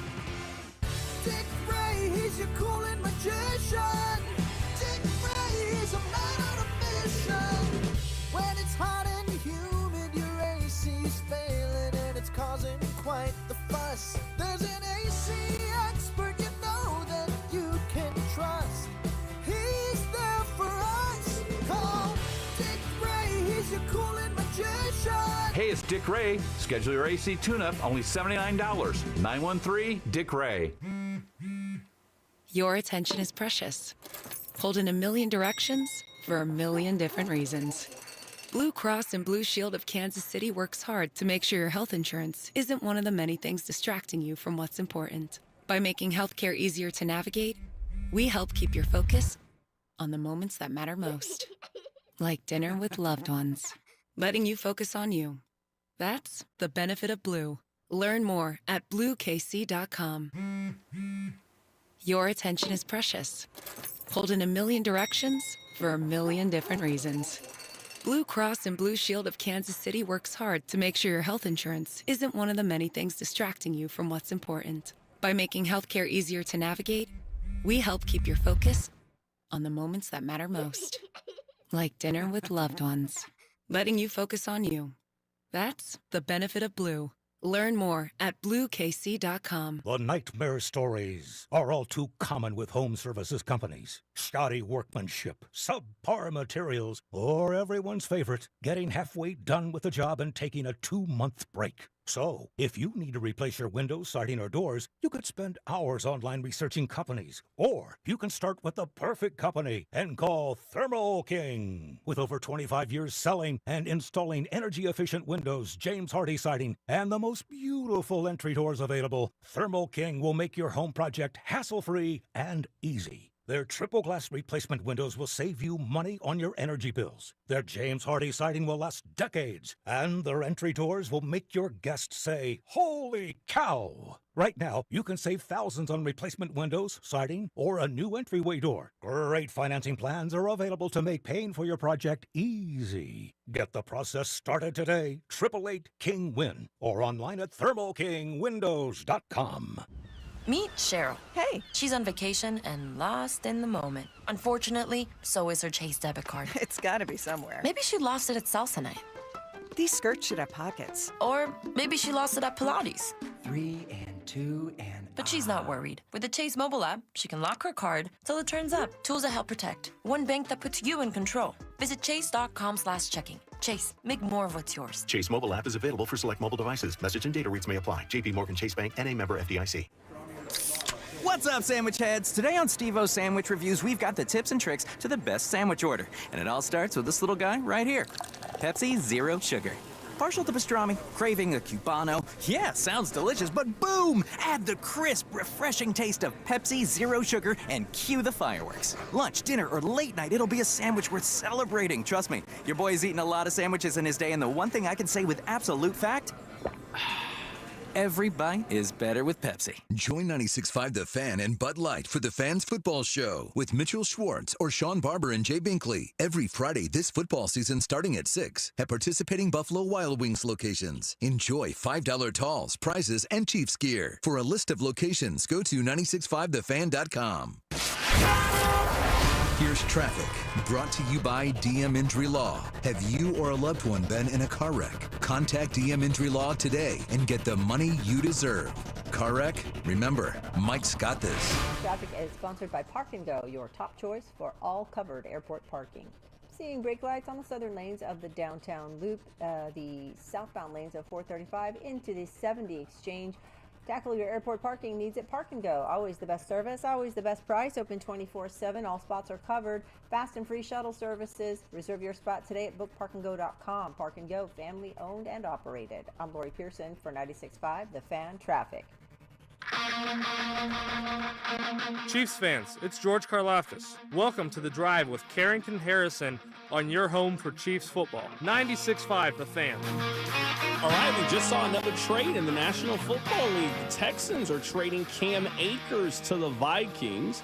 Houston gets a 2026 conditional 6th-round pick in exchange for Akers and a conditional 2026 7th-round pick. So, two contending teams, the Texans and the Vikings, they do a move. Looks like Cam Akers is going to be the newest member of the Minnesota Vikings. Certainly a team that has a chance to make a Super Bowl run. They have Aaron Jones at running back. Is he hurt right now, Rob? I'm just trying to think. Maybe I missed some news, or maybe they're just trying to get a 1-2 punch with Aaron Jones and Cam Akers. But nonetheless, the Vikings have added Cam Akers to the team. I want to read this text, and I've seen a couple of people say this, and I want to be clear. I am not saying that this never happens. I just don't think that this happened in this instance. Someone texted in, CDOT, no one wants to trade with the champs. If you won your fantasy league a couple times and you know how it goes, once you start, you get stuck, or once you start winning championships, negotiations get far more difficult and you are stuck with what you have. I'm not denying that at some point there has been a team that has said, under no circumstances are we trading to the Chiefs. Like, I don't think Davante Adams was ever a realistic option. We didn't spend any amount of time talking about Davante Adams as being a realistic possibility. But where I think the Chiefs fans have maybe taken this a little bit to the extreme, let me ask you a question. How did they acquire Xavier Worthy? Who did they acquire Xavier Worthy from? If there is any team, I mean, any of the other 31 teams in the National Football League that should have a we're not trading with Kansas City rule, what team do you think that would be? I'm going to guess it's one of the teams that they eliminated last year in the postseason, and they have played in 3 of the last 4 postseasons in the Buffalo Bills. So again, I am not saying that that every team would just trade willy-nilly with the Chiefs, but I think that far more NFL teams are thinking, well, how does this benefit our roster? I don't think Buffalo wanted Xavier Worthy. So sure, you can have him. We want Keon Coleman. We'll pick up a couple of picks along the way, and you can use those picks for different things. So we have certainly heard examples of that. Deontay Johnson, Pittsburgh, we are not trading him to Kansas City. Now, I don't think they were trading him to any team in the AFC, and I think that's how he landed on the Carolina Panthers, but I just don't think that Amari Cooper is not in Kansas City because Cleveland has a hardline stance of we are not helping Kansas City. You traded him to Buffalo. You traded him to another team in the AFC that could win the Super Bowl. Now, Buffalo is not Kansas City, but you trade him to a contending team for a 3rd-round pick. So it tells me that he was available to the highest bidder, and Buffalo just ended up being the highest bidder for Amari Cooper. I think beyond just this circumstance, this notion is far more fan-driven than driven in reality. Yes, sometimes in football and in professional sports, you hear stories of Team X would not trade to Team Y. Remember, the Steelers didn't want to trade Deontay Johnson, even in the AFC. Those things happen. They are outliers, largely. The Bills and Chiefs, every draft season, they do business together. We saw last draft season, you know what happened? Or 2 draft seasons ago, the Cowboys and Eagles, they made a trade happen. Those kind of things happen in the league. There is not some secret cabal that is trying to keep the Chiefs from making moves. Andrew Berry was not on the phone with Brett Veach and then got a text from Roger Goodell or from from Brandon Beane, don't do a deal because it would help the Chiefs. That is just not how it works. More times than not, everyone is open for business, and I would imagine in this situation, the Chiefs' business was just not as good of a deal, if a deal at all, as we heard Nate Taylor earlier say, the Chiefs weren't even in on Cooper. Yeah, I mean, I would say a couple of their biggest trades that they've made over the last 5 years have been with teams that they are in direct competition with. I mean, they got Orlando Brown from the Ravens. I mean, that's a team in the AFC, a team that is absolutely competing to win championships, and they traded him to Kansas City. You just made a deal with the Buffalo Bills. You eliminated them in the postseason earlier this year. So, I'm not going to make it seem like that never happens in the league. I don't think the Chiefs wanted Amari Cooper on their team. I think they are happy to look elsewhere, and they are perfectly fine with Amari Cooper playing in Buffalo. Now, we'll see if they end up making the right decision. I'm going to guess that these two teams are probably going to have to see each other at some point later in the season, and I'm not talking about the regular season. Just these are the two best teams in the AFC again. You could throw Baltimore in that conversation, but if you're asking me right now who are the two biggest contenders in the AFC, I think it's Kansas City and Buffalo. I think those two teams are going to have to see each other, and we'll see what kind of impact Amari Cooper has on the game. Nate Taylor was on the midday show earlier today, and he was asked if he thinks the Chiefs are going to wait or if they're going to make a move. Here's what he said. Like, for the Chiefs' sake, I think they want to see their offense for another game or two against the 49ers. Now, again, if someone says, hey, we'll give, and based on Amari Cooper, Devontae Adams, man, we take a fourth right now for Deontay Johnson. Hey, maybe you don't hang up the phone. Maybe you figure it out now, sooner rather than later. But I think most teams will play off of this. It'll help the conversations, or it'll, temper it to some degree. You get another game or two in, and then, because of the deadline, the interest will obviously, ignite again. But I don't, unless you're a seller, unless you're the Carolina Panthers, and you can say, based on that deal with the Cleveland Browns, we now know what we can sort of get or what our framework is. Then outside of that, I do think it's probably going to be later towards the trade deadline than the action sort of carrying us through the week. Well, I will say this. There's one move that I know they're going to make that they don't have to trade for the player. Marquez Valdez-Scantling was released earlier today by the Buffalo Bills. I'm telling you, we know Brett Veach. Brett Veach is far more predictable than we give him credit. When Juju was available, you knew he was coming back to Kansas City. When we got word that things weren't working for McCole Hardman, you knew that he was coming back. Clyde Edwards-Helaire was a free agent. They brought him back this year. The Chiefs like bringing that old thing back. Guys that they know, guys that they trust, guys that understand the system. I am telling you, this is not me reporting anything. I've not asked anybody. This is just Carrington's opinion. MVS is playing on Sunday against the San Francisco 49ers. He's playing. Sometime over the course of the next 48 hours, they're bringing him back. They've done this too many times. Juju, McCole, Clyde, they love bringing these guys back. MVS knows the system. You don't have to give up anything additional to acquire him. You can just add him to the practice squad right now and call him up if something goes wrong. He's a veteran that knows the system, fits in the locker room. You know his personality. They're bringing MVS back. Now, I don't have that much of an issue with you bringing MVS back. That cannot be the only move that you make, but I don't have any problem with them bringing MVS back on what is going to be a nothing contract. He's on the practice squad, and if an injury happens. You got to have 6 or 7 wide receivers, and right now they only have 4. So you make a move to go bring back MVS. You pick up Darius Slayton. You pick up Demarcus Robinson. You trade for Deontay Johnson.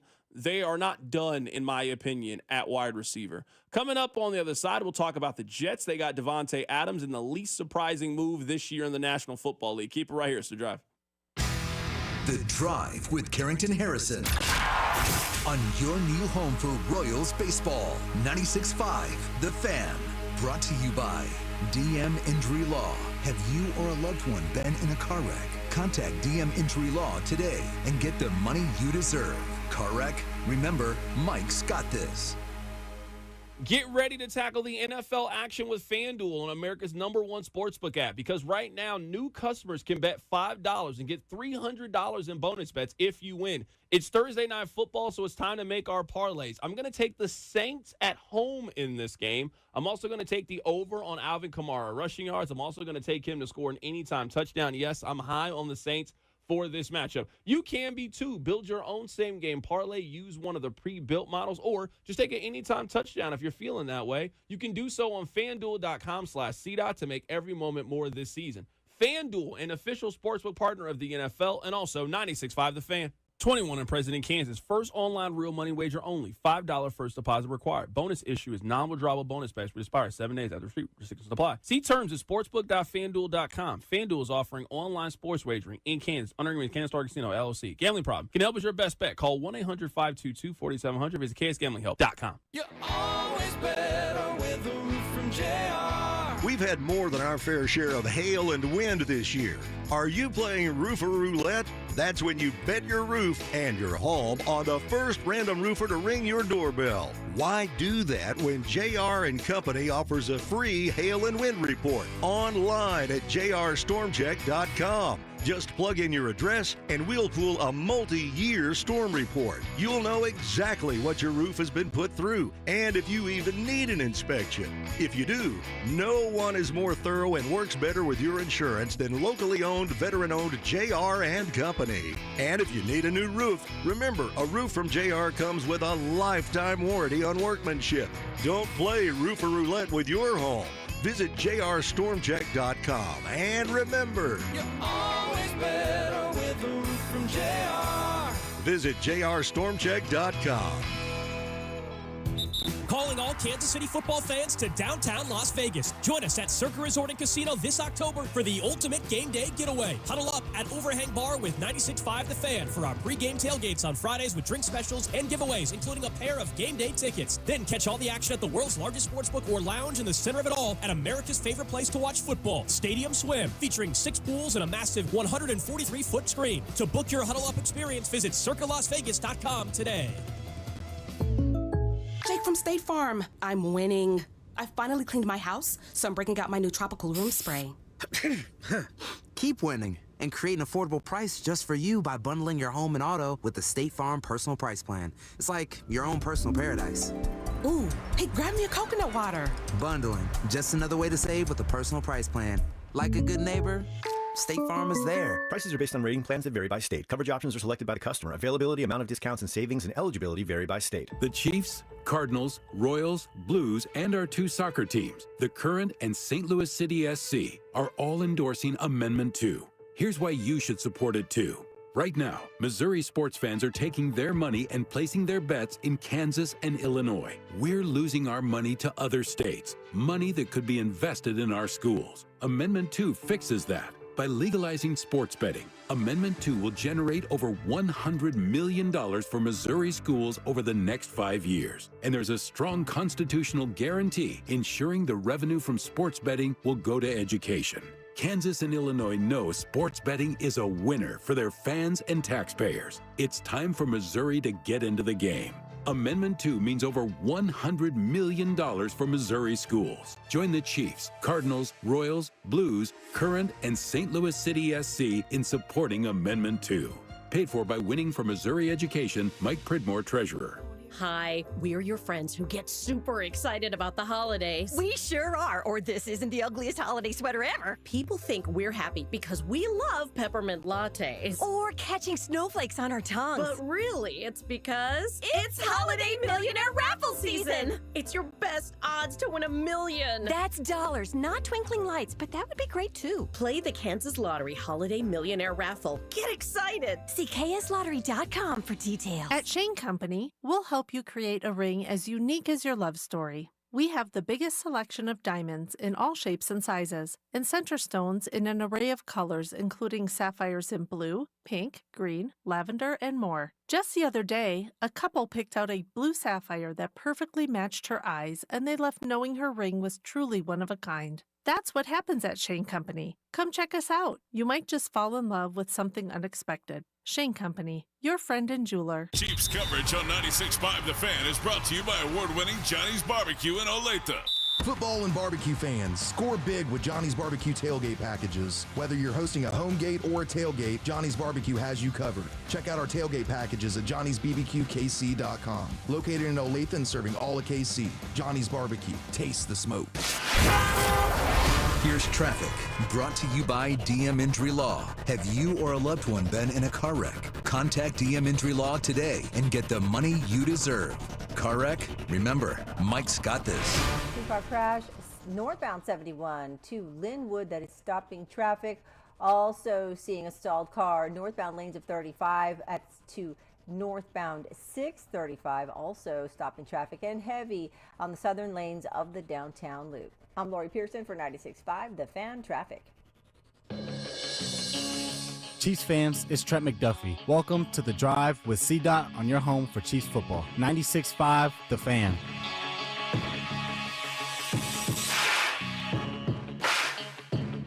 I think this is a very important message that I think all of you need to hear. Maybe not all. Let me amend my comments a little bit. Some of you need to hear. Someone on the text line said, CDOT, why would you add someone like MVS when they have guys like Justin Ross on the practice squad? Now, this happens, I don't know, maybe once, twice a year. There are players that you guys like far more than they like. Sometimes it's in reverse. Sometimes there's players that you guys don't really like that they love. For a long period of time, that was Justin Watson. For a long period of time, that was Daniel Sorensen.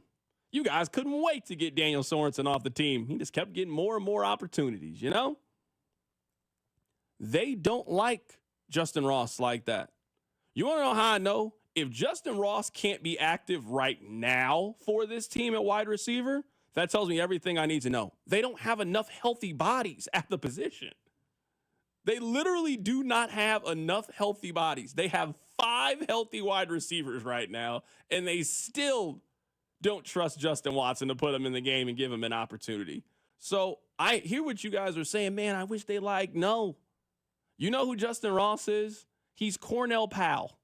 We did that same thing with Cornell Powell for the longest period of time. You know who he is? He's Dorian O'Daniel. That's who he is. Armani Watts. We've played this game way too many times. I wish they liked Justin Ross. I really do. I wish they gave him more opportunities. I do. I really wish. I mean, Justin Ross couldn't get on the field last year when their wide receiver room was struggling. He can't get in the room right now when half of the wide receiver room is injured at this point. If you're behind Sky Moore on the depth chart, that tells me exactly how they feel about you. Because Sky Moore should not be ahead of anybody in their wide receiver room. Nico Remigio, Justin Ross, hot hands from Little Giants. There is not a wide receiver tweeter from Varsity Blues. He should not be ahead of any wide receiver that you can think of, but he's ahead of Justin Ross right now. I think it's unfair to call him Cornell Powell. You know who he is? It's a cross-sport comparison, but that's what this sport does. That's what this show does best. He's all those bad minor leaguers that Royals fans, when they were terrible, told me was going to be good. He's Johnny Giavotella. He's Kia Kaiahua. Nah, those dudes at least got to play. He's Calvin Pickering. Hey, look at this, man. When he gets out of AAA, watch out. Savior. Well, he never got out of AAA. He just existed. You know what? You say he didn't play. Justin Ross got, 4 targets last year? He got on the field. Didn't do anything with it per the coaching staff. He got 11 targets. Don't disrespect Justin Ross and his 11 targets last year. So far this season, he has 0 targets. They have not thrown him the ball. They've thrown the ball more to Sky Moore this season than they've thrown to Justin Ross. Now, maybe that changes this weekend. Hey, it's a bye week. We switch some things up. Maybe that's the case. I'm telling you right now, between now and when they go get another wide receiver, if they continue to not give Justin Ross an opportunity, Jody Fortson was in the land of I don't even know what team Jody Fortson. I think he was on the Dolphins, actually. He was a Dolphin. Jody Fortson was gone, came back, suited up, was active, and got a target before they gave it to Justin Ross. They ain't giving Justin Ross an opportunity. I'm telling you, he's Johnny Giavotella. You were here in 2013, 2014. Oh, did social media love Johnny Giavotella? No, that's fair. And you know what he did? Nothing. At least they let him play, though. I mean, at least he did got they? some AB. Yeah, I mean, Johnny Giavotella got 200 ABs in a Royals season. He got a quarter of a season's worth of ABs? Yeah, I mean, they ain't gave Justin Ross a quarter worth of nothing. Giving him. Think about this. There was a game last year where they threw the ball more to Justin Watson than they have in Justin Ross's entire career. They threw the ball to Justin Watson 11 times in the Eagles game. They've thrown it to Justin Ross 11 times, period, in his NFL career. I don't know what more empirical evidence that we need for them to tell you how they feel. Oh, someone said, what about Darius Fountain? He's absolutely in that conversation. Darius Fountain is definitely in that conversation. Who was the guy that they traded to the Panthers last year that everyone got all hot and bothered? Well, Amir Smith-Marset. Yes. That's who it is. Is he even in the league still? Is he around? I mean, he's a Panther, so probably. Is that being in the league? I mean, play for the Panthers? That's in the league. No, he actually is on the Giants right now. Same difference. Yeah, if you can't get on the field right now with the Giants, what's going on right now? There's a lot of bad teams in the league, dog. I'm serious. I know you guys don't believe me, but I'm telling you, random NBA game is better than random NFL game. Think about Thursday night. Thursday night football is random NFL game. Broncos and Saints. No, thank you. No, thanks. Think of what Sunday night football was. Bengals and Giants. That's half the league is like that. It's bad. It's really bad. But God, last night when it's good, it's good. Last night was a good Monday night football game. It was refreshing to see. All right, I'm out of here. We'll be back tomorrow. We'll talk a lot more college football over the course of the next couple of days. Missouri is on the cusp of being bowl eligible. K-State is on the cusp of being bowl eligible. And KU, it's basketball season. Keep it right here. It's The Drive.